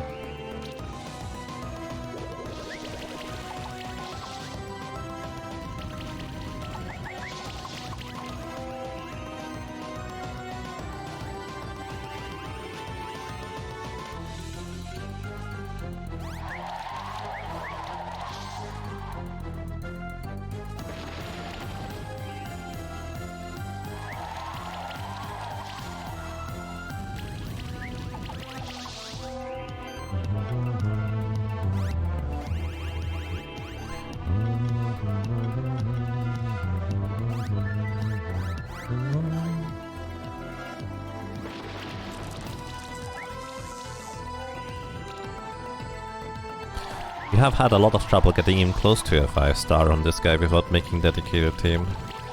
I believe it.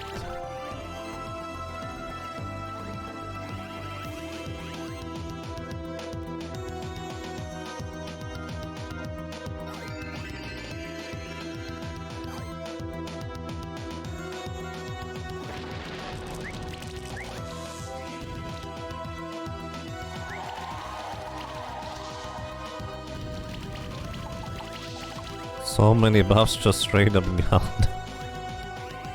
What a meanie.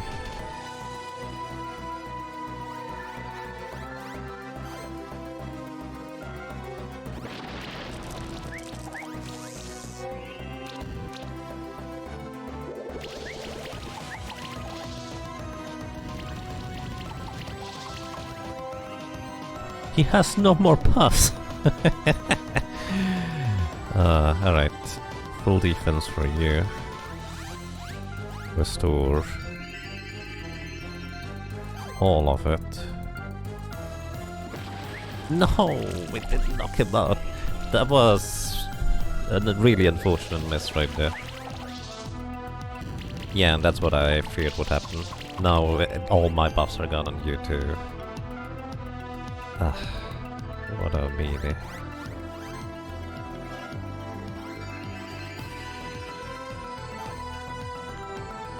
I was really hoping to just keep up the buffs on everybody there. Miss again! No, come on, dude. There go my buff points. There go all my buff points. Okay.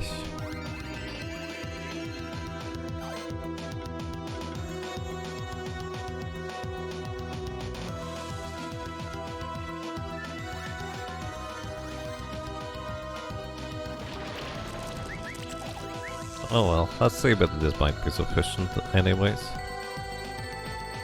Yeah, no, not even close.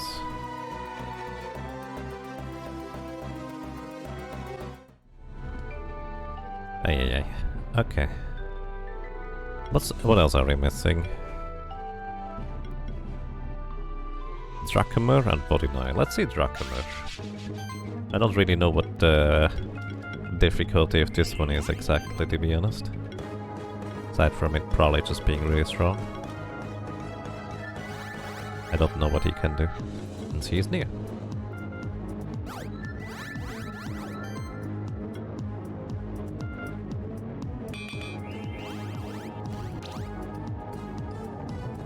Lava wave. Wait, he removes debuffs from himself when attacking. Still have most of the buffs on ourselves.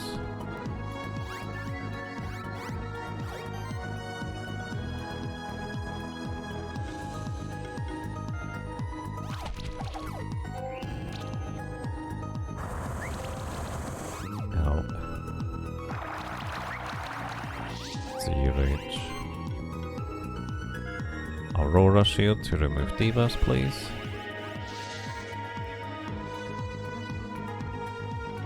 Chilling Winds to try and remove buffs. He does have multi-buffs, like one more stack on each buff, it looks like.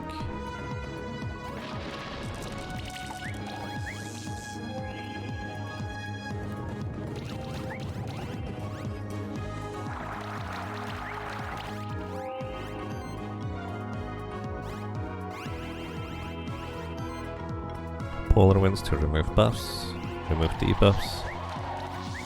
Let's see what else we get. 28% chance to dodge. Didn't dodge yet.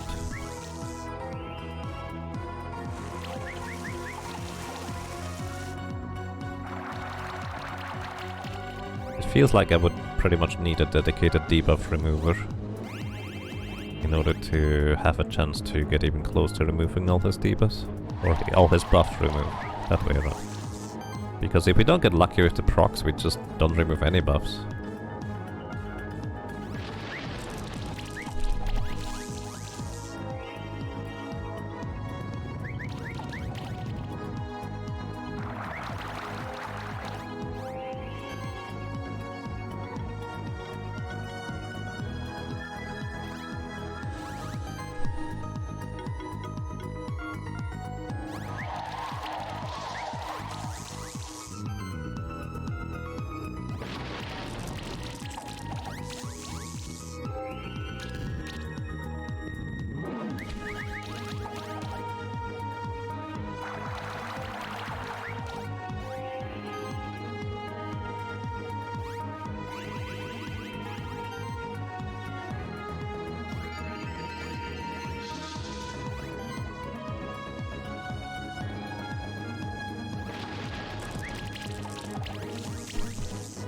So yeah, we're not gonna get any points for turn timers, but buffs and debuffs might be what we're aiming for here.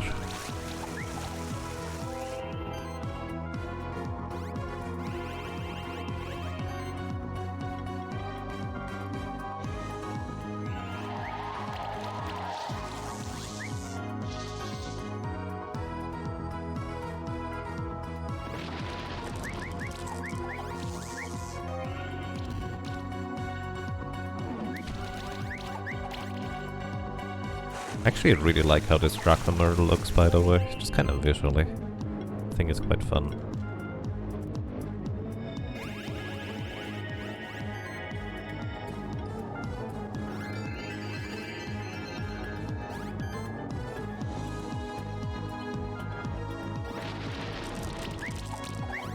Alrighty, let's see if this was sufficient. I kinda doubt it, but who knows. Nope, not even close. 8,000. Alrighty. We have to rearrange teams, I think, for this one. So, let me load my debuff for A team. And what kind of team do we want to go for? I think the 2 mushrooms plus...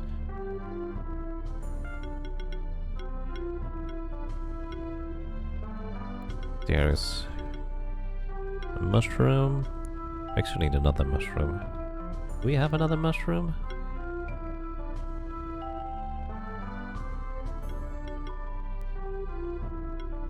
Fungi. We do have a fungi. Alright, we need 2 mushrooms. What do we need this one? Name this one.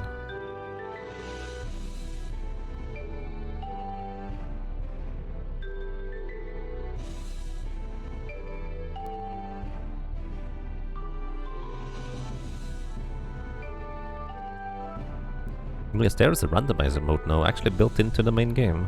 But apparently some logical things need to be fixed still.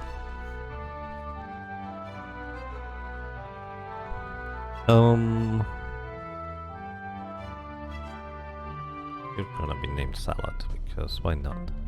Alrighty, so you... Well as... Oh, you have...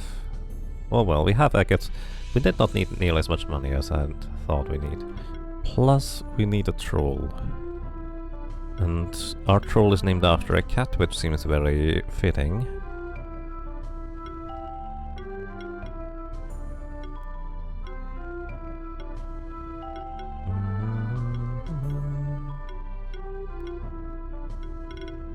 Where is... oh, there you are, Hibari. Alrighty, so the plan would be for these guys to hit like a truck, so we need a few level up medals. The logic was fixed, nice.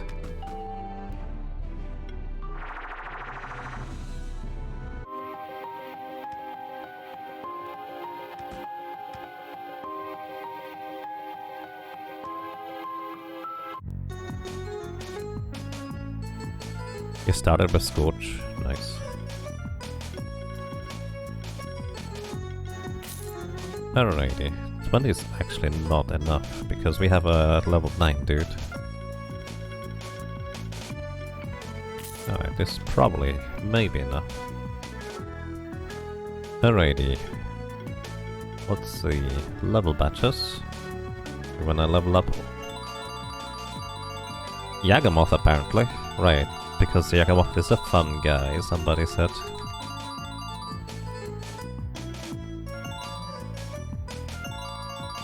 And Hibari. Alrighty.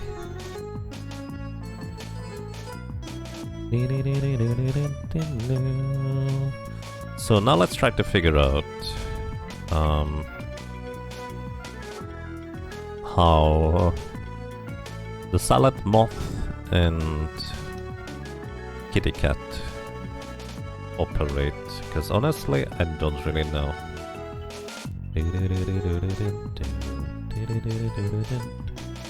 Gonna give all of you a skill potion to have an additional skill point. Let's see, shift zone. What do we need to shift you guys into? It gains 2 charge stacks. No, curse chain. Actually, which one would you go for?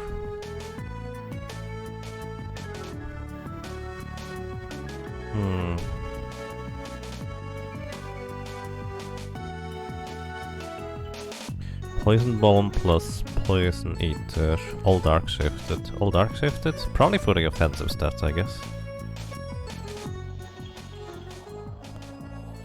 And then he tried to combo as much as possible.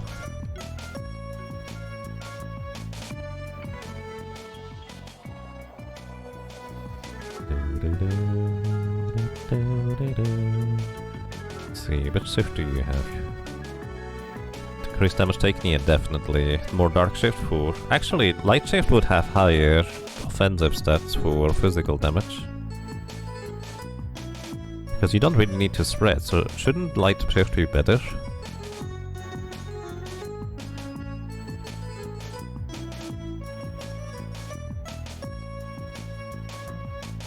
I would guess that light shift should be better for this one, for higher offensive stats. I'm just gonna leave it at that for now. Light shift is better for troll. Right.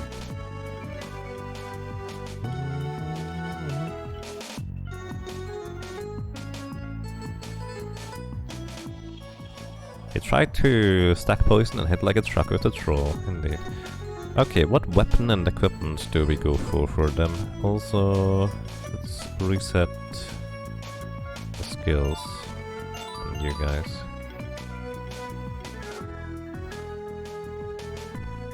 I think you wanna go with feeding with these, just to build up the most amount of combo.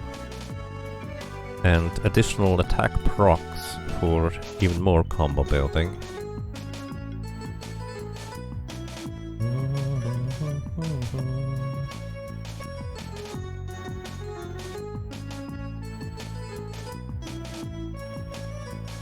For troll, heavy club is best in slot. Where do we get a heavy club from? Because I don't think we have one. I don't think we have a heavy club.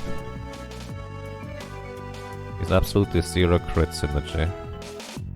Oh wait, isn't the heavy club one of these weapons that increases damage? That does not crit by 10%.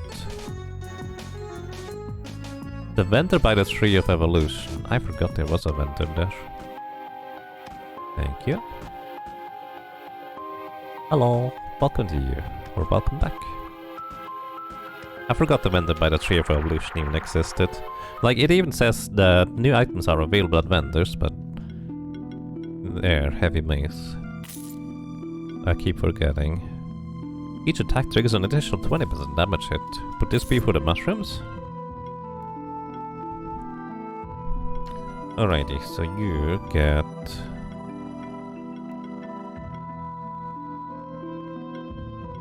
Heavy mace, non-critical damage increased by 10% and it's just purely physical damage. He sells incredible items. poison dart, heavy club, and the bow. Yeah, I bought the poison dart.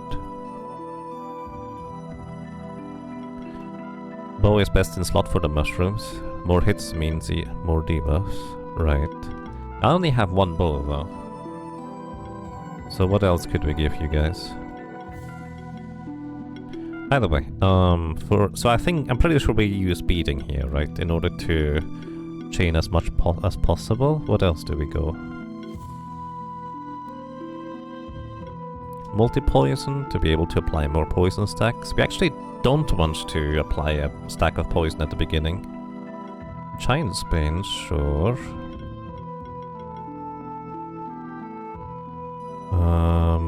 Spell Mastery. Every magical attack triggers an additional hit equal to 50% of a magic value. These are physical attacks. So this is not gonna help you with that, but it does mean that a magic attack would hit for one more. So this would be a 7 instead of 8, still technically weaker. Trigger an additional hit when applying a debuff on an enemy. Combo Initiator. Deal an additional hit. Weakness causes enemies to take 10% increased damage when applying weakness, and this is also multi-weakness. Actually, I guess one of them wants to use Spore to apply a lot of weaknesses.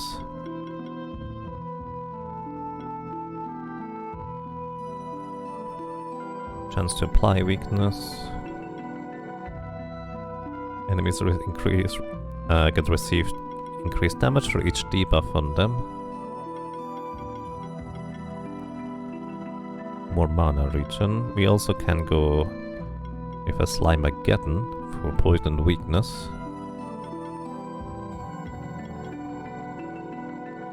Increase attack. At this point I think we just go purely offensive, I guess.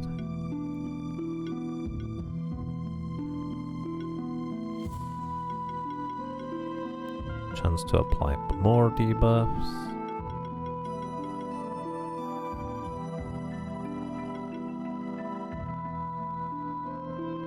Apply shield. I don't know whether this builds up combo. No idea.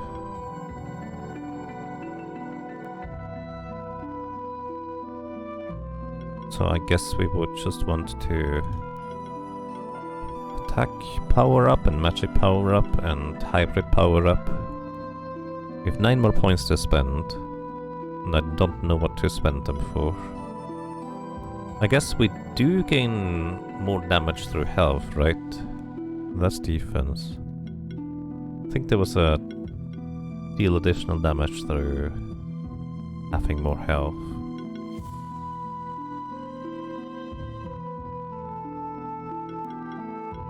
I mean, I guess this one, attack value trigger.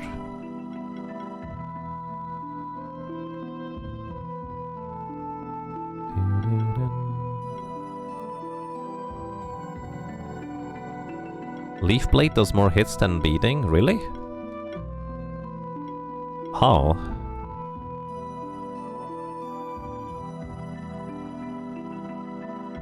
This is 8, this is 6, so I assume there's like some synergy with earth attacks?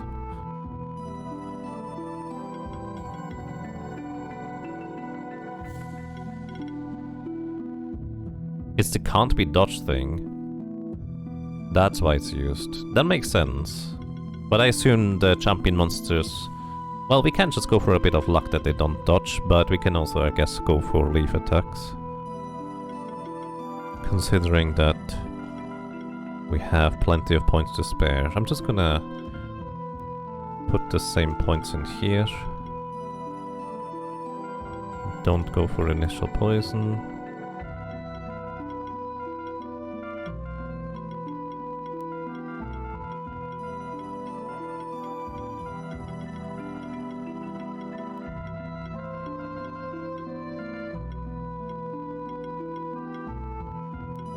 Maybe see whether Slimageddon would be better. Trigger additional hits. Combo Initiator. Increase attack by 1.5% of this monster's maximum health. There we go. So health also helps dealing more damage. Like, the fungi's damage is not that relevant, but might as well optimize it a little bit. Oh, don't forget this one. Let's see. This may make more combos. What else do we have?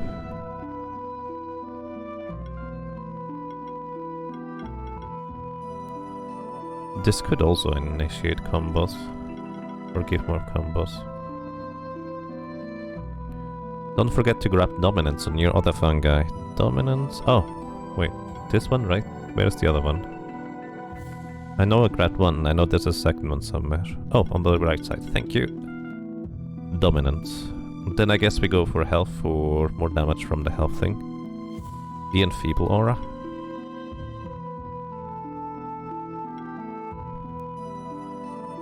Did I miss an Enfeeble Aura?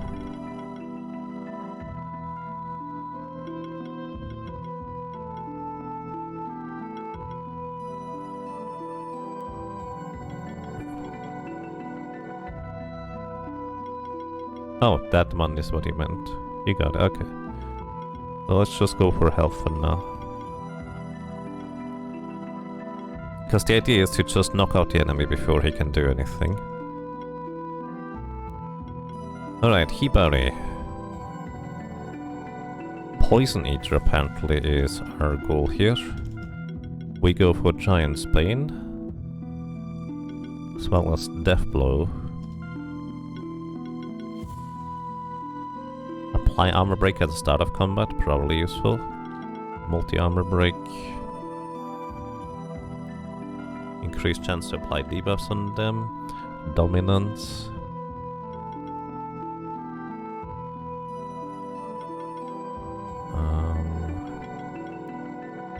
What else do you go for that on this guy? Apply a random debuff for you. Armor Shred. In case additional hits based on attack power. We probably want to grab all the attack power things. What's this? Thick Skin. Right, that's just defensive. Multi-poison.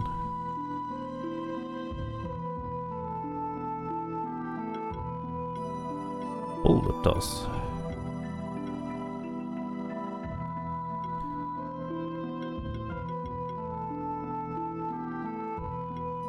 Okay, what else do we need?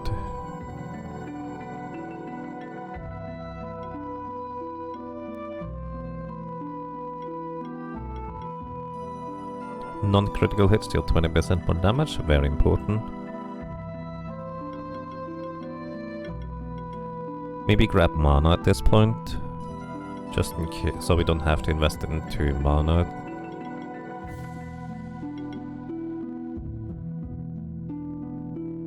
And then what? Maybe go for Stone Rain and Beating, depending on what might be more effective. Reduce damage. Trigger on any healing effect. Apply random debuffs. Heal yourself. Heal. Oh, we didn't have the health proc here. Actually, health proc means we want to have more maximum health to deal additional damage with the health proc.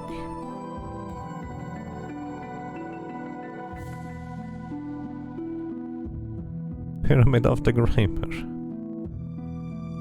Oh boy. I think Jagabot kind of messed it up in the end there. That's okay.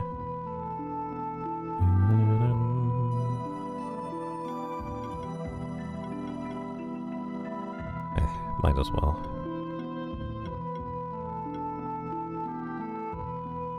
And that's about it, right?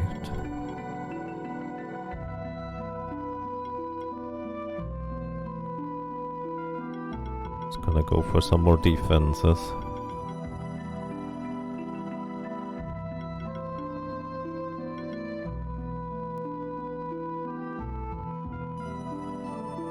Alrighty, what equipment do we need for you guys? You have the heavy mace. What else do you need? You just want to have pure attack, right? Attack and health specifically.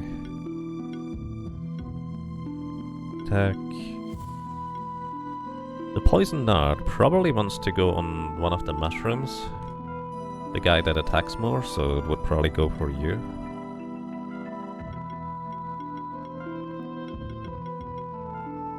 What else do we wanna put on you? Oops, no, came back. Give me the heavy mace back. There it is. Alright. You want the poison dart and bow on the same fungi? Yes, that's what I put there. Infinity Flame cannot be equipped by you. Warrior Flask. Do we want the Warrior Flask? A dumbbell. Elf and... yeah. Sure, why not? Could also go for Pandora's Box for a random chance of getting a might buff at the beginning of combat.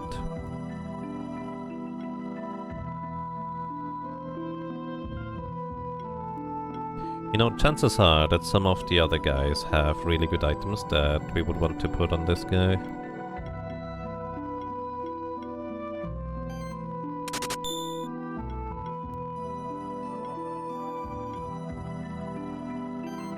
Kit Benson, thank you. Thank you very much for subscribing. Welcome to you. And I'm glad you enjoy your stay. I really appreciate that.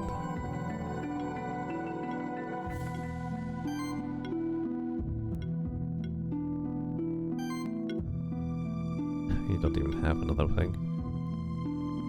Bracer actually could be pretty good. Let me go ahead and unequip from all inactive monsters. Because I think bracers actually give health and attack.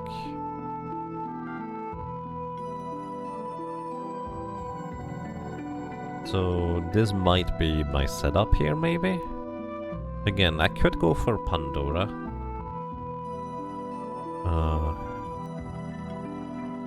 Pandora doesn't give attack directly, oops. But there might also be more like accessories like that I'm just overlooking, but that's just the one I remember. Pandora's Box. Receive a random buff at the start of combat. So effectively what this means is we could just get a might buff at the beginning of combat if we need a bit more of a boost. Yeah, we need to upgrade. Okay, what do we need? What do we need on you guys? We need additional hits. What's the best equipment for triggering additional hits? Chance to gain random buffs when triggering a critical hit.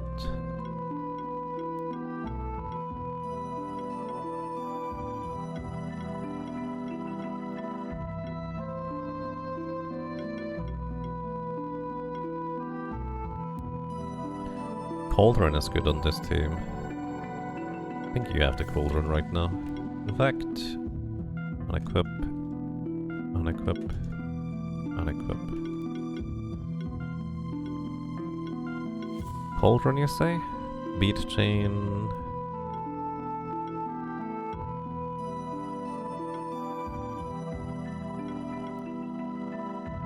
Oh, debuffs are 10% more effective. Yeah, I agree. Although I would prefer on this one especially to have additional attacks, but I don't know if there's any more of these items. Ghostrine Channel. Don't have H stacks.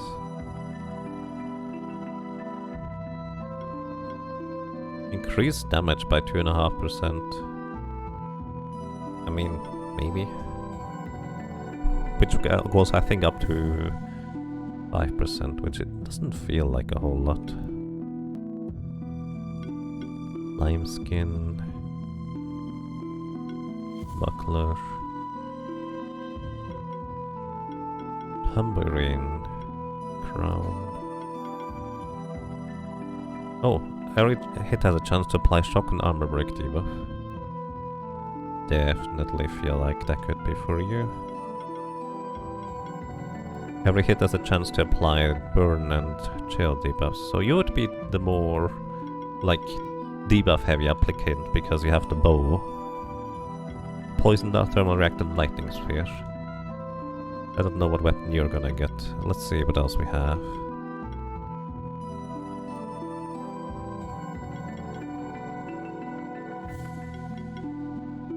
Defense. I think those are most of the interesting ones. You get the cauldron.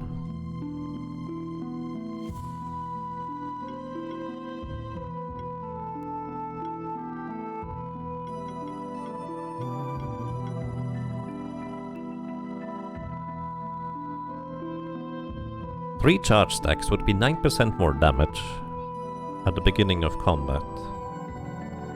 Would 9% outweigh the other things Hibari gets? Because we just get a bunch of attack power and like 5% damage, and I guess this one is good, but the dumbbell might not be as good in comparison. Like 9% via the... where is it? For the 3 charge stacks actually might be better. It also gets health. I'm gonna go for the charge stacks here. I think this is gonna be better. So we're basically just gonna go for a turn 1 KO at this point. Lucky Clover. No. And for you, I guess at this point it's just straight up attack power. Usually do Helmet, Bracer, Warrior Flask. Helmet? That's attack and defense. I see. That might be better. I like the 9% increased damage there from the charge sphere. Okay. Last 40% I'll lose and Bracer Helmet for the highest raw attack. Right, that makes sense. You get a helmet. We don't have another bracer for you, do we?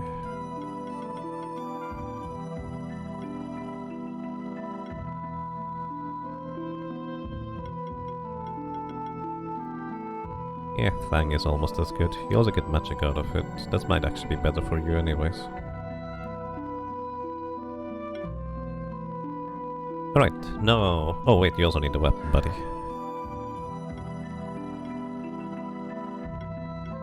Any weapons? Apply random debuffs to enemies. But it's only healing and shielding.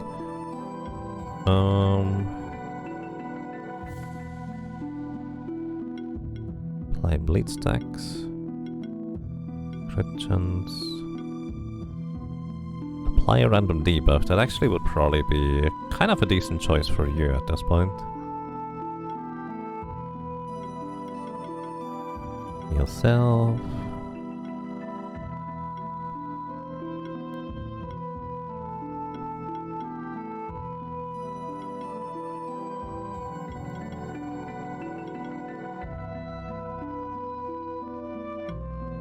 Alright, yeah. I think that makes the most sense. Give you the Abyssal Sword for an additional set of debuffs on top of it. Alright. We have our team figured out for now. Now we need to upgrade everything. Do we have any boxes to open? Reward box. Get a Darkstone. Can make another Draconoir. Level 42 batch. Shield generator. Level 42 batch. Oh, I didn't have any more boxes.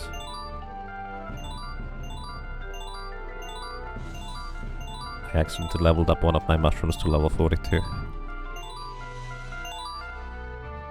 Shouldn't be necessary. But hey, we get one more skill point. Hooray!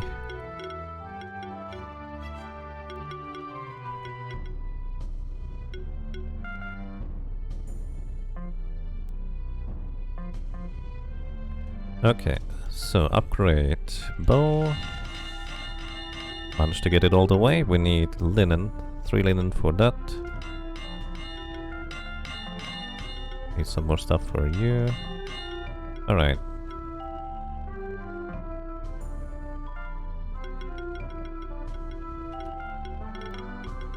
get 10 linen. Probably a bunch of gold. Actually, what do we need? We need blue gem. More blue gems. Feels like blue gems are pretty frequently needed.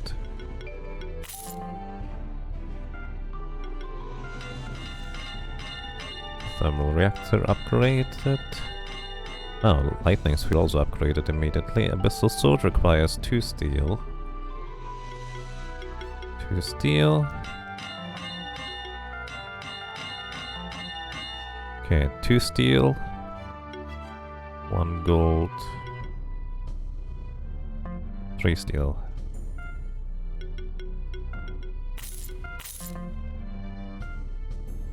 Abyssal sword. And of course, upgrading the other thing removed some more things that I did not consider because I did not pay that much attention. So it's just a heavy mace at this point that we need to upgrade. So, need 1 steel for now.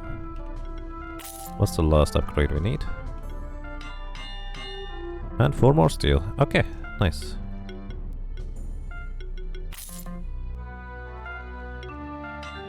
And our setup is complete. First turn kill.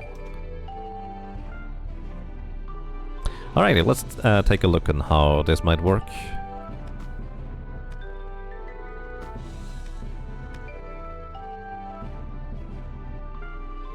Let's challenge Elder Gel.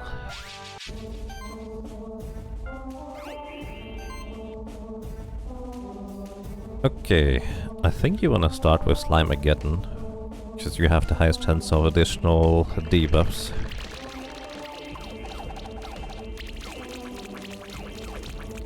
Oh my goodness, that's 22 hits. That's a lot of hits. Beating is actually already dealing a really good chunk of damage right there. And then Poison Eater deals actually less damage than beating here for you.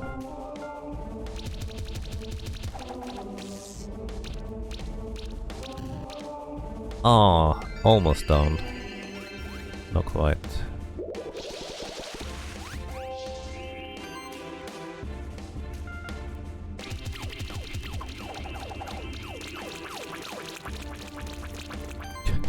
So many.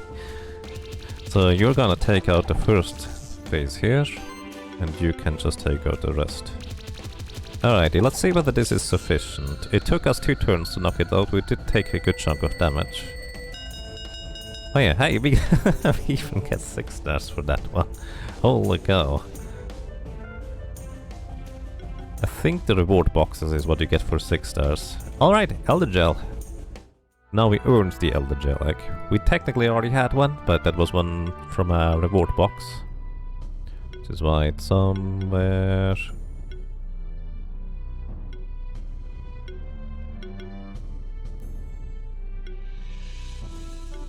Elder Gel, there it is. Troll doing what Troll does, yep.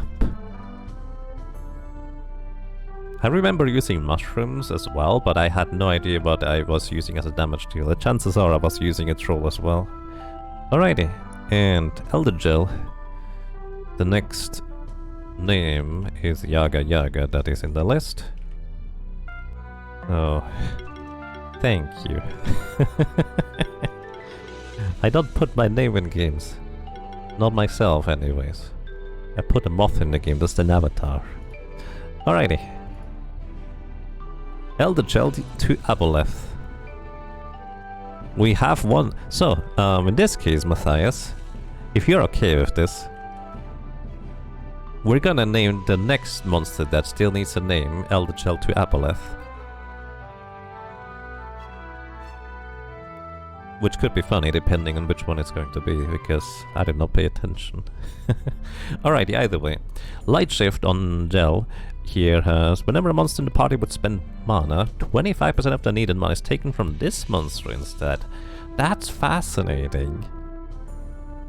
I don't know how to use that, but that's fascinating. Gain charge stack for every 75 mana spent by an allied monster. Probably more practically useful.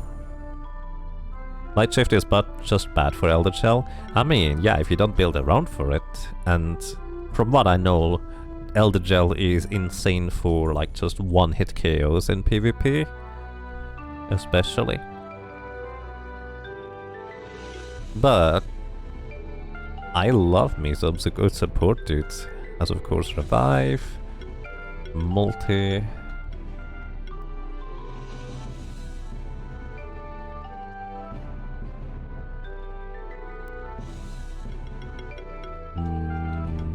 Aging stacks, Aeons, begin the game with aging stacks, Golden Age, remove a debuff from the monster.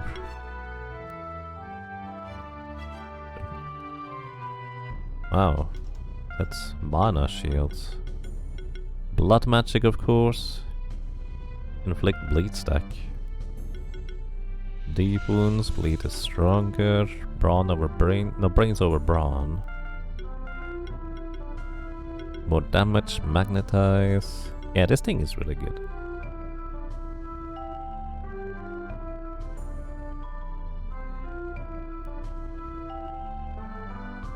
The next one is Yaga Yaga. Alright, let's do that.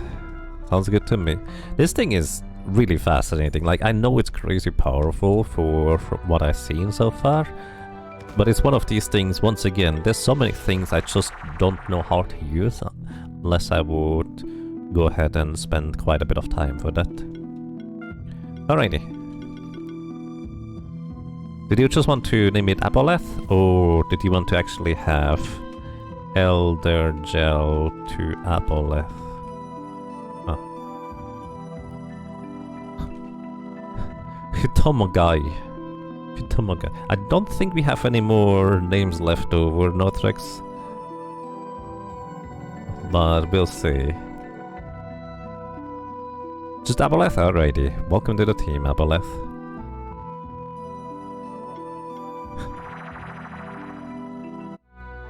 Gotta take care, Teacher Birdman. Have a good time and have an excellent day. Thank you for dropping by. What about Moth Yaga? No. Yaga Moth Moth? Oh my dear. Yaga Moth Moth is my RuneScape or classic RuneScape character name, because Yagamoth was taken, Don Yagamoth was taken, so I just went with the moth at the end again. Alrighty, let's see whether we can beat up some more enemies. Descendant actually might not work with this team, because it is 2 enemies. Let's see whether we can knock out Vodinoi here. Slimeageddon.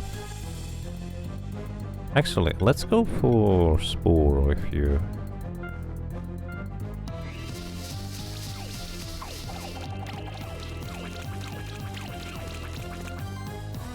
That is 20 hits with just attacks.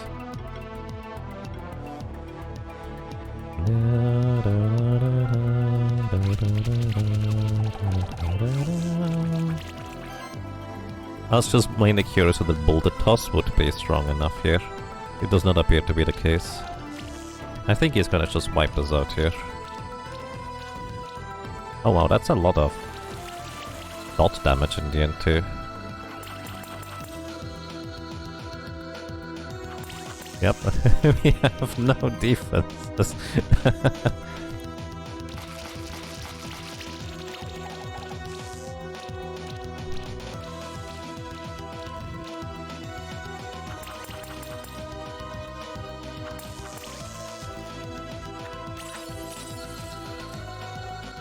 Renamed the boss fight NPC to Bob? Okay. Hi Bob.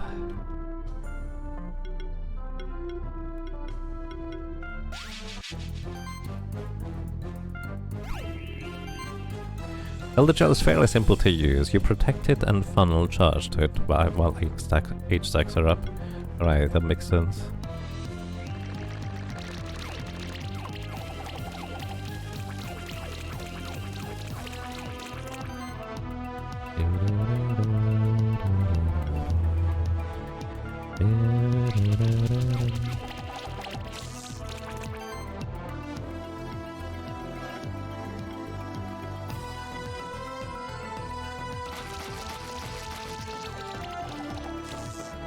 That's not going to be quite enough again, is it?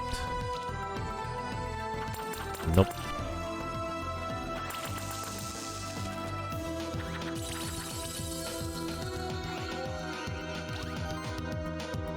Nom nom.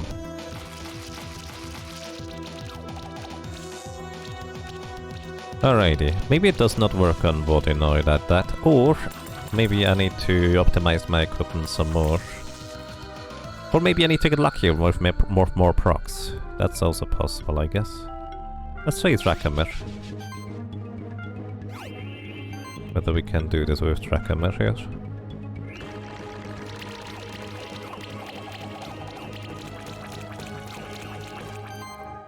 22 hits only. He takes more damage from neutral though.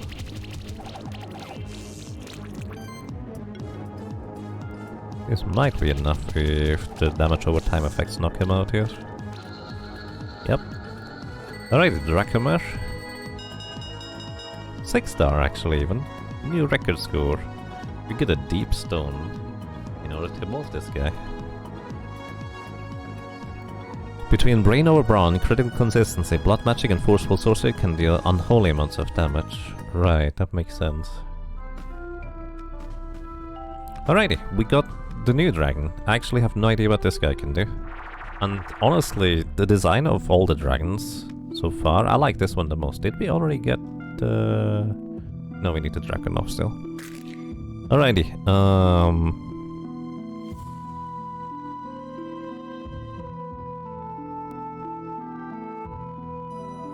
got this one... I guess this one is gonna be Yaga Yaga then. Oh dear.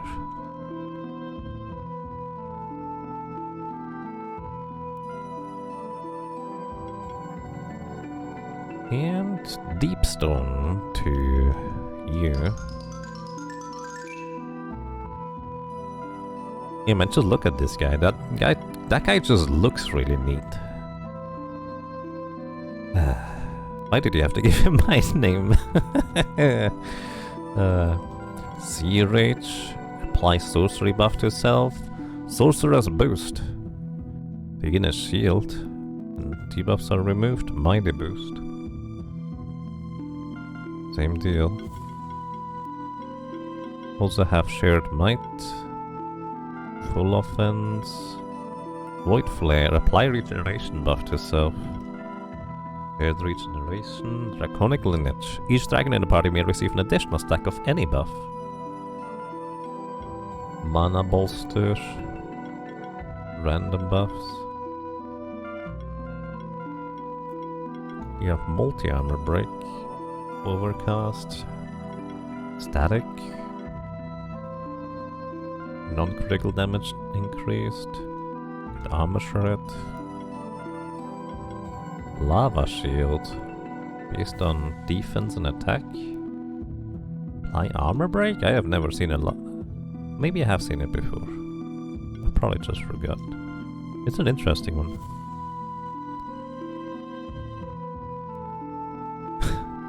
Thank you, Slam Dunk Wizard.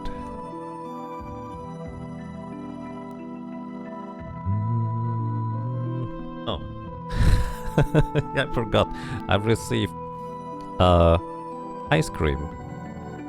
It's almost going over the border of the thing now. I forgot. Probably should eat that. I don't know what to do with you, but I really like your design. Mostly visually. Nice. Alright, Drachamir. Done. So at this point we just have Vodinoy and the Ascendant.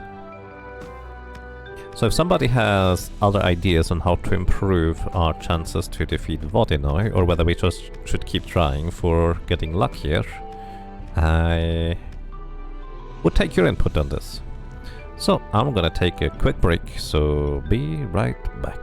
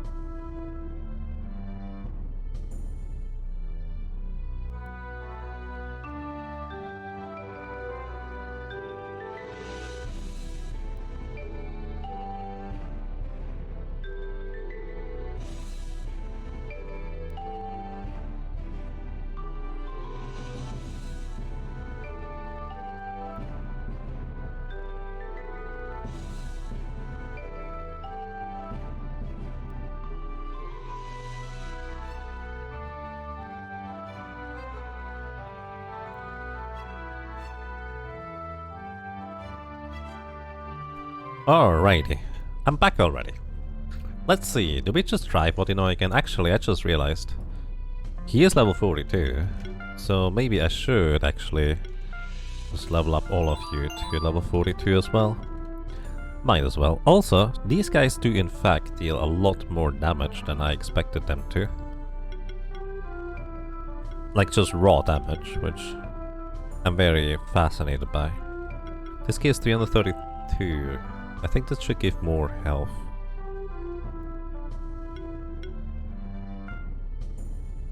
Wait, maybe not on you. Hang on. Yeah, you have no health on equipment.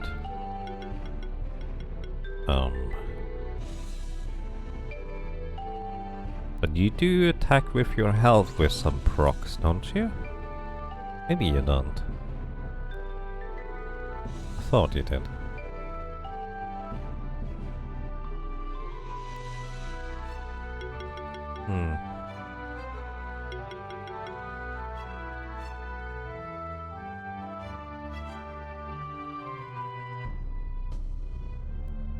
Just use Slimageddon, whatever debuff skill from the second fungi, what is missing. Should get the 5-star Vodinoy. Okay. Instead of beating on the second one, I should go for other stuff. There's something I can improve for you.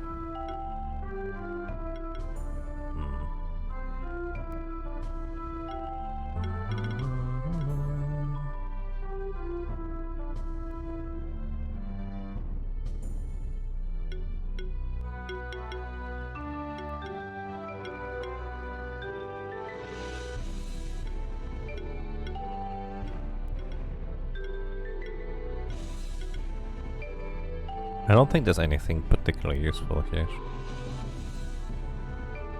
I feel like we got everything already.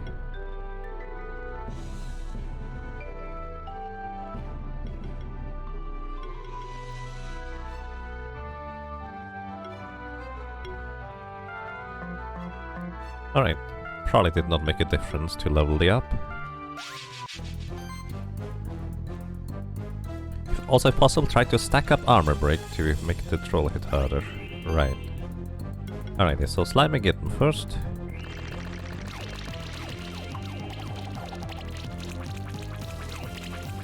That is 2 armor breaks so far. And 5 poison, which I think is as much as it gets to, right? The Spore applies weakness. Oh, you don't actually... I guess Spore might make more sense because you get to proc some more attacks based on proccing weakness. That was significantly weaker than others. The heck? I guess that must be really unlucky in that case.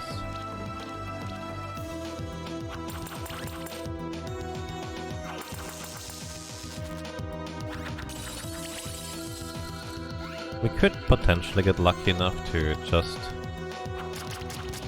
get a second row of attacks in, but that's unlikely.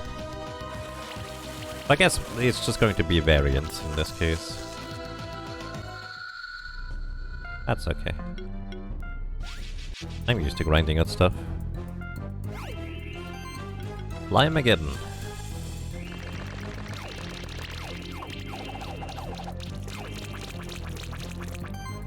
And now you have 2 armor breaks.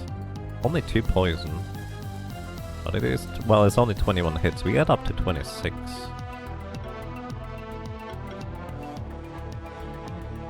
You don't have... you have weakness debuffs on you already. So... not nearly as much poison this time.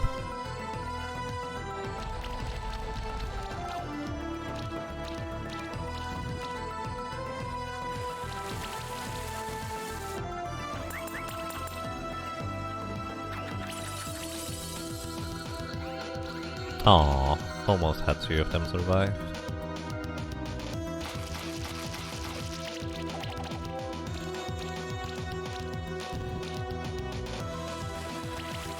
You can forfeit these fights and check monster info? Oh, that's good to know, thank you.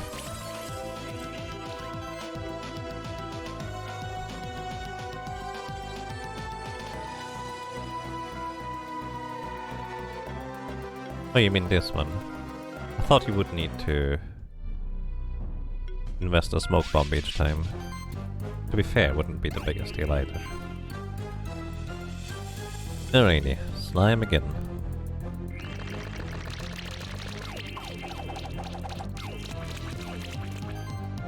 That is 19 hits only. I'm just gonna forfeit this one.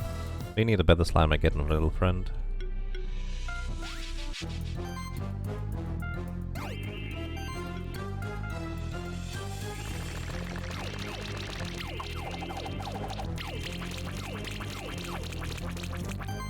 $24, that's much better. So... can inflict more weakness debuffs. Let's hope this pays off with 2 less attacks but more procs instead. It's actually only 1 less attack technically.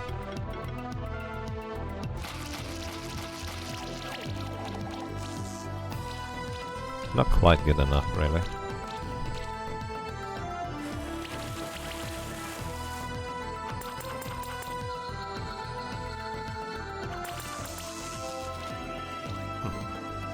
I suppose we kinda get another turn here.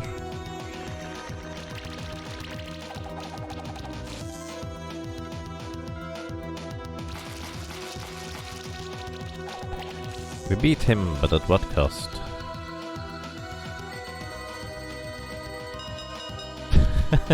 Not good enough. Oh dear.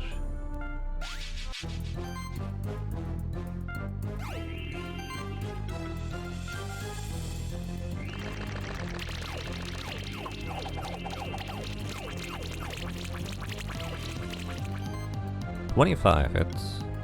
Try beating. We are up to 40 hits total. It's a lot, but not good enough, I don't think.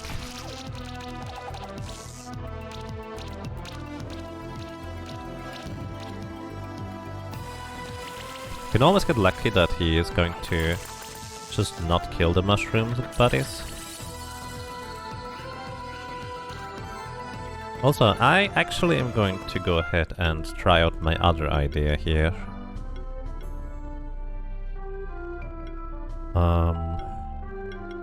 Let's exchange the Charging Sphere for Pandora Box.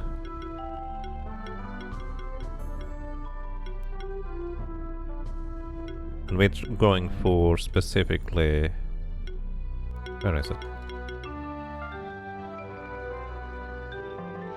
We're going specifically for Might buff at the beginning of combat. See whether that helps.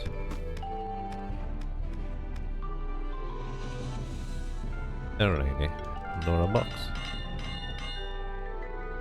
I was kind of... oh, yeah, you do get 2 random buffs, so increase the chances. We need 2 gold.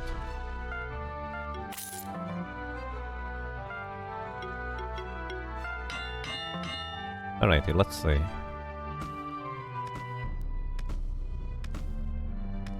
Is there a way to see what's actually in the food box? Not currently, no.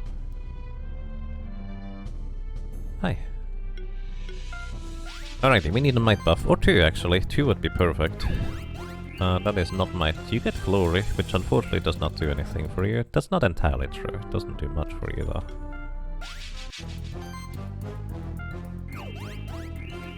Glory.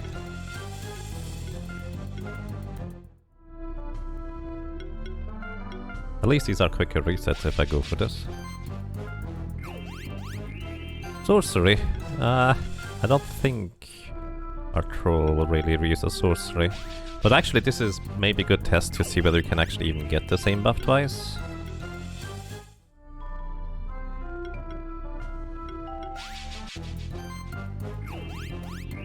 Sidekick. I guess we can try Sidekick. Crawley does not do the trick.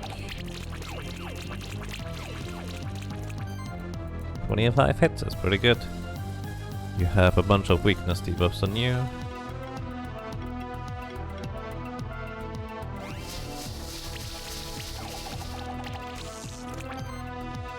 We only got up to 37 with this. I don't think that's quite good enough.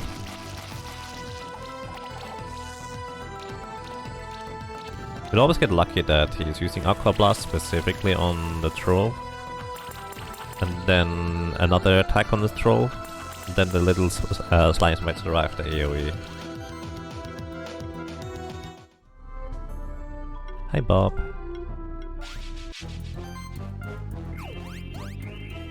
Nope. I think we need Might Buff if I go for the box. Oh, also, we do now know that we can in fact get 2 of the same buffs with the Pandora's box. I haven't gotten any Might Buffs yet. I think we got almost everything else though.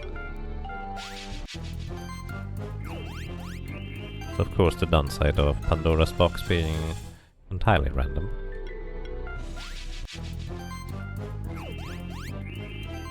Did you kill the Cat Circuit champion? I think he's new. The Cat Circuit champion? I don't know what that is.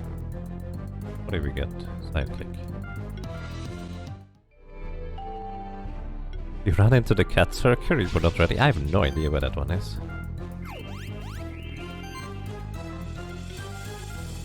Come on, buddy. Maybe I should give the Pandora box to one of the slimes so it can get sidekick instead. Oh, there we go, we have Might. Give me a good one, please.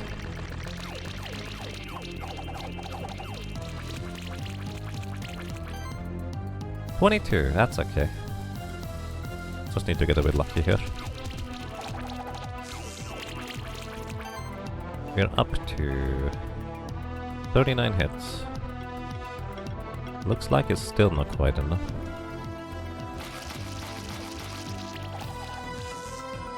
Maybe I do need more raw power instead. That's the correct target there. That's unfortunately not right.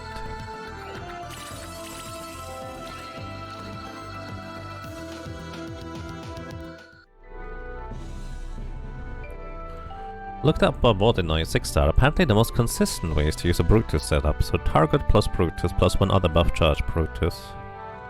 Oh, it's a charge setup. Huh.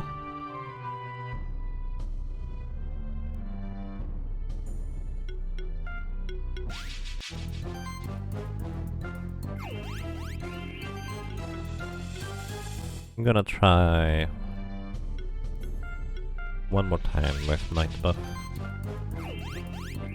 2 sidekicks. Yeah, sure, let's try 2 sidekicks.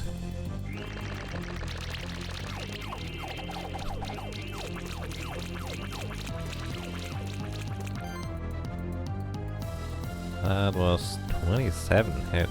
Oh my goodness. 4 for more weakness.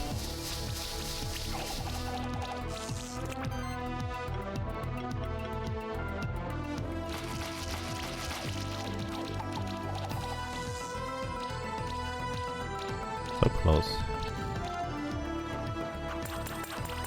Fortunately that still knocks it out.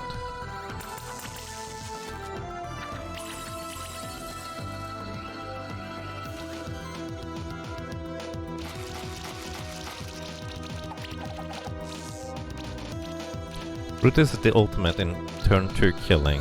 Turn 1 if you have him use power focus, turn 2 if you do godless strikes.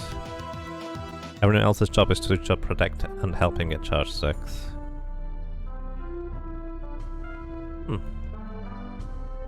Could try that. Let me try the Ascendant with this team real quick.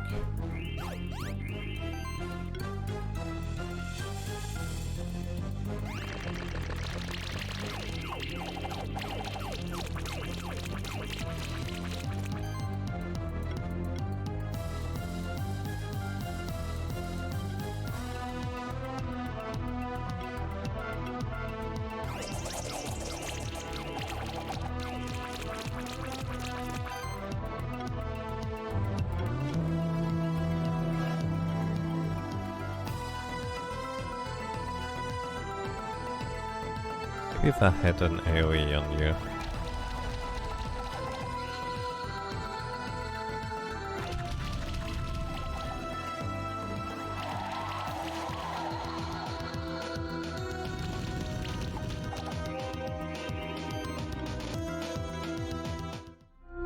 Alrighty, let's see whether we can get that Brutus set up to work in that case. You go light Brutus, right? Let's see. Brutus, Cuttlesworth. Then Targot, of course, Tony the Targot. We've been using you quite a bit already in our teams. Where is Tony?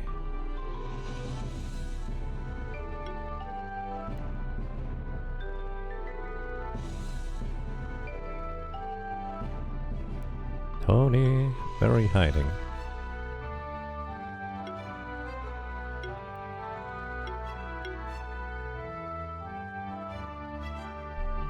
I do kind of wish there was an option to stop the pictures from moving down there, because it would be so much easier for me to find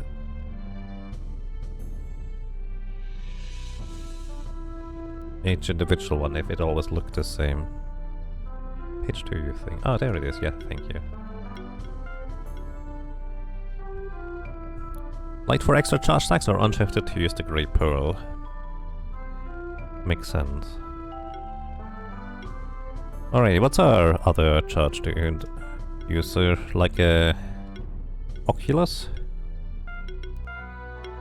Or what do we go for here? Who else can build charge stacks? I guess... who was it?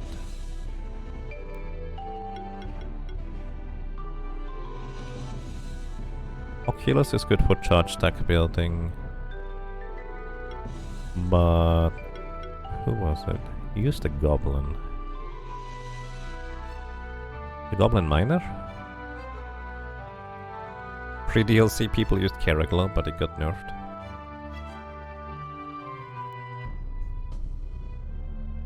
I assume you mean Goblin Miner, because that one's really good for charging too, I think.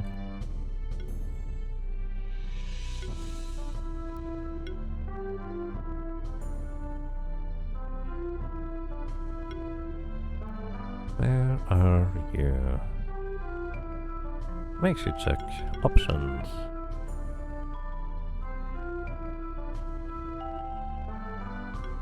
Input audio video. Nope, I wish there was a way to remove the movement.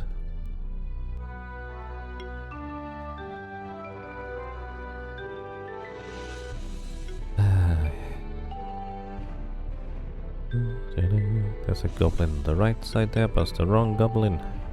There you are. Oh dear. Eddie. Okay. What equipment setup do we go for these guys, I wonder? While I'm running over to level them up. A Rathop's Egg. Beat Chain, Rathop's Egg, and Deep Stone. Oh, for another one of these. Peanut. Oh, I didn't. Wait a second. I didn't give them any food. I forgot the food entirely. Hang on. Mana. Could increase the damage by another 9%.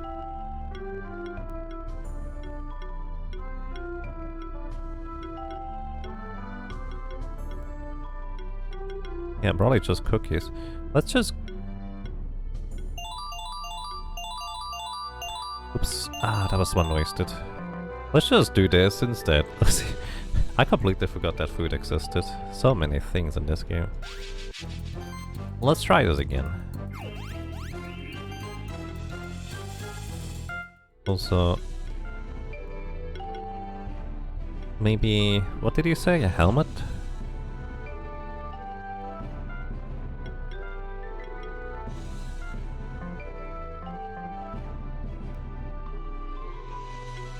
Let's see whether 9% more damage makes a difference.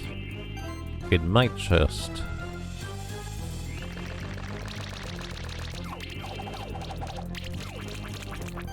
That's only 18 hits. I need a bit more than that, my friend.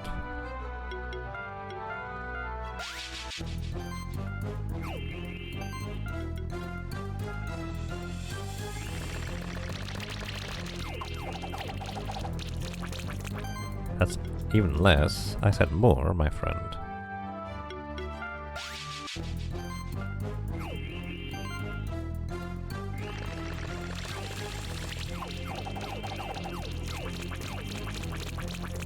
There we go. 22, that's okay. Could use a bit more poison.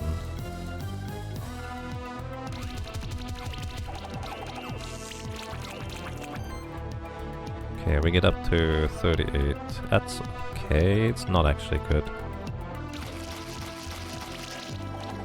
Not nearly as much damage as we had before.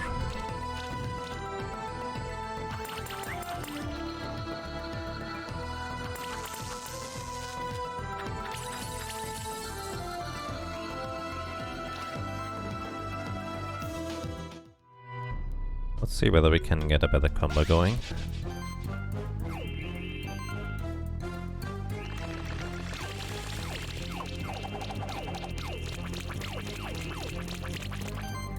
"23, that's a really good start. Could use some more weakness attacks. Let's hope you get a bunch of weakness attacks in here. You did, actually. So that is... well, still not enough. The thing is, I don't even want to 6-star this guy, I just wanna get the 5-star.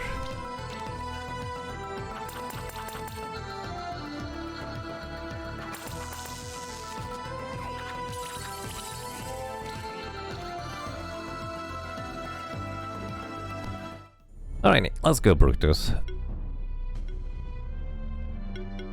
So we need some level badges for Brutus. Level 41.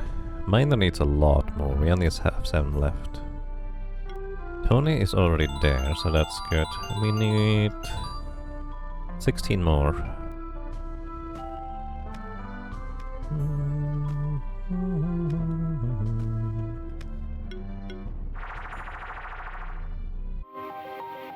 Just use a 42 batch on Miner?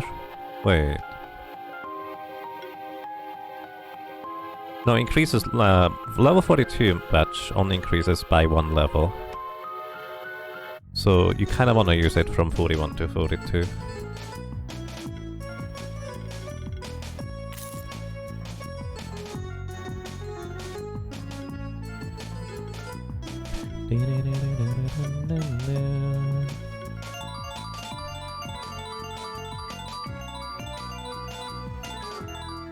Alrighty.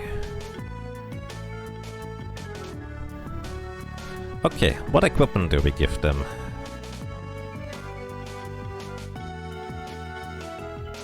You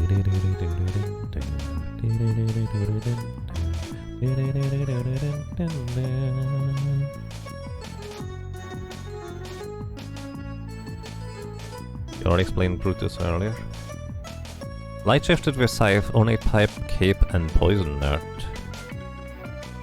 With Scythe, Ornate Cape.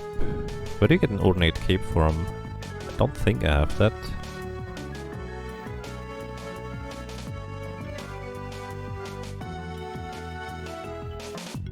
You have the Poison Nerd.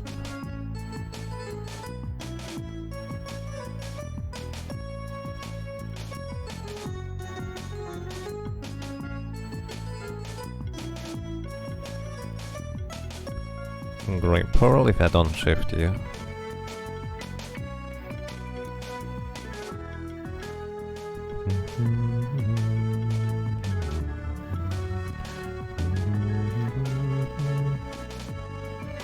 The pipe from Kanko.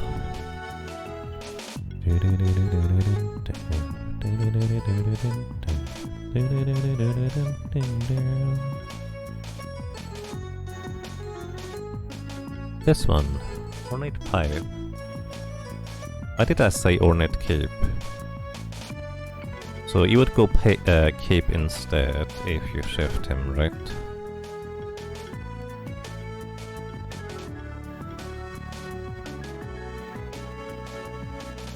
A Cape.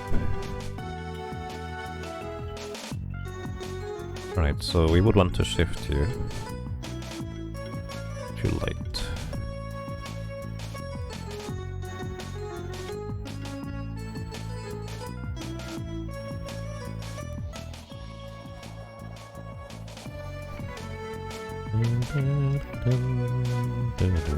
Where do we shift you? Debuff Mastery? I probably charge.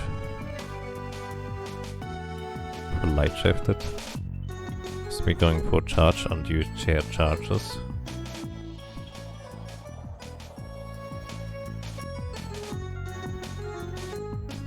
Yeah, probably. Okay.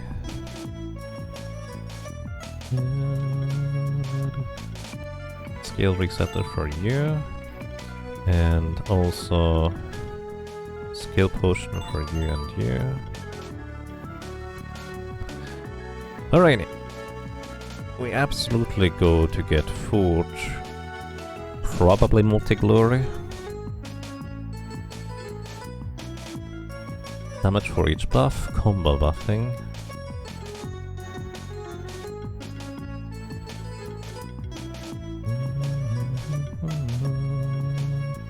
Charge appears to be further down here. Whenever an ally once again the charge stack, it has 5% to also gain glory spells in regenerate. Multi-armor break, charge amplifier to improve charge stacks. Heroic defense, maybe. Full potential, I will guess. Then also load up. Shield actions apply 1 charge stack per shield.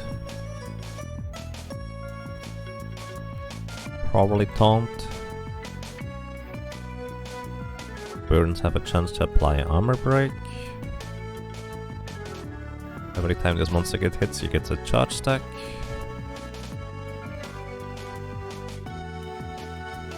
Reduce damage taken, probably.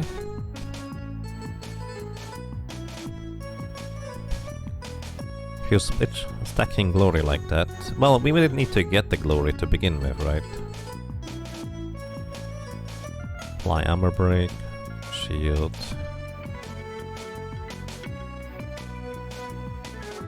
Gain a random buff.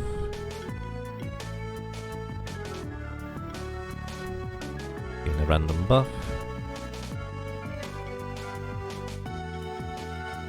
Poison glands to poison enemies.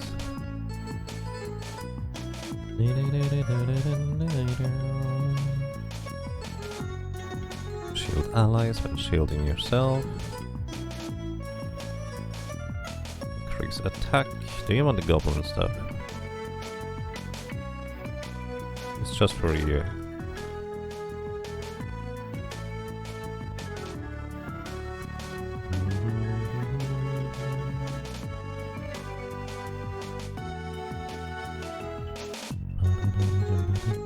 And I guess the rest goes into defensive stuff.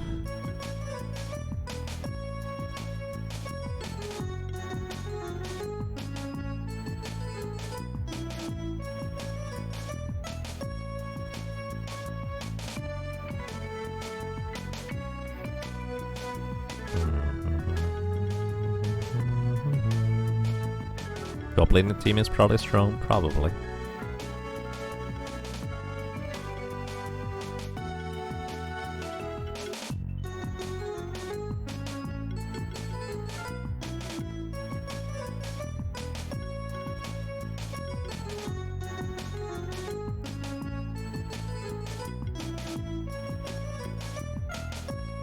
Alright, let's say Cuttlesworth.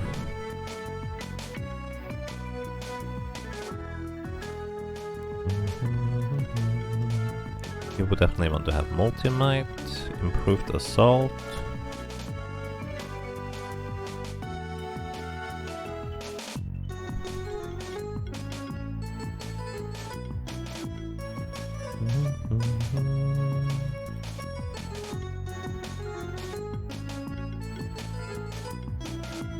So, every time you get hit, you get a charge stack. First impact. Blessed strikes to apply glory to yourself. King of Beasts.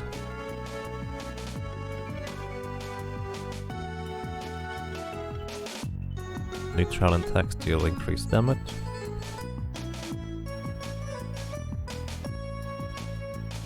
Power Focus 5 and Godly Strikes. Okay, Power Focus 5.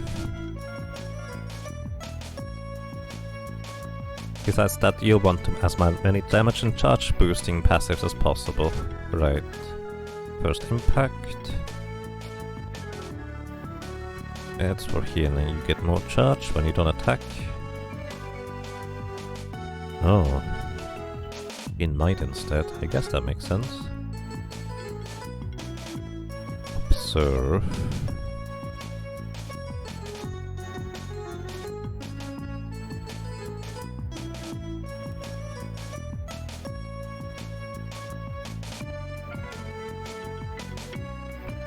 Maybe Flurry of Blows for the multi thingy.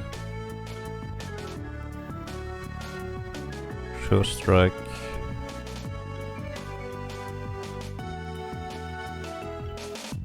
So what do we want here now? Probably attack power increase at this point.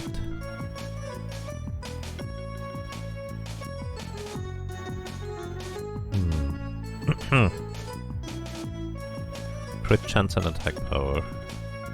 Yeah, that sounds about right. Crit chance. Crit chance.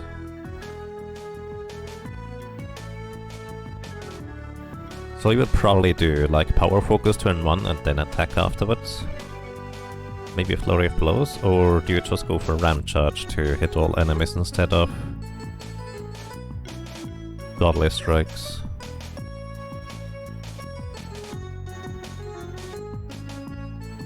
You attack with godly strike? Well, single target, yes.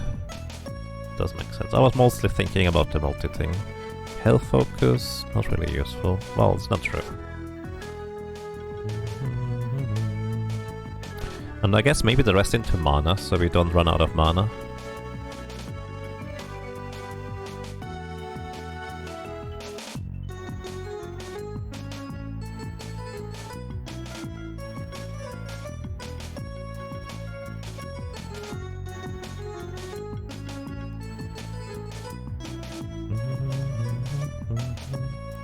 So this aims for a turn 2 kill, I guess.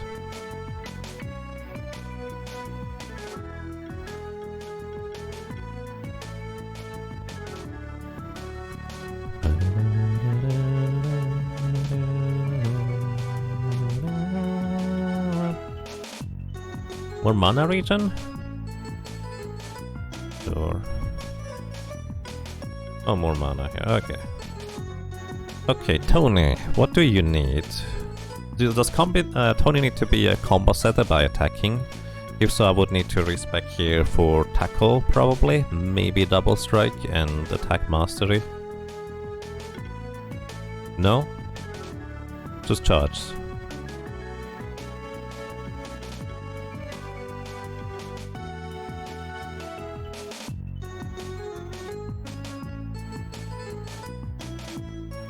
It should be fine. Alright.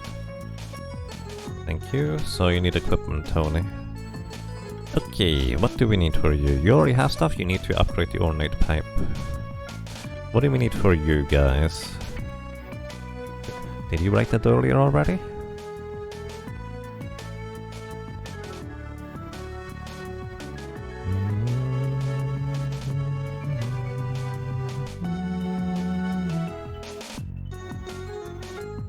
Let's see. Attack power is useful for you to just have the shield.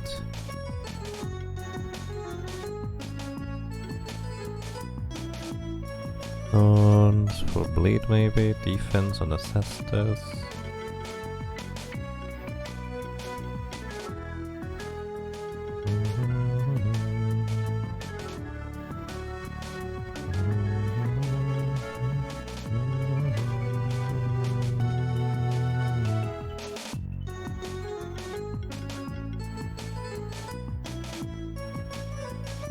Yourself on critical attacks.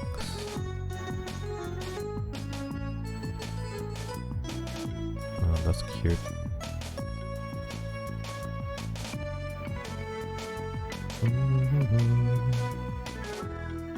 Goblin uses fishing rod.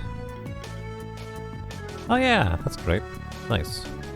I love the goblin mind of a fishing rod, just kind of thematically. Rest is up to interpretation. Noted.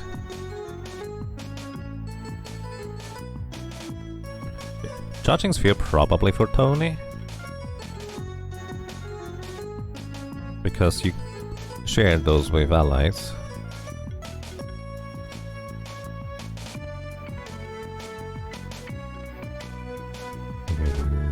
Probably need a bit of mana regeneration. How much does your forge cost every turn? Start with 281 mana, forge costs 210. And you need a little bit of mana regeneration here. Tony wants the charging sphere?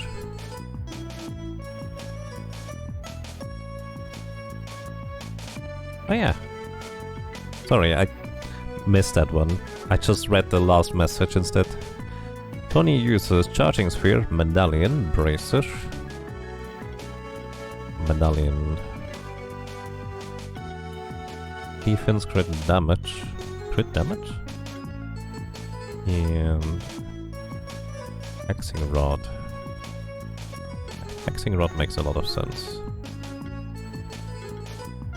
Random debuffs on enemies.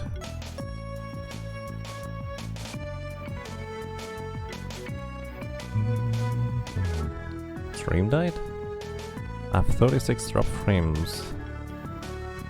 Oh, welcome back.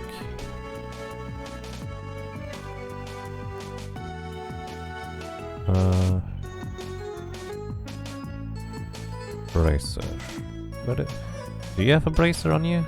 You have the bracer on you.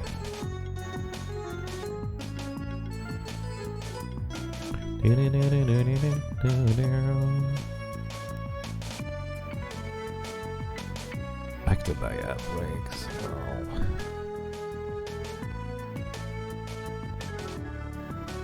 Twitch, please. Why do you have to be so disruptive with these stupid ads?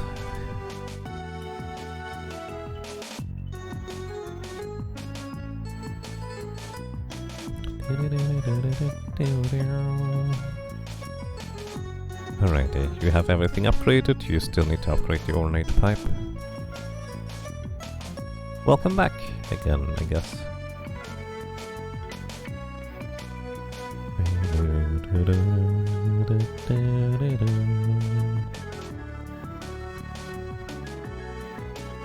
Shield generator may make sense because you could get charge stacks. Wait, charge stacks on you don't really help, do they?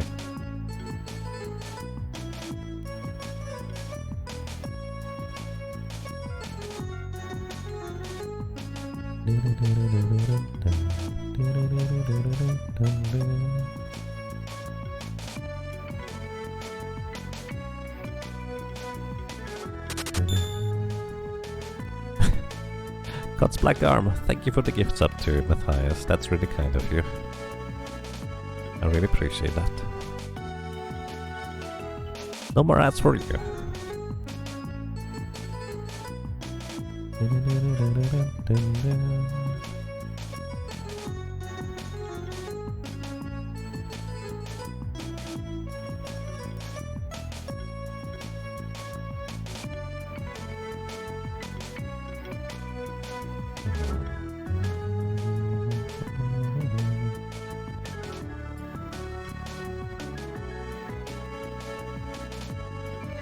Let's give you a spark. Alright. Let's go and level up the things. Oh, probably... what do we give them? Probably cookies or... crit damage. I will guess crit damage for Brutus.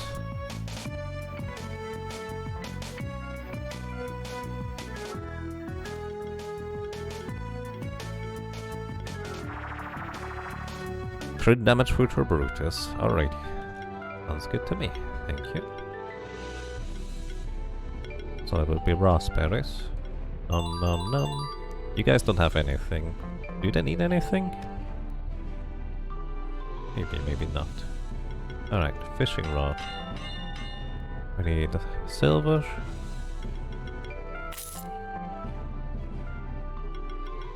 Then we need 1 sapphire, 1 gold, 2 gold. That's an expensive fishing rod you have there. Green gem, bronze, as well as more bronze.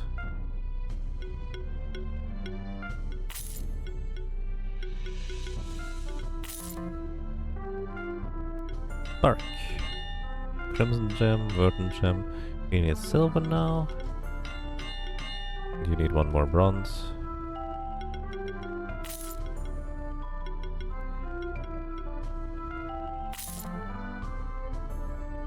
They shouldn't need anything. Sounds good to me. Thank you. You need Crimson Gem, Verdant Gem, and you need an Emerald. Crimson, Verdant, and Emerald. We're running out of money. Spark is there. Ornate Pipe.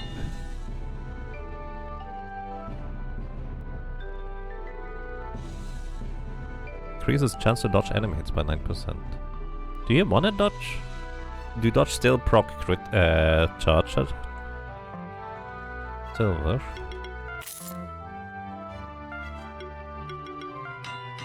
And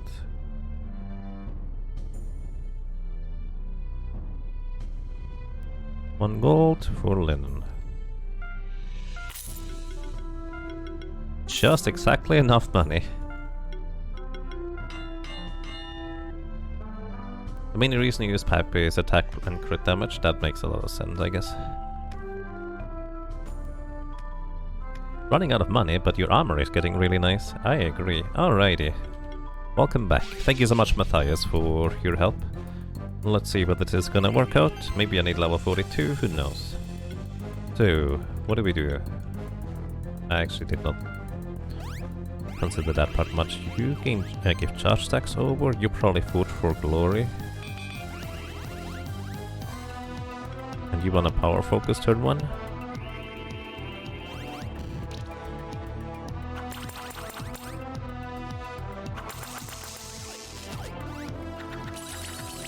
Wow, he just AoE'd. Holy cow.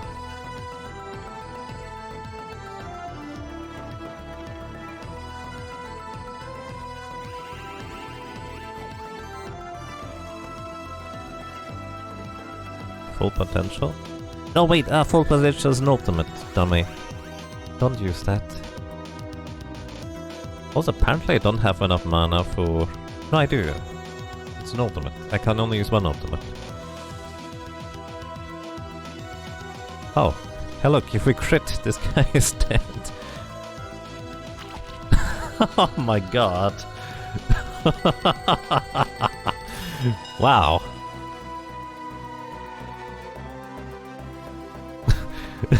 70,000 damage crit. Holy cow. Brutus bringing the pain. Apparently. I thought I messed up. Well, I kinda did, but... Wow. It's not... I guess you could easily get 6 stars. If you had gone on Godly Strikes, it would have been 6 stars. I mean, let's just do it. That is... a pretty insane setup, I will say.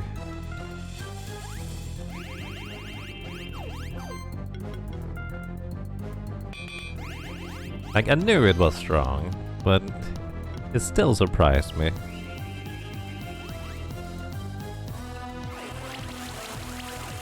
Oh dear.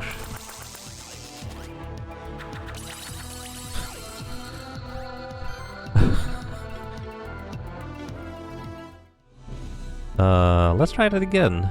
Maybe without the I should not have given the Goblin Taunt, huh?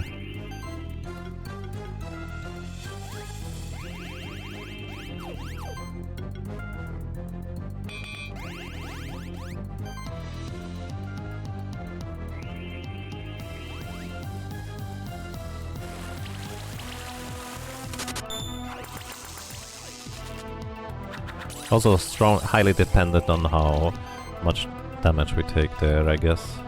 But this is 5 times self, which gives you more charge stacks, which means you can distribute them more.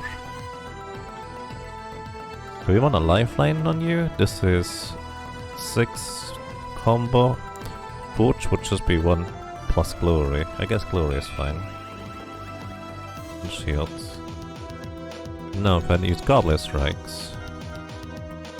Actually not gonna one-shot. I guess I messed up somewhere. Thanks, Bombs, thank you. Thank you so much for 4 months of support. Welcome back, and I'm glad you enjoy your stay. I hope you're doing well. I assume Brutus didn't get any might buffs or something this time. I don't actually know how he would get might buffs.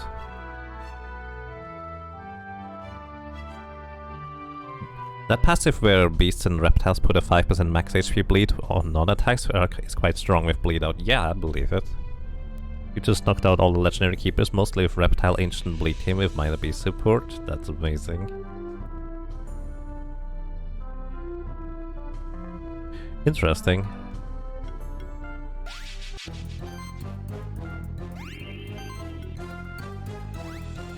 Probably just didn't get as many charge stacks. I did not pay attention to how many charge stacks I got.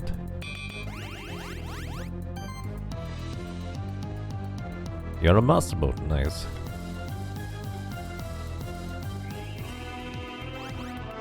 Yeah, we have glory, but only 1 glory right now. But we don't have any might stacks. Goblin, please.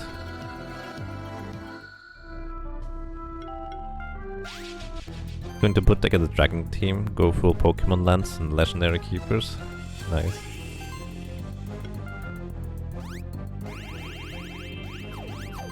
Probably needed more survivability for the goblin buddy here.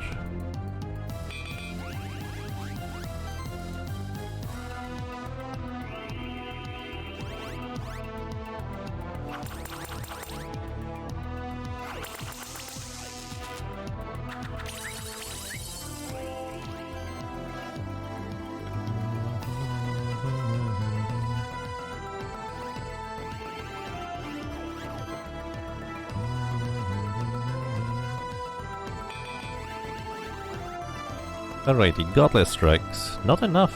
Heavy Punch is not enough this time either.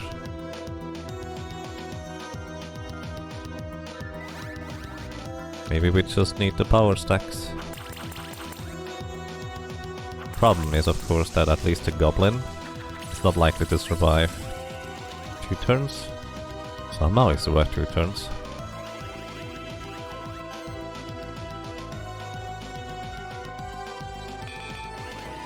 Maybe I need to full potential turn 1 with the Goblin. Actually, that's probably it, isn't it? Full potential turn 1. That makes so much more sense in hindsight.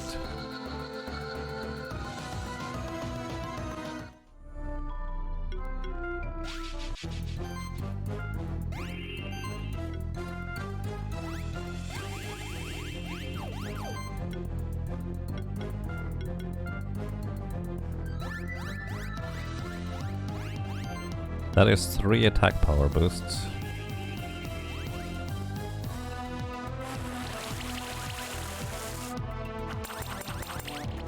Thanks, Tony. Tony doing all the work here.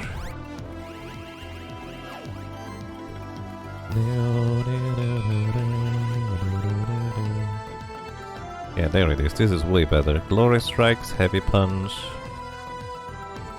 Or Godless Strikes. Needed a bit more crit there. Curious, I think it's basically just a large portion of getting lucky in order to get the 6. That's alright. Let's see whether we can use this team to get our last one here. Actually, hang on. I forgot. Vodinoi.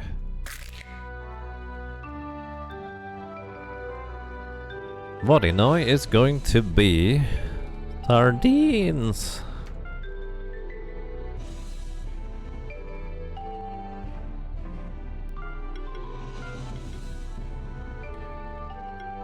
The Ascendant fit pretty well into your rage team. Intriguing. Alright, let's see what Vodinoi does for a shift. Eternal Heart. Just max health and mana increased. Not interesting really, but could be useful. Shields by 30% of the damage dealt to enemies by critical hits, and critical hit chance increased by 7%. You'll probably go Dark Shift most of the time, considering how offensive of a monster it seems to be, but he can protect. He has full protect, he has even a counter attack. He has Hunt. Critical chance of the entire party increased by 4%. Actually, he might be. Critical hits of aquatic monsters, please stacks. He might be a fine support-ish guy. I don't know how you would want to use Vodinoi, but it feels like he could be really strong. Vodinoi has a lot of mana and health scaling passives. He does! Now that you mention it, I just see them. Mana overload, defense overload, and life overload. Aquatic bleed. Yeah, actually the light shift is not nearly as, well, less good than I thought it was. With whale and tank. Could be interesting, God's Black Arm. With passives, your bot has like 800 attack with no passives. And with no items. So many crits. Yeah, Orca actually also uses bleed. And then if you have some form of a tank target, probably would do just fine for as a tank for this.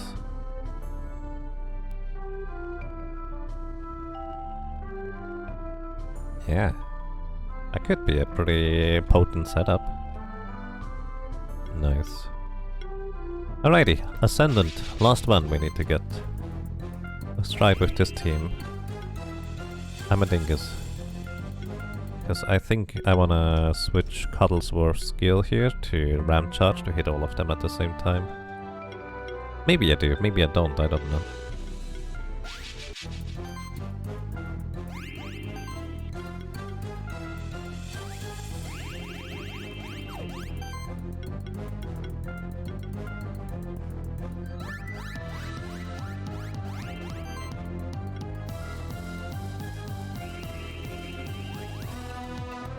It does even have an armor break, which could be really, really good for us here.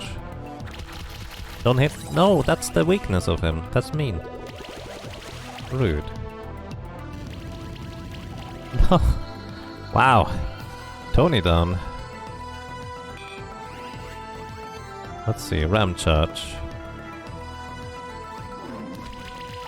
That's without a Tony helping out.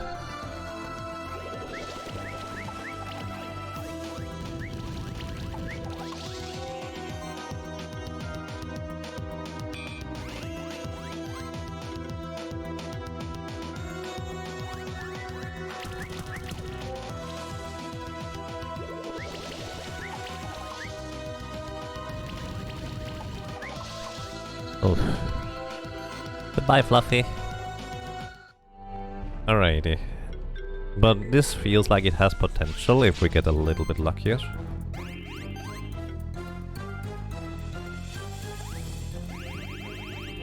We just bled him to death for 5 stars.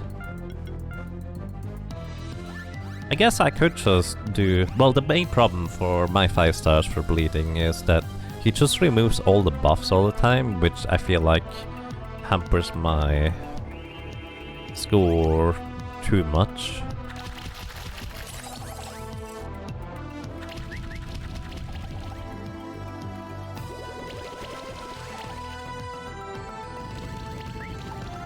No, my buffs! Rude.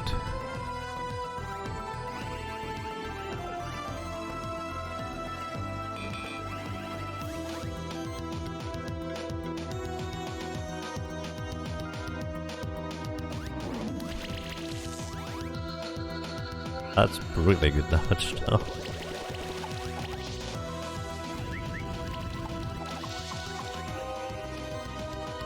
This can still work for giving us the setup here. Porch is not gonna do as much. Maybe apply burn.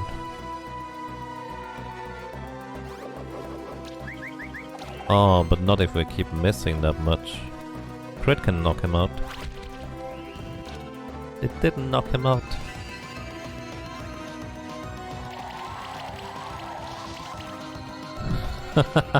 Oh dear.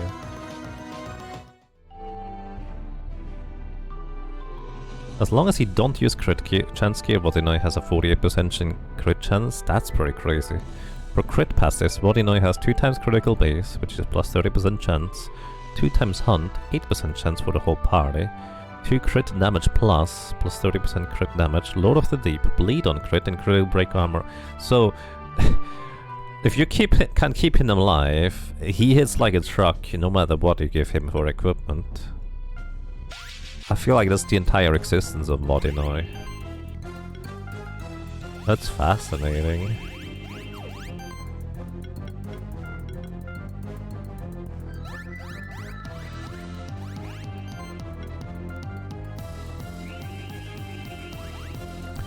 Well, gives him at least 9%, if not another 4%.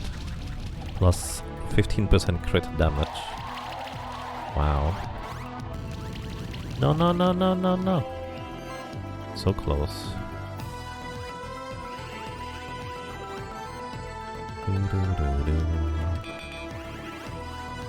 Let's see. Maybe Flurry of Blows instead of Ram Charge. What if I were to use a single target attack to try and just outright kill him? Maybe that would be better. Because this is not going to kill.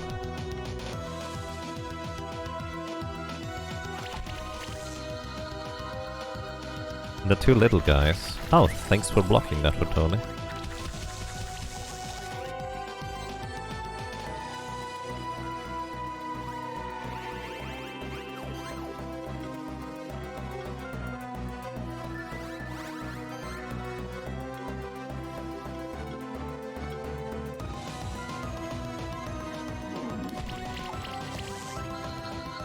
This could do it. Yep. We got him. And we get a Primordial Branch. Oh, you evolve a monk. I actually forgot about that part. Alrighty, we got him. Thank you so much, Matthias, and also everybody else for the help. It's not 6 stars, but 6 stars requires either more luck or more specific setups. And 6 stars is basically like 105%. I can look into it, but in that case I would want to like prepare the setups beforehand offline, if that is desirable for people.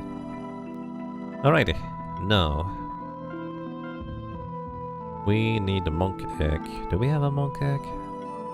Monka egg. Yeah, this is an amazing setup. Thank you so much. Alrighty, Yang for the Ascendant. With the Primordial Branch, Monk Yang becomes an Ascendant Yang. Inventory. Now let's see what the Ascendant shifts into. Light Shift is Enlightened. Who would have known? Whenever this monster receives a buff, 55% chance to share the buff with an allied monster. That's nice. In Critical Apex, the critical chance and critical damage of every consecutive hit during an ability is increased by 2.5% continuously. So the many more attacks you have, the more chance to crit it will do. Not sure how good that is. I like the sharing the buff, actually.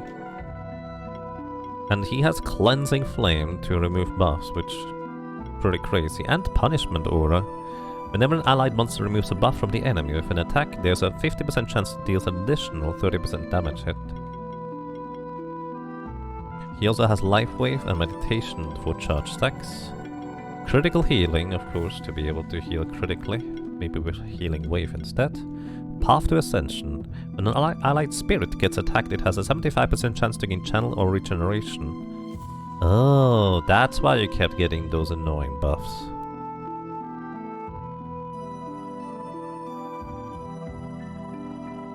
If the shifts aren't great, you use a Great Pearl instead. True, that's a very good point. That's why I use the Great Pearl currently on the Arak Glitch. Like, the Arak Glitch shifts I think are not bad, it just doesn't feel like any of them are worthwhile on that same level.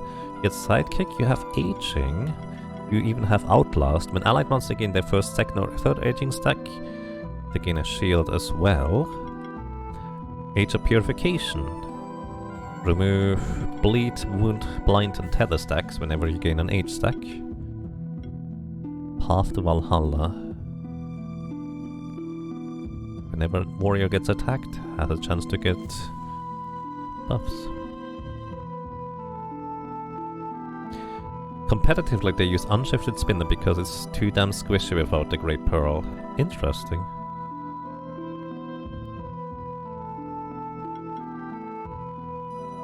Path to Valhalla and critical buffs whenever you apply buffs, plus more buffs. And you also have Helping Hand, which is sidekick and regeneration buff plus healing. Evasion, your critical chance also gives you a chance to dodge. Path to Knowledge, when the allied mage gets attacked, gain sorcery. Also Anti-Cascade is really good for survivability against high hit monsters. I think anyways. First round 25% chance to dodge increase, so the first round is often for defensive teams the most difficult one to survive, so this one seems really good for that. Chances are I don't know what I'm talking about, but yeah. It's an interesting companion for sure. Crane sitting on a cloud. Okay, I do believe we have in fact now gotten literally all the monsters. Let's look through the monster journal. See whether we're missing any of the monsters.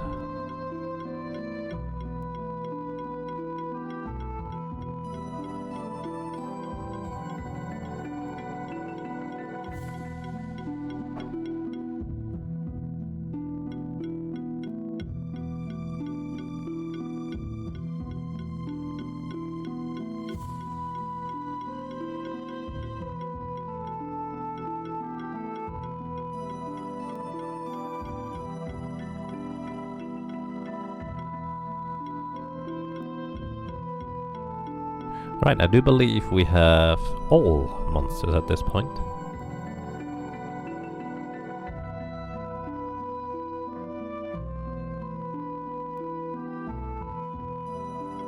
Okay, and so we have all monsters.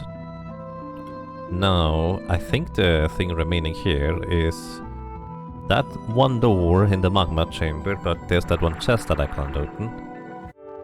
So maybe it's time for this area here. I'm gonna save this team as one shot. We're gonna load my debuffery back up and see what we do here.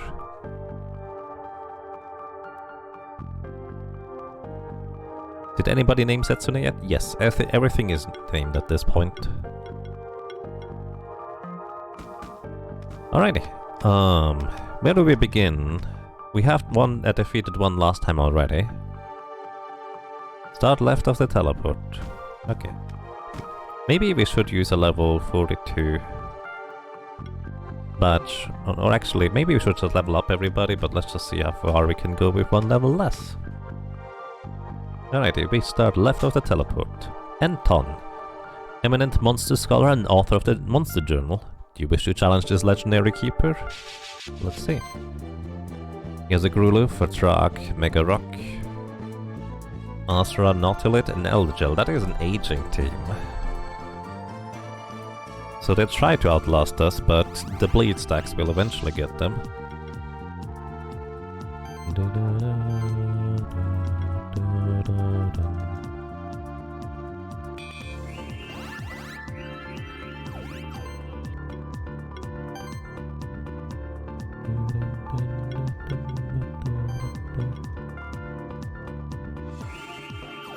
Hell maggots, is it in personally? Don't think so. 1000 leaves. Are you trying to set up combo or what? That is definitely setting up combo right there. 27 coin combo. But you... Huh. I don't think your team works that way. Maybe the AI doesn't know that. Full defense for yourself. Weakening shield.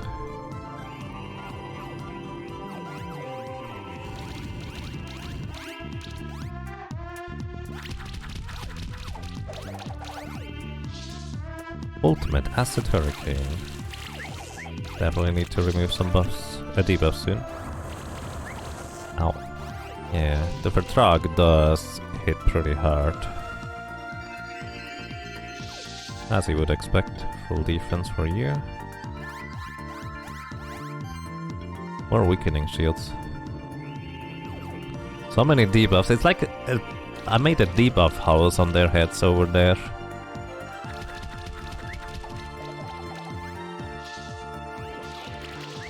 Here go my buffs.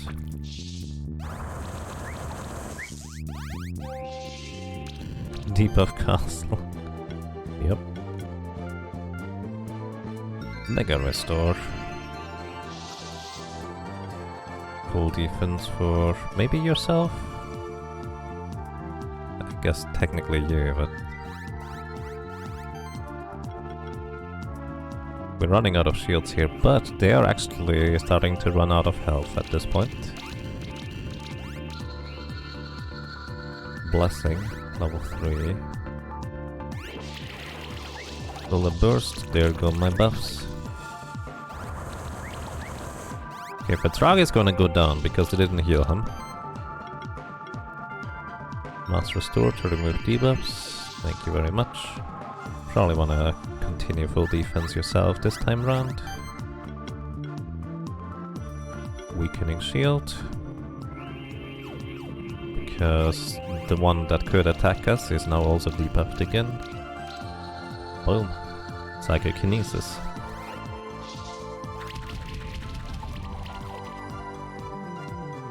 Acid Hurricane.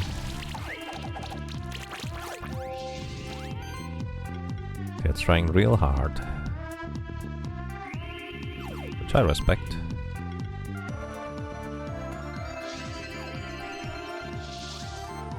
Oh wow, my snake is completely out of buffs at this point. But hey, you haven't managed to knock out a single minion of mine. It looks like the Garulu is actually very resilient to bleed effects or something. Because he has been around since the beginning and is full health and full shield right now.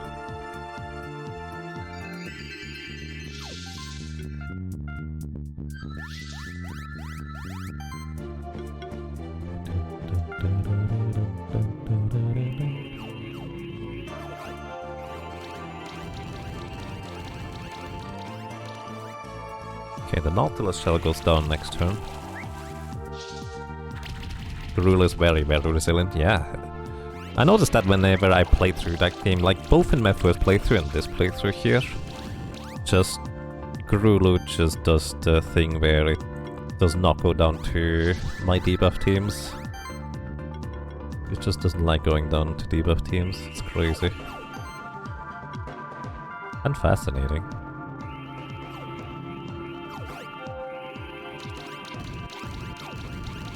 But the predatory stacks are charging up on my team over here. Maybe I will want to use it against the Elder Gel though.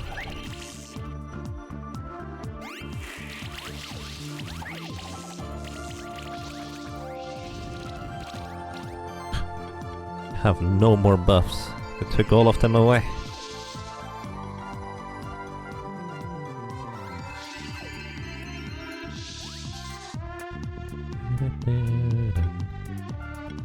Okay, the crit is guaranteed at this point, but it's not strong enough yet.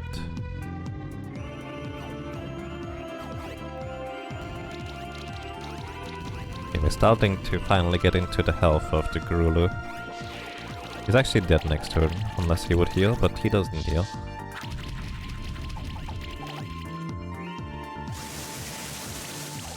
I guess it doesn't help that they did steal all of our buffs, so to speak, including the regeneration and such.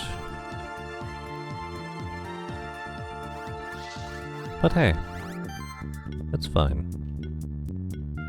Just armor up and we're good to go.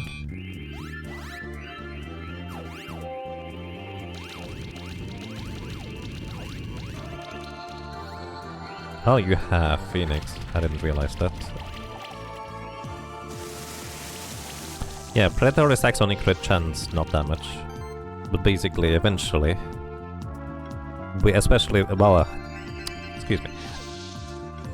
Yes, it's accurate.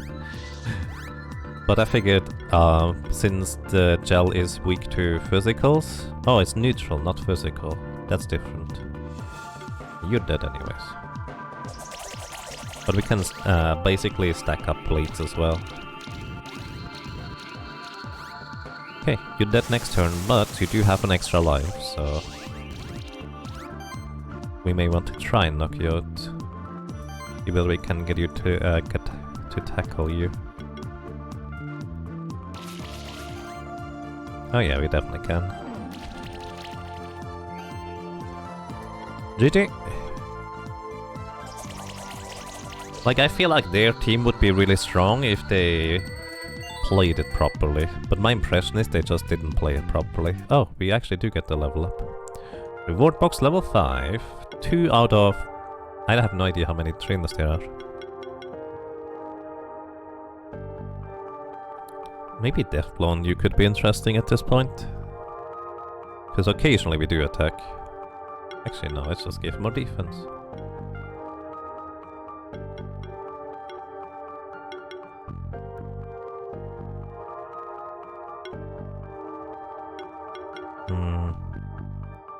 Wasn't your crit damage useful for something?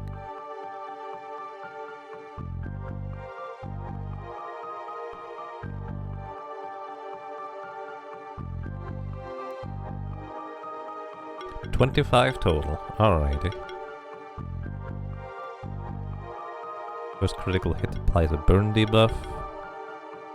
Oh wait, that should count for healing too, right? Because you have critical healing.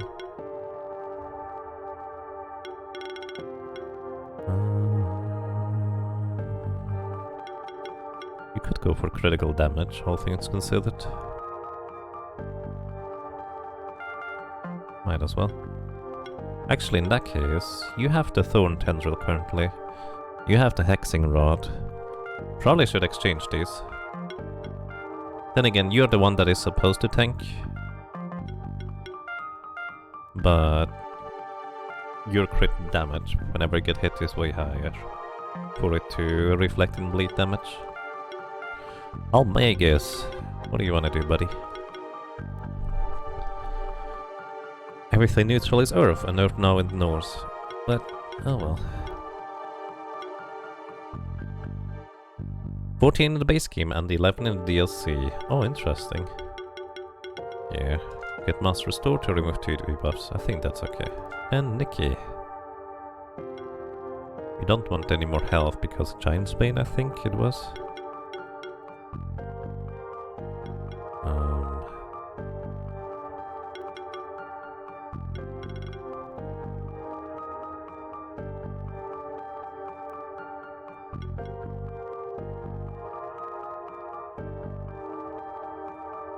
It's nice to always have a neutral hit no matter what. Yeah, I agree.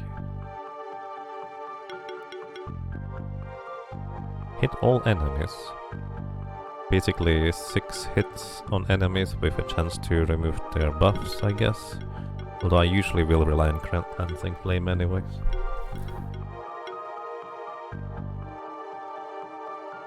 Sure, why not? More damage against full health targets, basically. Dark. When things were bad, we could always rely on dark humor. Alrighty. Let's see. Ninkinanka, Draconoff, Dracogran, Dracozul, Draconoir, and Glodra. Looks like a very dragon team to me. Let's see how this is gonna go for us.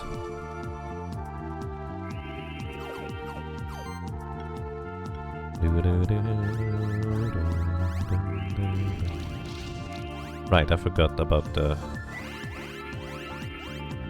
part there.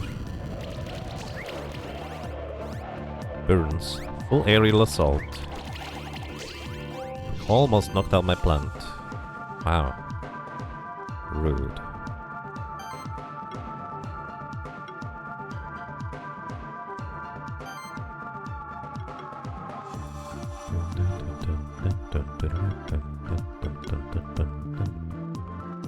I think weakening shield first.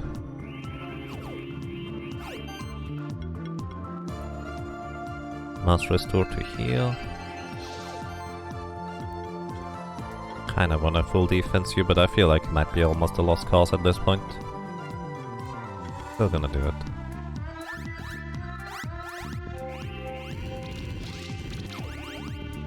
Which actually might be a big problem. Oh yeah, they are buffing up like there's no tomorrow. I need to weaken them first. Now it's just a second attack.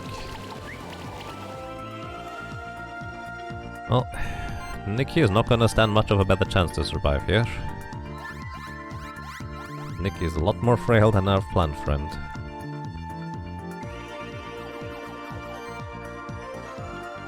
Okay, which buffs do you have? All of them.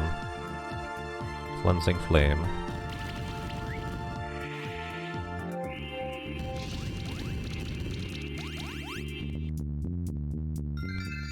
Stained Heal Ultimate.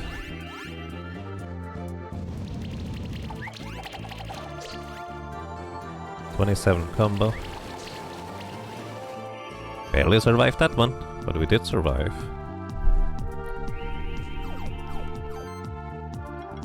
Mega Restore. Heal back up, hoping for a bunch of crits. Does everybody have Quicken? What's the chance for you to knock out something instead? Not really high.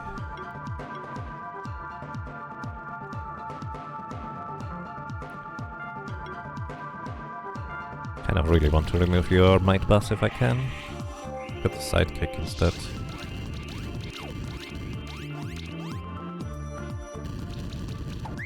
Okay, Drakagron is dead next turn unless they heal him somehow. Which I don't think they do. Ow. Okay, got lucky with that attack distribution there, it feels like. Okay, Drakagron is down, and I think the Ninki Nunka is down as well. So we can full defense this turn. And we can try to maybe take out the little dragon in the center too. He's adding bleed damage.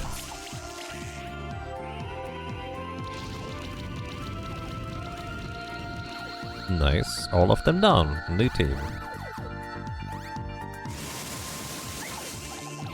That's a lot of debuffs, especially lightning. Get the blinded on top of it.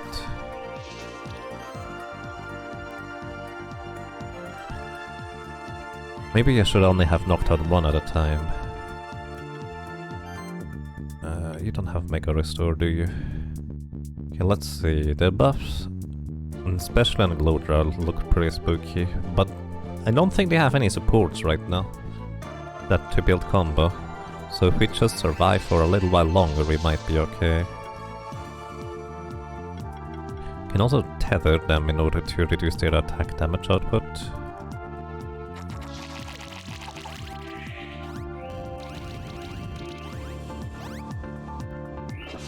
Solar Blaze, trying to build combo.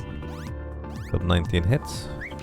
Snow Veil, getting lucky with our dodges, but they also don't have any way to remove our dodge buff, so... Nice.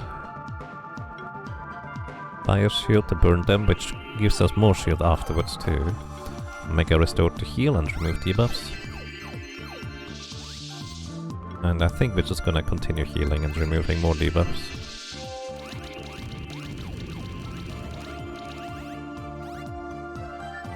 Because they're pretty much dead next turn.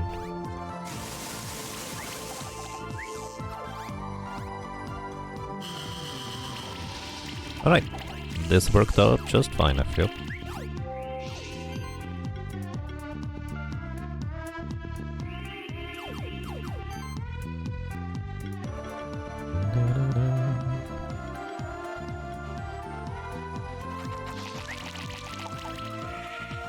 Tether stacks to reduce damage, by the way, are really nice. Basically, the damage dealt is reduced by 5%. Not for each stack, by the way, it's just 5% per attack per stack, I guess it is. Actually, I don't know whether that's how it works. I'm pretty sure it's just 5% across the board, but 5% feels like it makes a huge difference.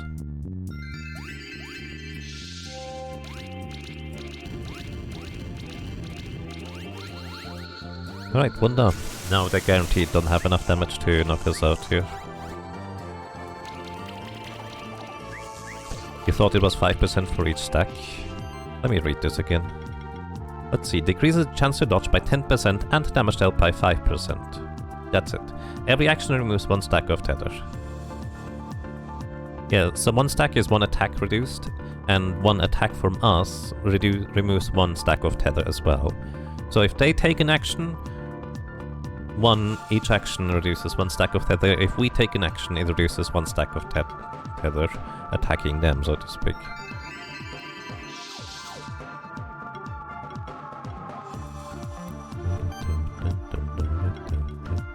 And a cleansing flame here. Stealing all your buffs.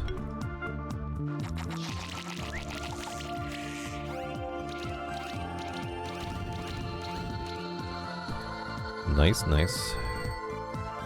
Alrighty, tanky debuff team works. Level 5 reward box. Next up we have Velvet Melody. He lived with a song on his lips, a friend by his side, and a burden in his heart. The statue is holding a key in his hand. Magma Chamber Key. Do you wish to challenge a legendary keeper? Sure, I need to earn that key. Are you the dude that is over there or something? That's a lot of unicorns. And the top hat guy too. That's also a lot of buffs on them there.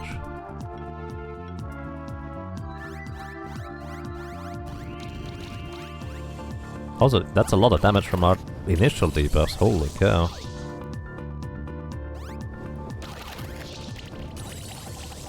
I got most of my buffs. That's a lot of electricity shock stack thingies. Mega restore.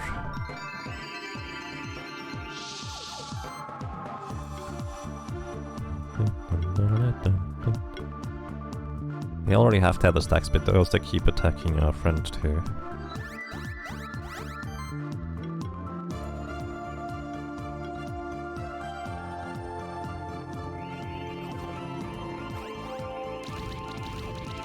I had no idea they take so much damage from dots.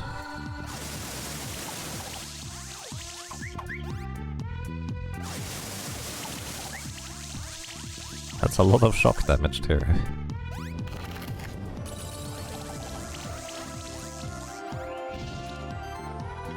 Still alive. Oh, you don't have enough for Mega Restore.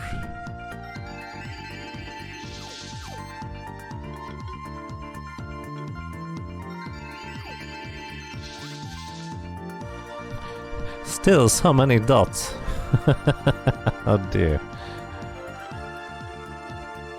I think our team might go down here. So maybe we just go for Spore Cloud to try and inflict weakness on all of them. One of them is down.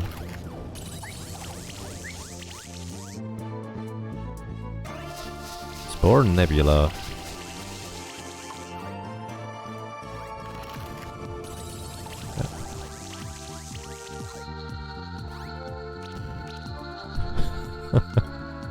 Bring in our second team. Oh dear. Weakening shield.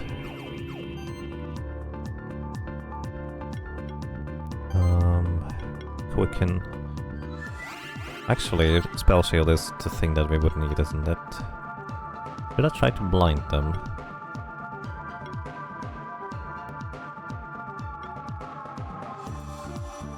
Maybe shield for all to survive.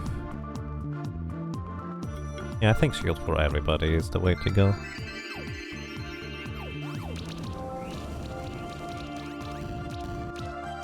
Oh, you're dead. Alright. I think we're good.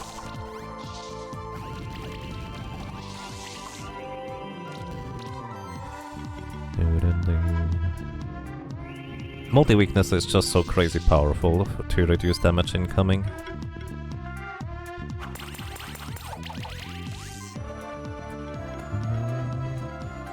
Shield Burst, by the way, never misses.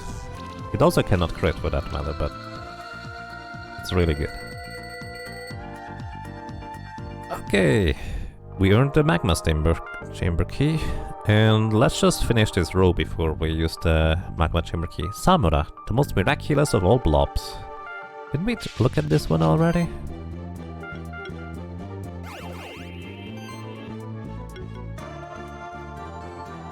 I think we managed to knock out one blob of theirs, but considering that we were significantly lower level,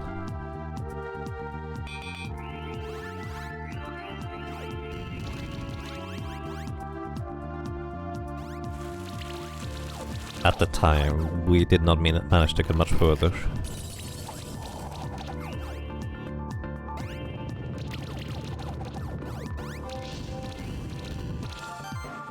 Alright.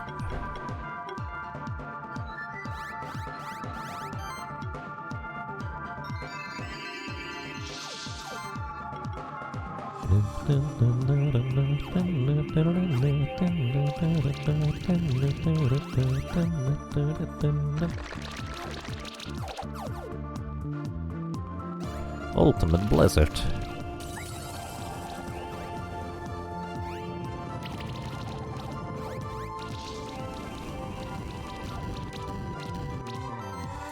I don't think they remove fire buffs, right? So full defense on you, everybody now has a good chance to dodge. Mega Restore, remove buffs and heal up. Debuffs. You don't remove buffs. That is Sutsuna's part. Right, one slime down, full defense on the Rainbow Blobby. Cataclysm. An Ice Storm. So much chill going on.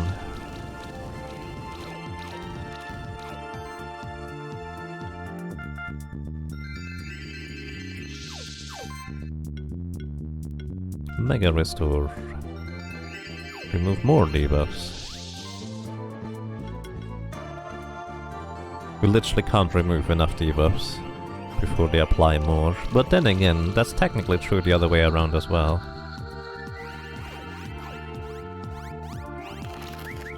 Deep Freeze. Oof. That's a mean hit right there. No, my flower! Rude. Full defense for you as well. Can you restore?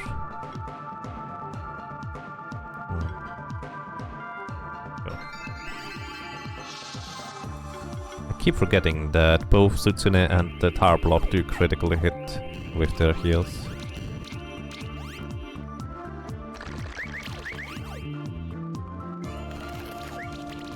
Well, you take more damage from freeze, but I appreciate that you interrupted their attacks.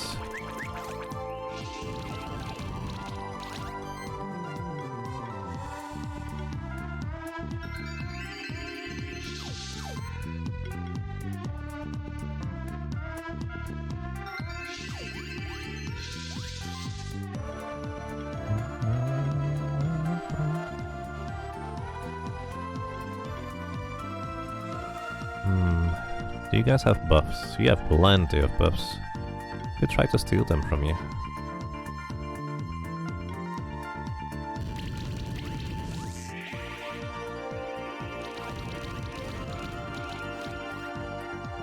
Rainbow Slime would have gone down next turn, but the restore is pretty extreme. Because it also removes the bleed stacks. Ooh, this is not good.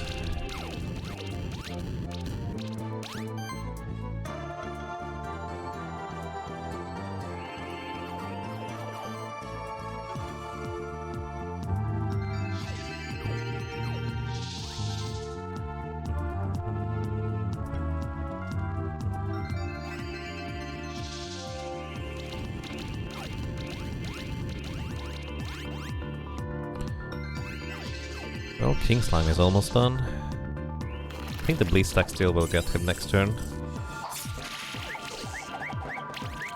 Okay, we're good. I think we win this one this time. This was certainly quite a challenge, but our team looks to be resilient enough.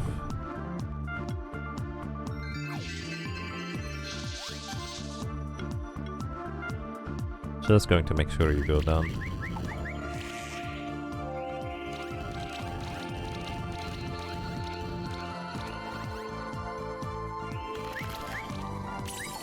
Ooh.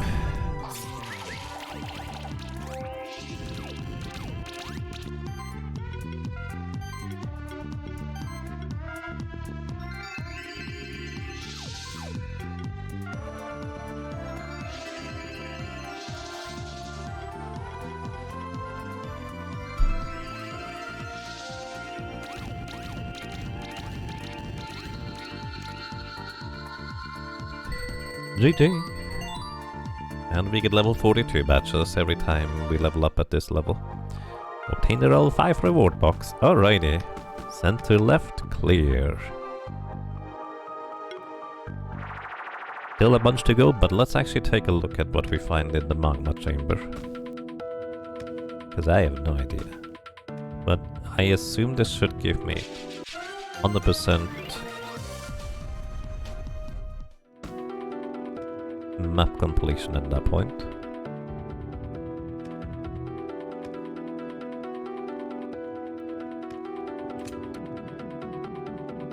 Doggy, hello, can I pet you? Hey human, can you help me? A talking puppy.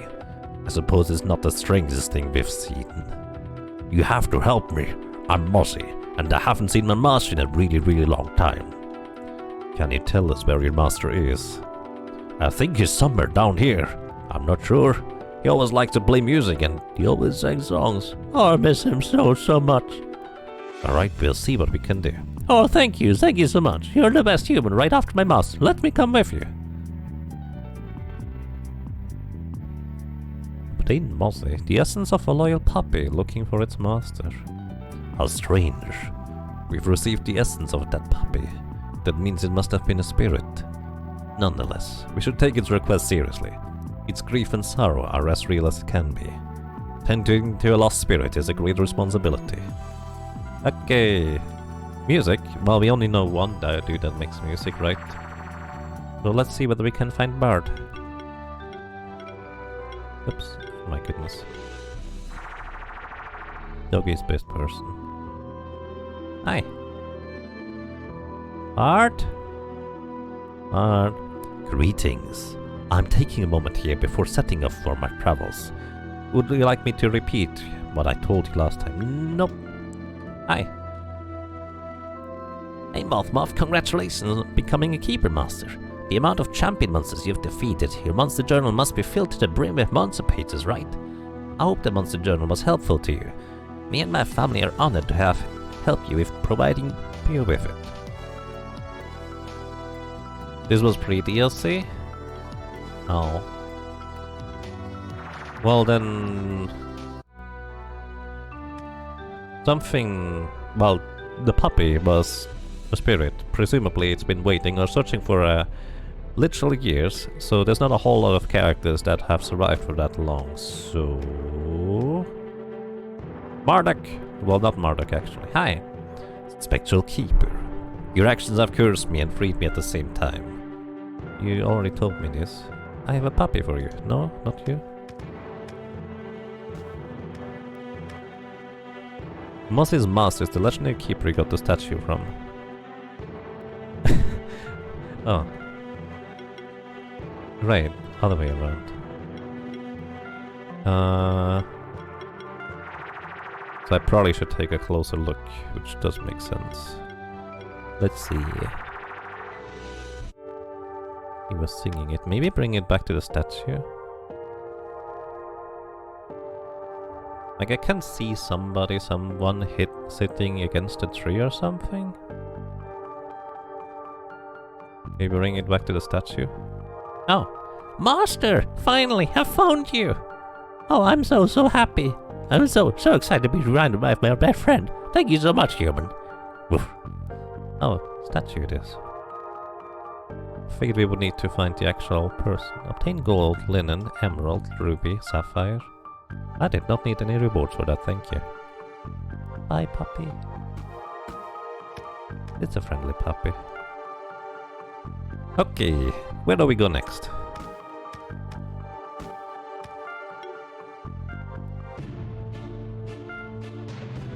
Also, 99.6%. I'm still missing somewhere. Does anybody know what I might be missing? If you interact with the statue, it talks about how legendary keeper was a bird. How the legendary keeper was a bird. Have I played Cerulean Ultimate? If that's a game, I know I have not. What's that about? Probably one of the more hidden rooms.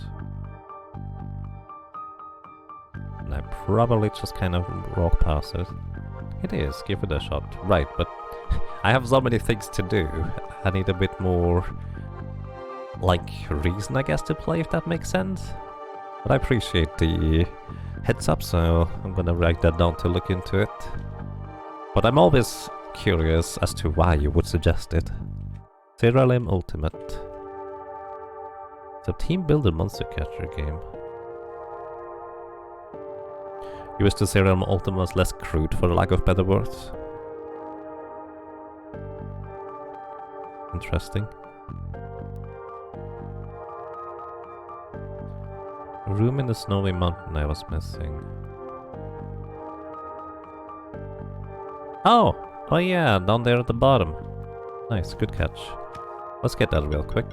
That way at least we would have the map completion. Thank you, that's good eyes, Mr. Tony Duff. And we need to go straight to the right first.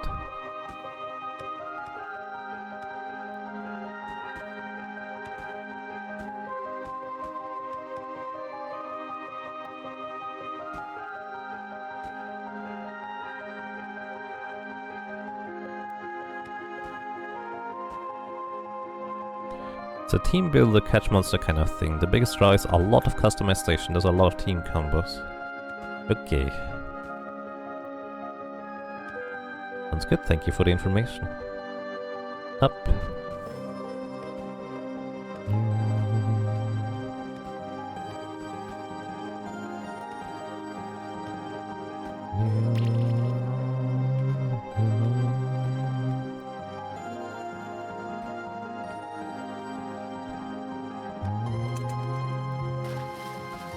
So I guess it just never went here, huh?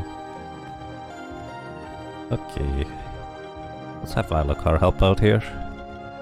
Kiki. Uh-oh.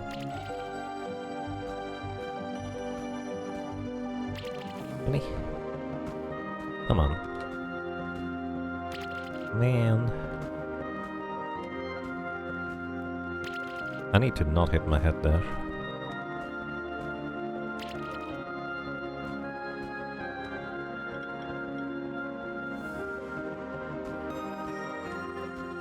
Alright.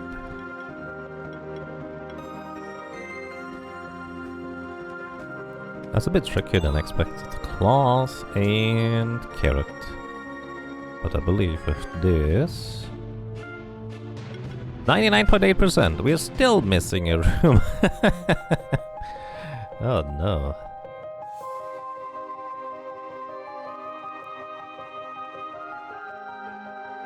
Your two issues with Cerulean is you hate almost every dialogue line in the game and eventually made a team that just ended the fight 90% of the time before combat started or after the first hit is taken.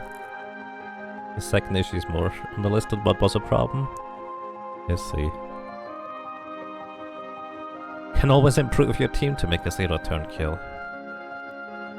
Well, that sounds a little bit extreme.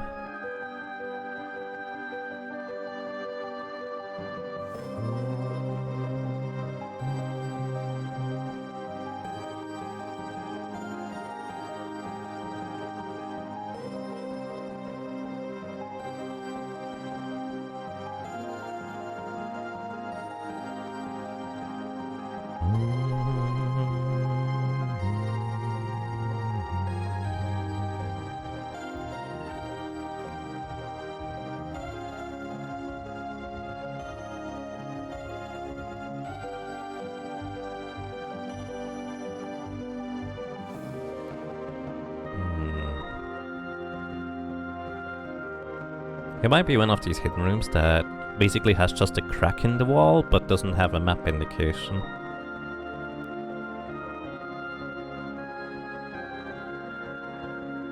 Or I could just be blind, which to be fair, it is kind of difficult to see anything here. Even if there was like another one of these room thingies.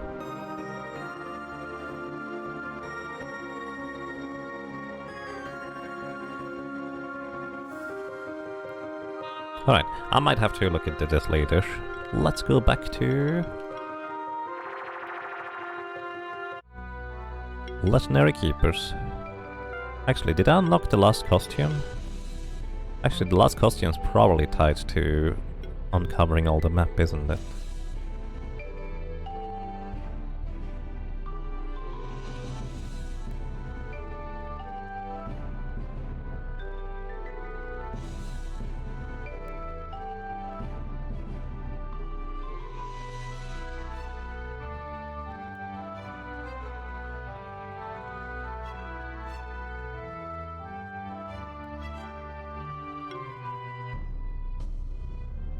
There's a hidden room that I'm aware of in the sewers that you don't see. In the sewers. Well, that's actually more or less where I was just now, right?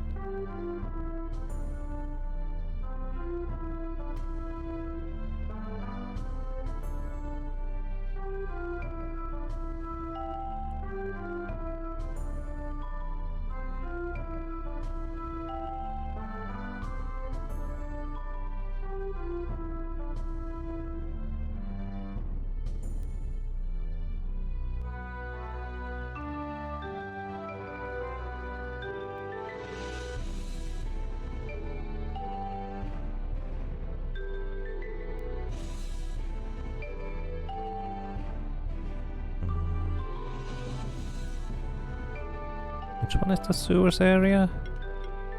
This one?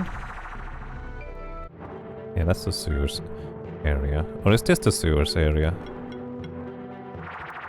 No, that's the outside. Never mind. This is sewers.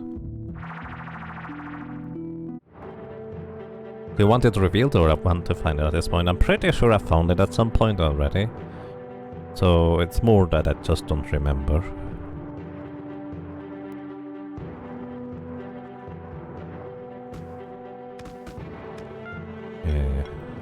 Walrus! Actually, you work too. No, wait, you don't.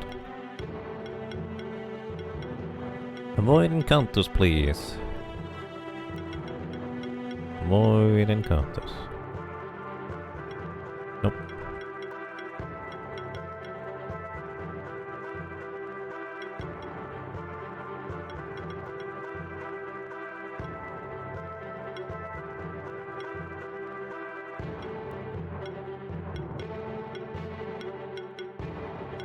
This one works for avoiding encounters. Thanks, Magus.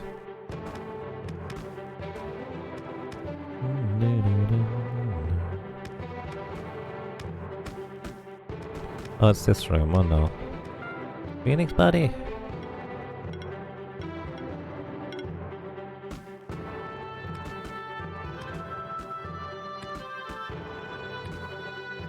Oh. It's in the column where the jail is in the sewers, but beneath all the rooms you have revealed. So straight to the left here and then straight down.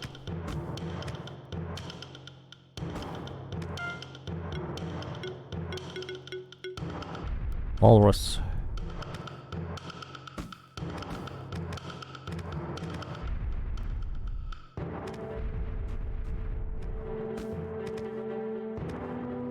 So down here. Oh! Well, I mean, there kind of is an indication for it. I just didn't pay attention.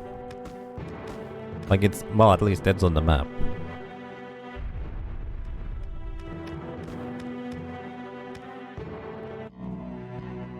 Had that come from the bottom, or... Considering the chest is here, it probably come from the other side. So, up from below. Wait. From below. There. This must be it. Wrong. Open sesame. There's more below there. Oh, there's another chest down there.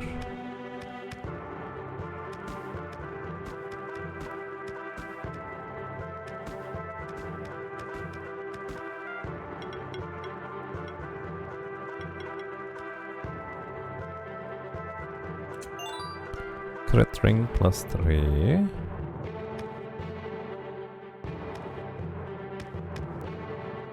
How do you get down there? That chest.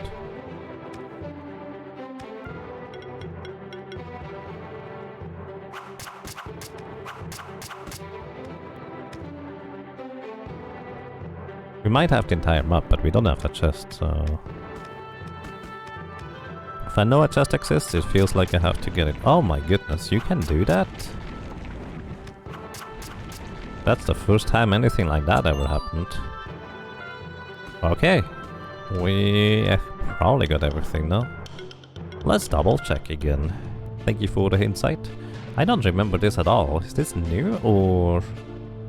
Oh, my memory is just not bad. Alright, map is 100%. Good.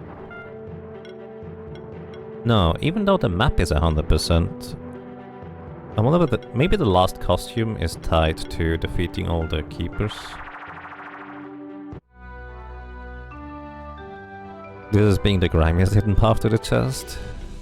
Yep, apparently. Alright, let's just do the final task that we know we need to do, and that is defeat all the keepers. Hi, Professor Knox. One fateful day, he forgot to close the lab door to his monstrous creations. Do you wish to challenge this legendary keeper? Sure. Sutsune, Azarach, Diavola, Catsurker, Manticore, Polteroven. Not sure what to make of your team, but it'll be fine, probably. Inflict weakness.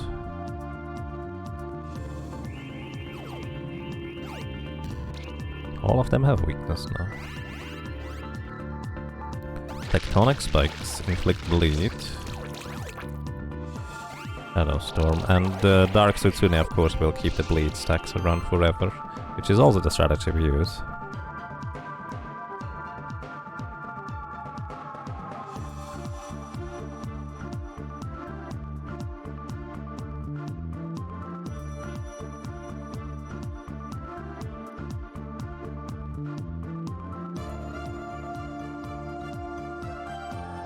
Alrighty. Let's see. Kind of really want to knock out the Sutsune quick, but might be kind of difficult.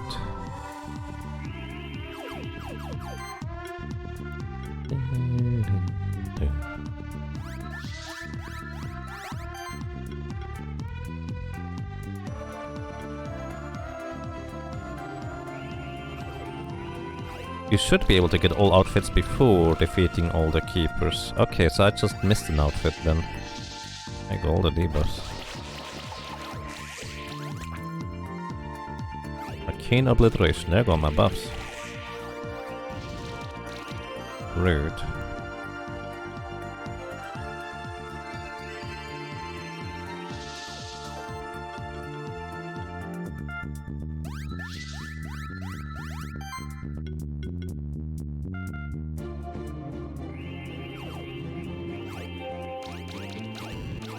Sutsune got rid of all of her bleed stacks somehow. Oh no. Catsurker. Okay, we're taking a lot of bleed damage here. And I don't think there's much I can do about that.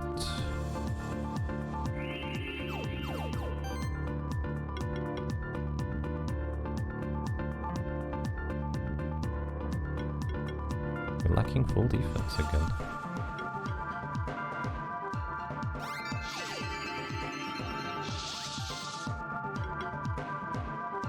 Okay, you're pretty much guaranteed to go down.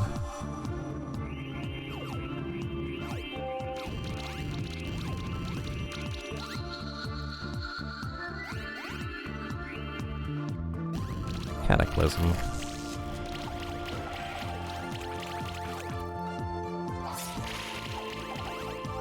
Ooh, maybe? Yep, that's what I expected.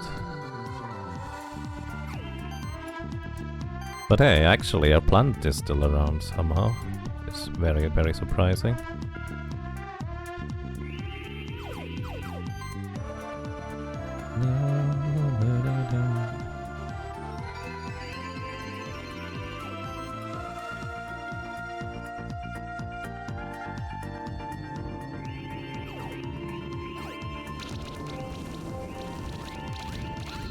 Okay, Sutsune is down, which means the bleed stacks would now go away at this point on our cactus, but for our plant buddy it might be just too late, because the bleeds have stacked up to a crazy degree.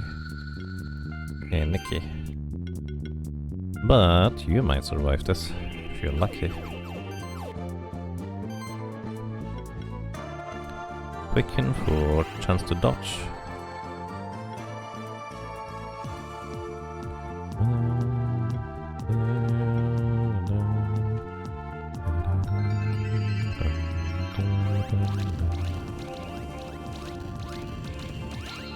Oh wow, they actually took that much damage. That's a bit unexpected. Alright, we win. Basically win. Remove all your buffs, and that's about as much as you can do at this point.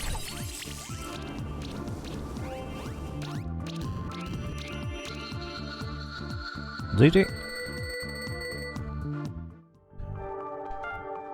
Next we have Keeper Master Verdestrom. The only keeper to understand the Darnation's true nature. What is the true nature of a Darnation?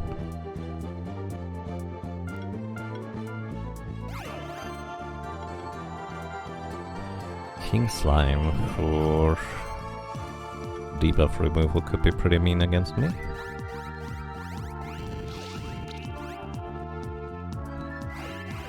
Stain level 3, yep. Ice Breath. There go my buffs again.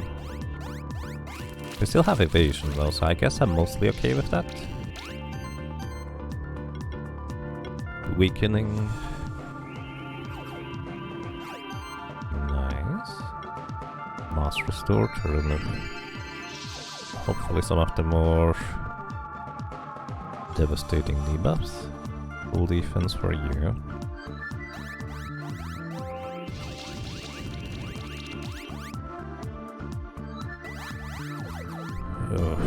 All the buffs. The Griffin could be really scary here now. Full aerial assault. But not if he just spreads out the damage. We are really good at surviving spread out damage. What we're not so good against is if they just focus down one character at a time. But because, well, they kinda don't do that, it looks like we're mostly okay. Armor up this time.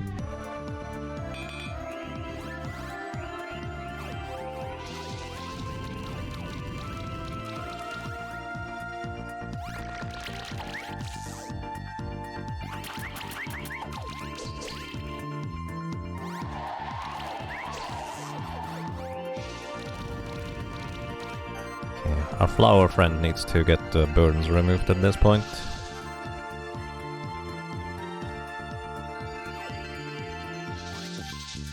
Alright, just one burden remaining, which is probably fine. And they're going to go down soon at this point. Because the bleeds are not letting up at this point. Yeah, actually all of them I think are gonna go down in the upcoming turn. Ice Breath. There go most of your buffs, but looks like you're otherwise still really healthy about that. Kinda would like to get rid of the chill stacks, otherwise our mana regeneration is terrible. Especially in you.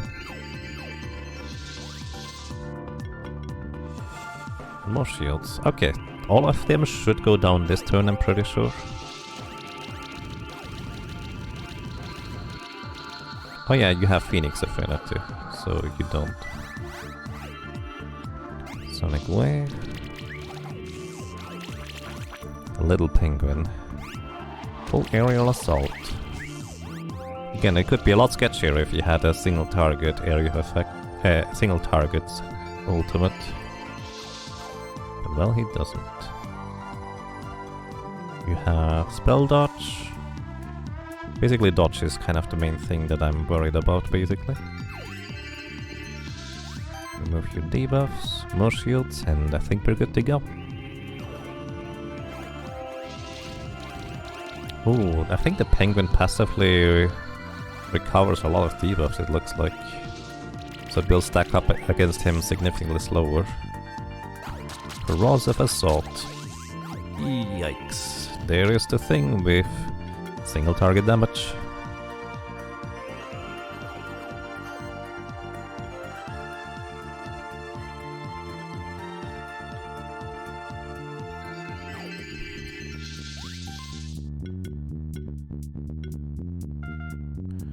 Weakening shield.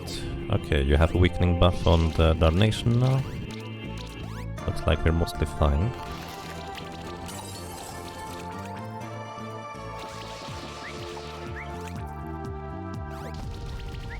Alright.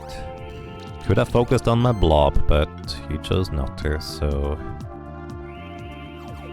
At this point, we can basically stabilize.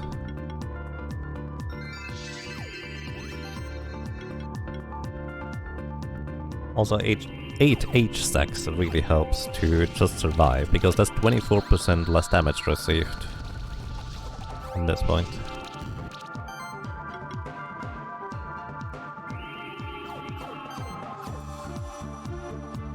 Basically, your team is built so that you have to survive while your debuffs take care of the rest, and debuff stacks, yep. That's my entire team game plan. And me just kind of passively building up shields always applies random debuffs to enemies, and these debuffs basically, thanks to the Tar Blob and the Aura Glitch, turn into bleed stacks, and thanks to the Flower and the Sutsune, those bleed stacks permanently persist. And because they stack up through passive, it just keep getting stronger. Lieutenant Spanky, who made his enemies afraid to face him on the battlefield. Thornish Occlude and Aura Glitch. Occlude here, for example, keeps the bleed stacks around forever as well. And Aura Glitch is really good at building up bleed stacks through stuff.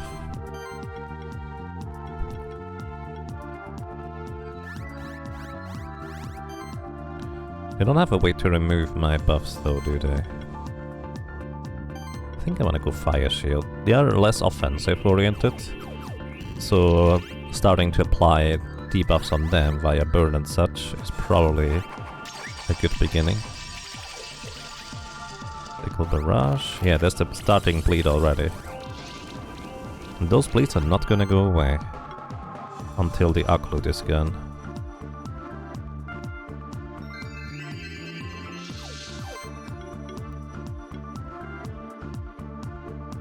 We might just have to give up on our Snake Buddy here. Because we don't have a Purify. I think our Mushroom would have Purify, so that could help survive.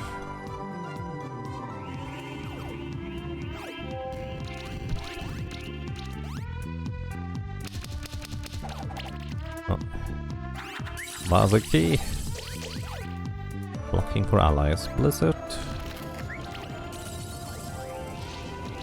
Looks like we're mostly okay. Kind of really want to just restore your chill debuffs away, honestly. Because chill turns into congeal with somebody that has block congeal, like the Aura Glitch does, almost certainly.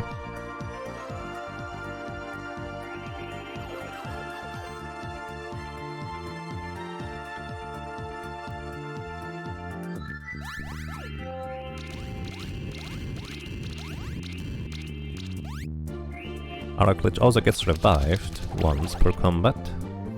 And we remove this. He does not have Necromancy to gain 8 stacks. Which, to be fair, would not really help either way against our team. Alright.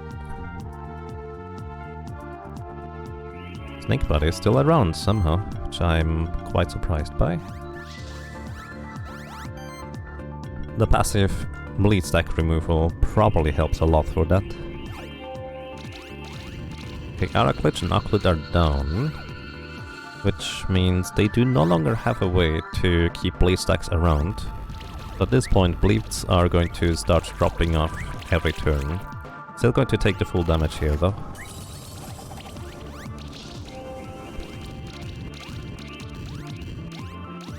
Looks like we're okay.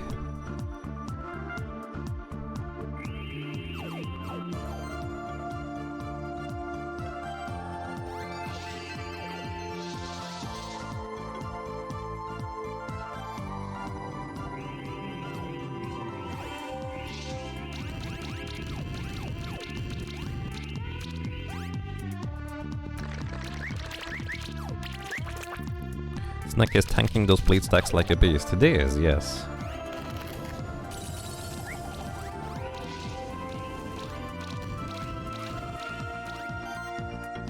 Which I'm really surprised by that it ended up working out this fine.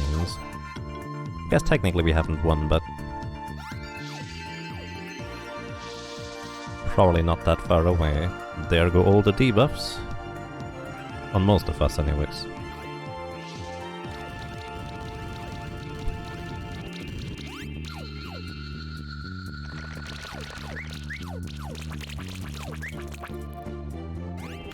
Yeah, I really like my snake tank, because if the opponent does not know how to focus it down, it will survive basically forever.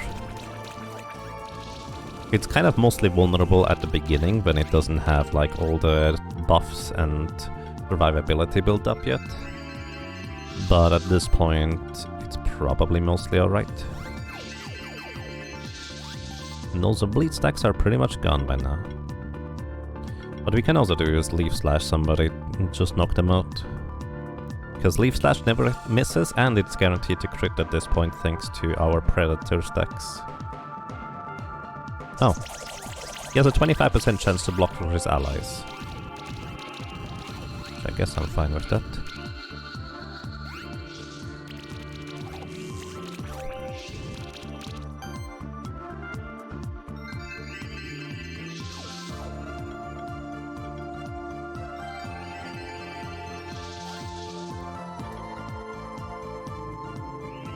Yep, there we go.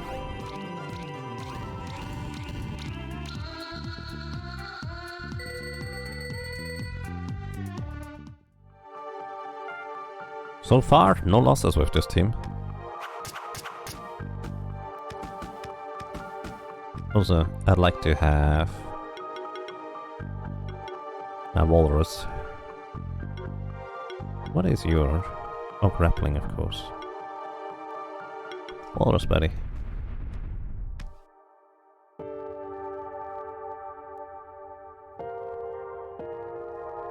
You're running Light Cracker Turtle, Light Rat Hops, Dark Rampede. It lets you apply 10% max HP bleed first turn while buffing and weakening shield. And because of those splatters, the bleeds tend to pass around, so bigger enemies make smaller enemies die if I focus them down. Nice, that's pretty neat. Alrighty. One row complete, next row we go. Hang on, I need to read this.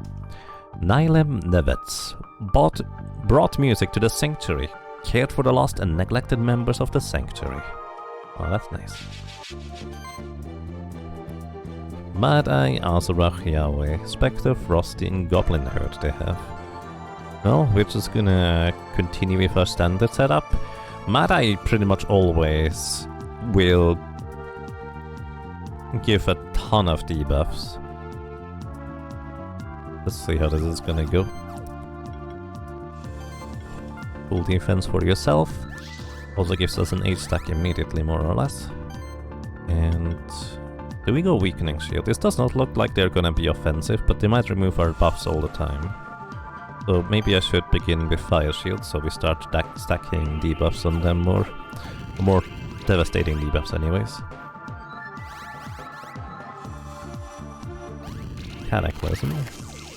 There we get all the debuffs. Shadowstorm.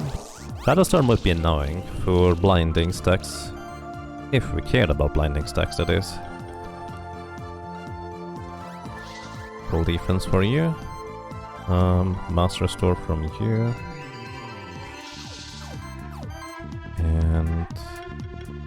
Weakening Shield. Now they will deal also significantly less damage. Most of them anyways. Yeah, actually all of them.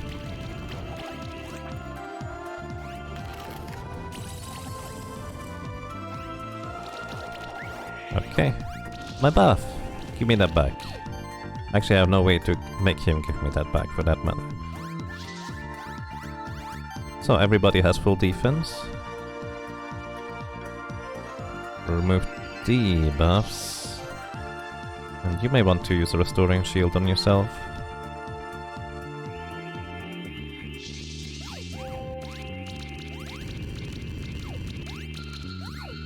Oh, one down already?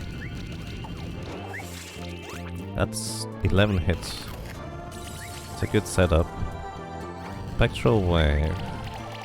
But they did not cash in on it.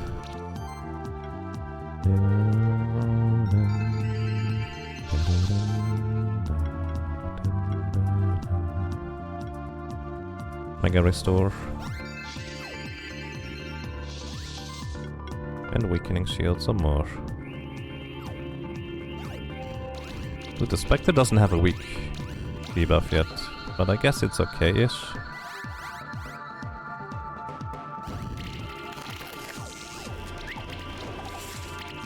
You're really happy with your team? The backline is Light Setsune. Oh, what does Light Setsune do? Dark Yaoi. And the last slot is currently Dark Azurach, but you rarely use him in the team. What do Azurach and Yaoi and Setsune do in your team, if I may ask? Burn.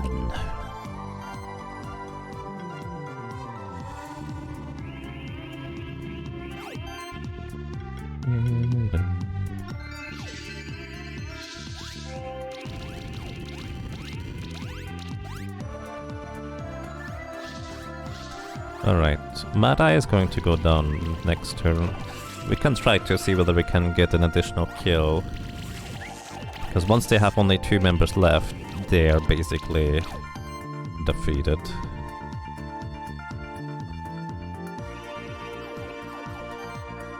Let's see. Spore Cloud, unfortunately, don't have a good single target attack for you. So I guess we're just gonna armor up here.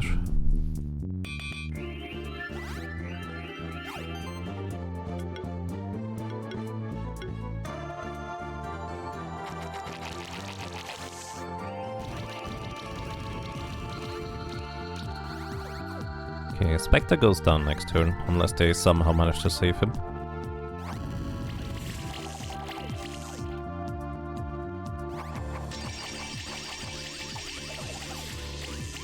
Ho.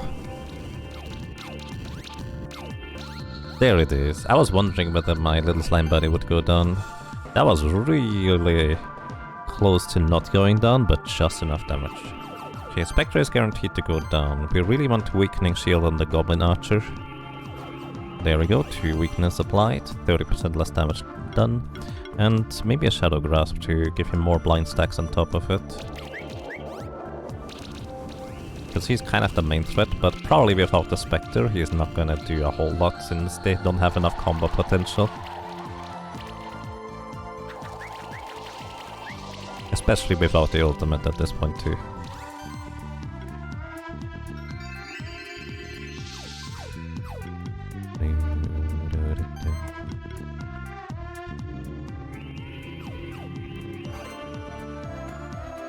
Alright. Speed up your demise a little bit. Because we now also have Congeal at this point, which is going to stack additional bleeds on top of everything.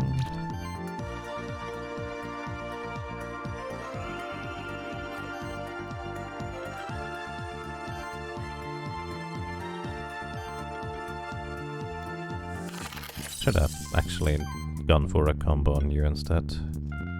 Crits. All the crits.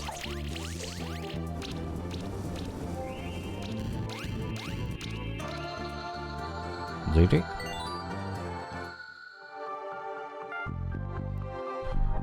Alrighty, let's see. Since they're all beast reptiles, they get a 5% bleed thing too. Setsuna is for buff heavy teams, cause she can steal them and provide some blow through heals. Light Setsuna lets you apply extra buff essentially. Oh, with stealing, that's actually quite nice. Yao is there for harmful stack purchase, bleed teams. And Azeroth is mostly just because you love that monster. He does help with blind if needed. Nice. Same reason why I had... Well, that's not true. Walrus was a pretty good member of the team. By the way, this is Walrus here next to me. You could swap to Dark Setsuna, and it's probably a better choice because it makes you less reliant on Rampede. Having a backup for some of them is nice. Basically, I just decided to just have 2 of each of the roles, with slight variations here, and it feels like it works out pretty well. Alright, I need to go to the bathroom, so I'm gonna take a very short break, and... Well, we are already streaming 7 hours again. And tomorrow I have to get up early, so maybe this is actually a good time to stop for today. And tomorrow should be Saturday. I think we should be able to finish up the rest. I need to figure out where that last outfit is, and I might, if I have time, I will look into trying to get compositions for 6-star setups. Either I'm going to theorycraft stuff myself, or I'm going to just look up guides. So we'll make sure to figure out how to do this. Because a lot of these 6-stars thingies are just really crazy in my opinion. And it will probably take a lot of streams to figure them out myself. Okay. So yeah, I think this is good for now. Alrighty everybody, thank you so much for watching, thank you so much for listening, for lurking, thank you so much for being around one way or another. I hope you enjoyed your stay. Thank you so much, by the way, for helping me reach that goal. It makes it a lot easier for me, so thank you so much. Everybody, I hope you have a most pleasant day, and I wish you good night.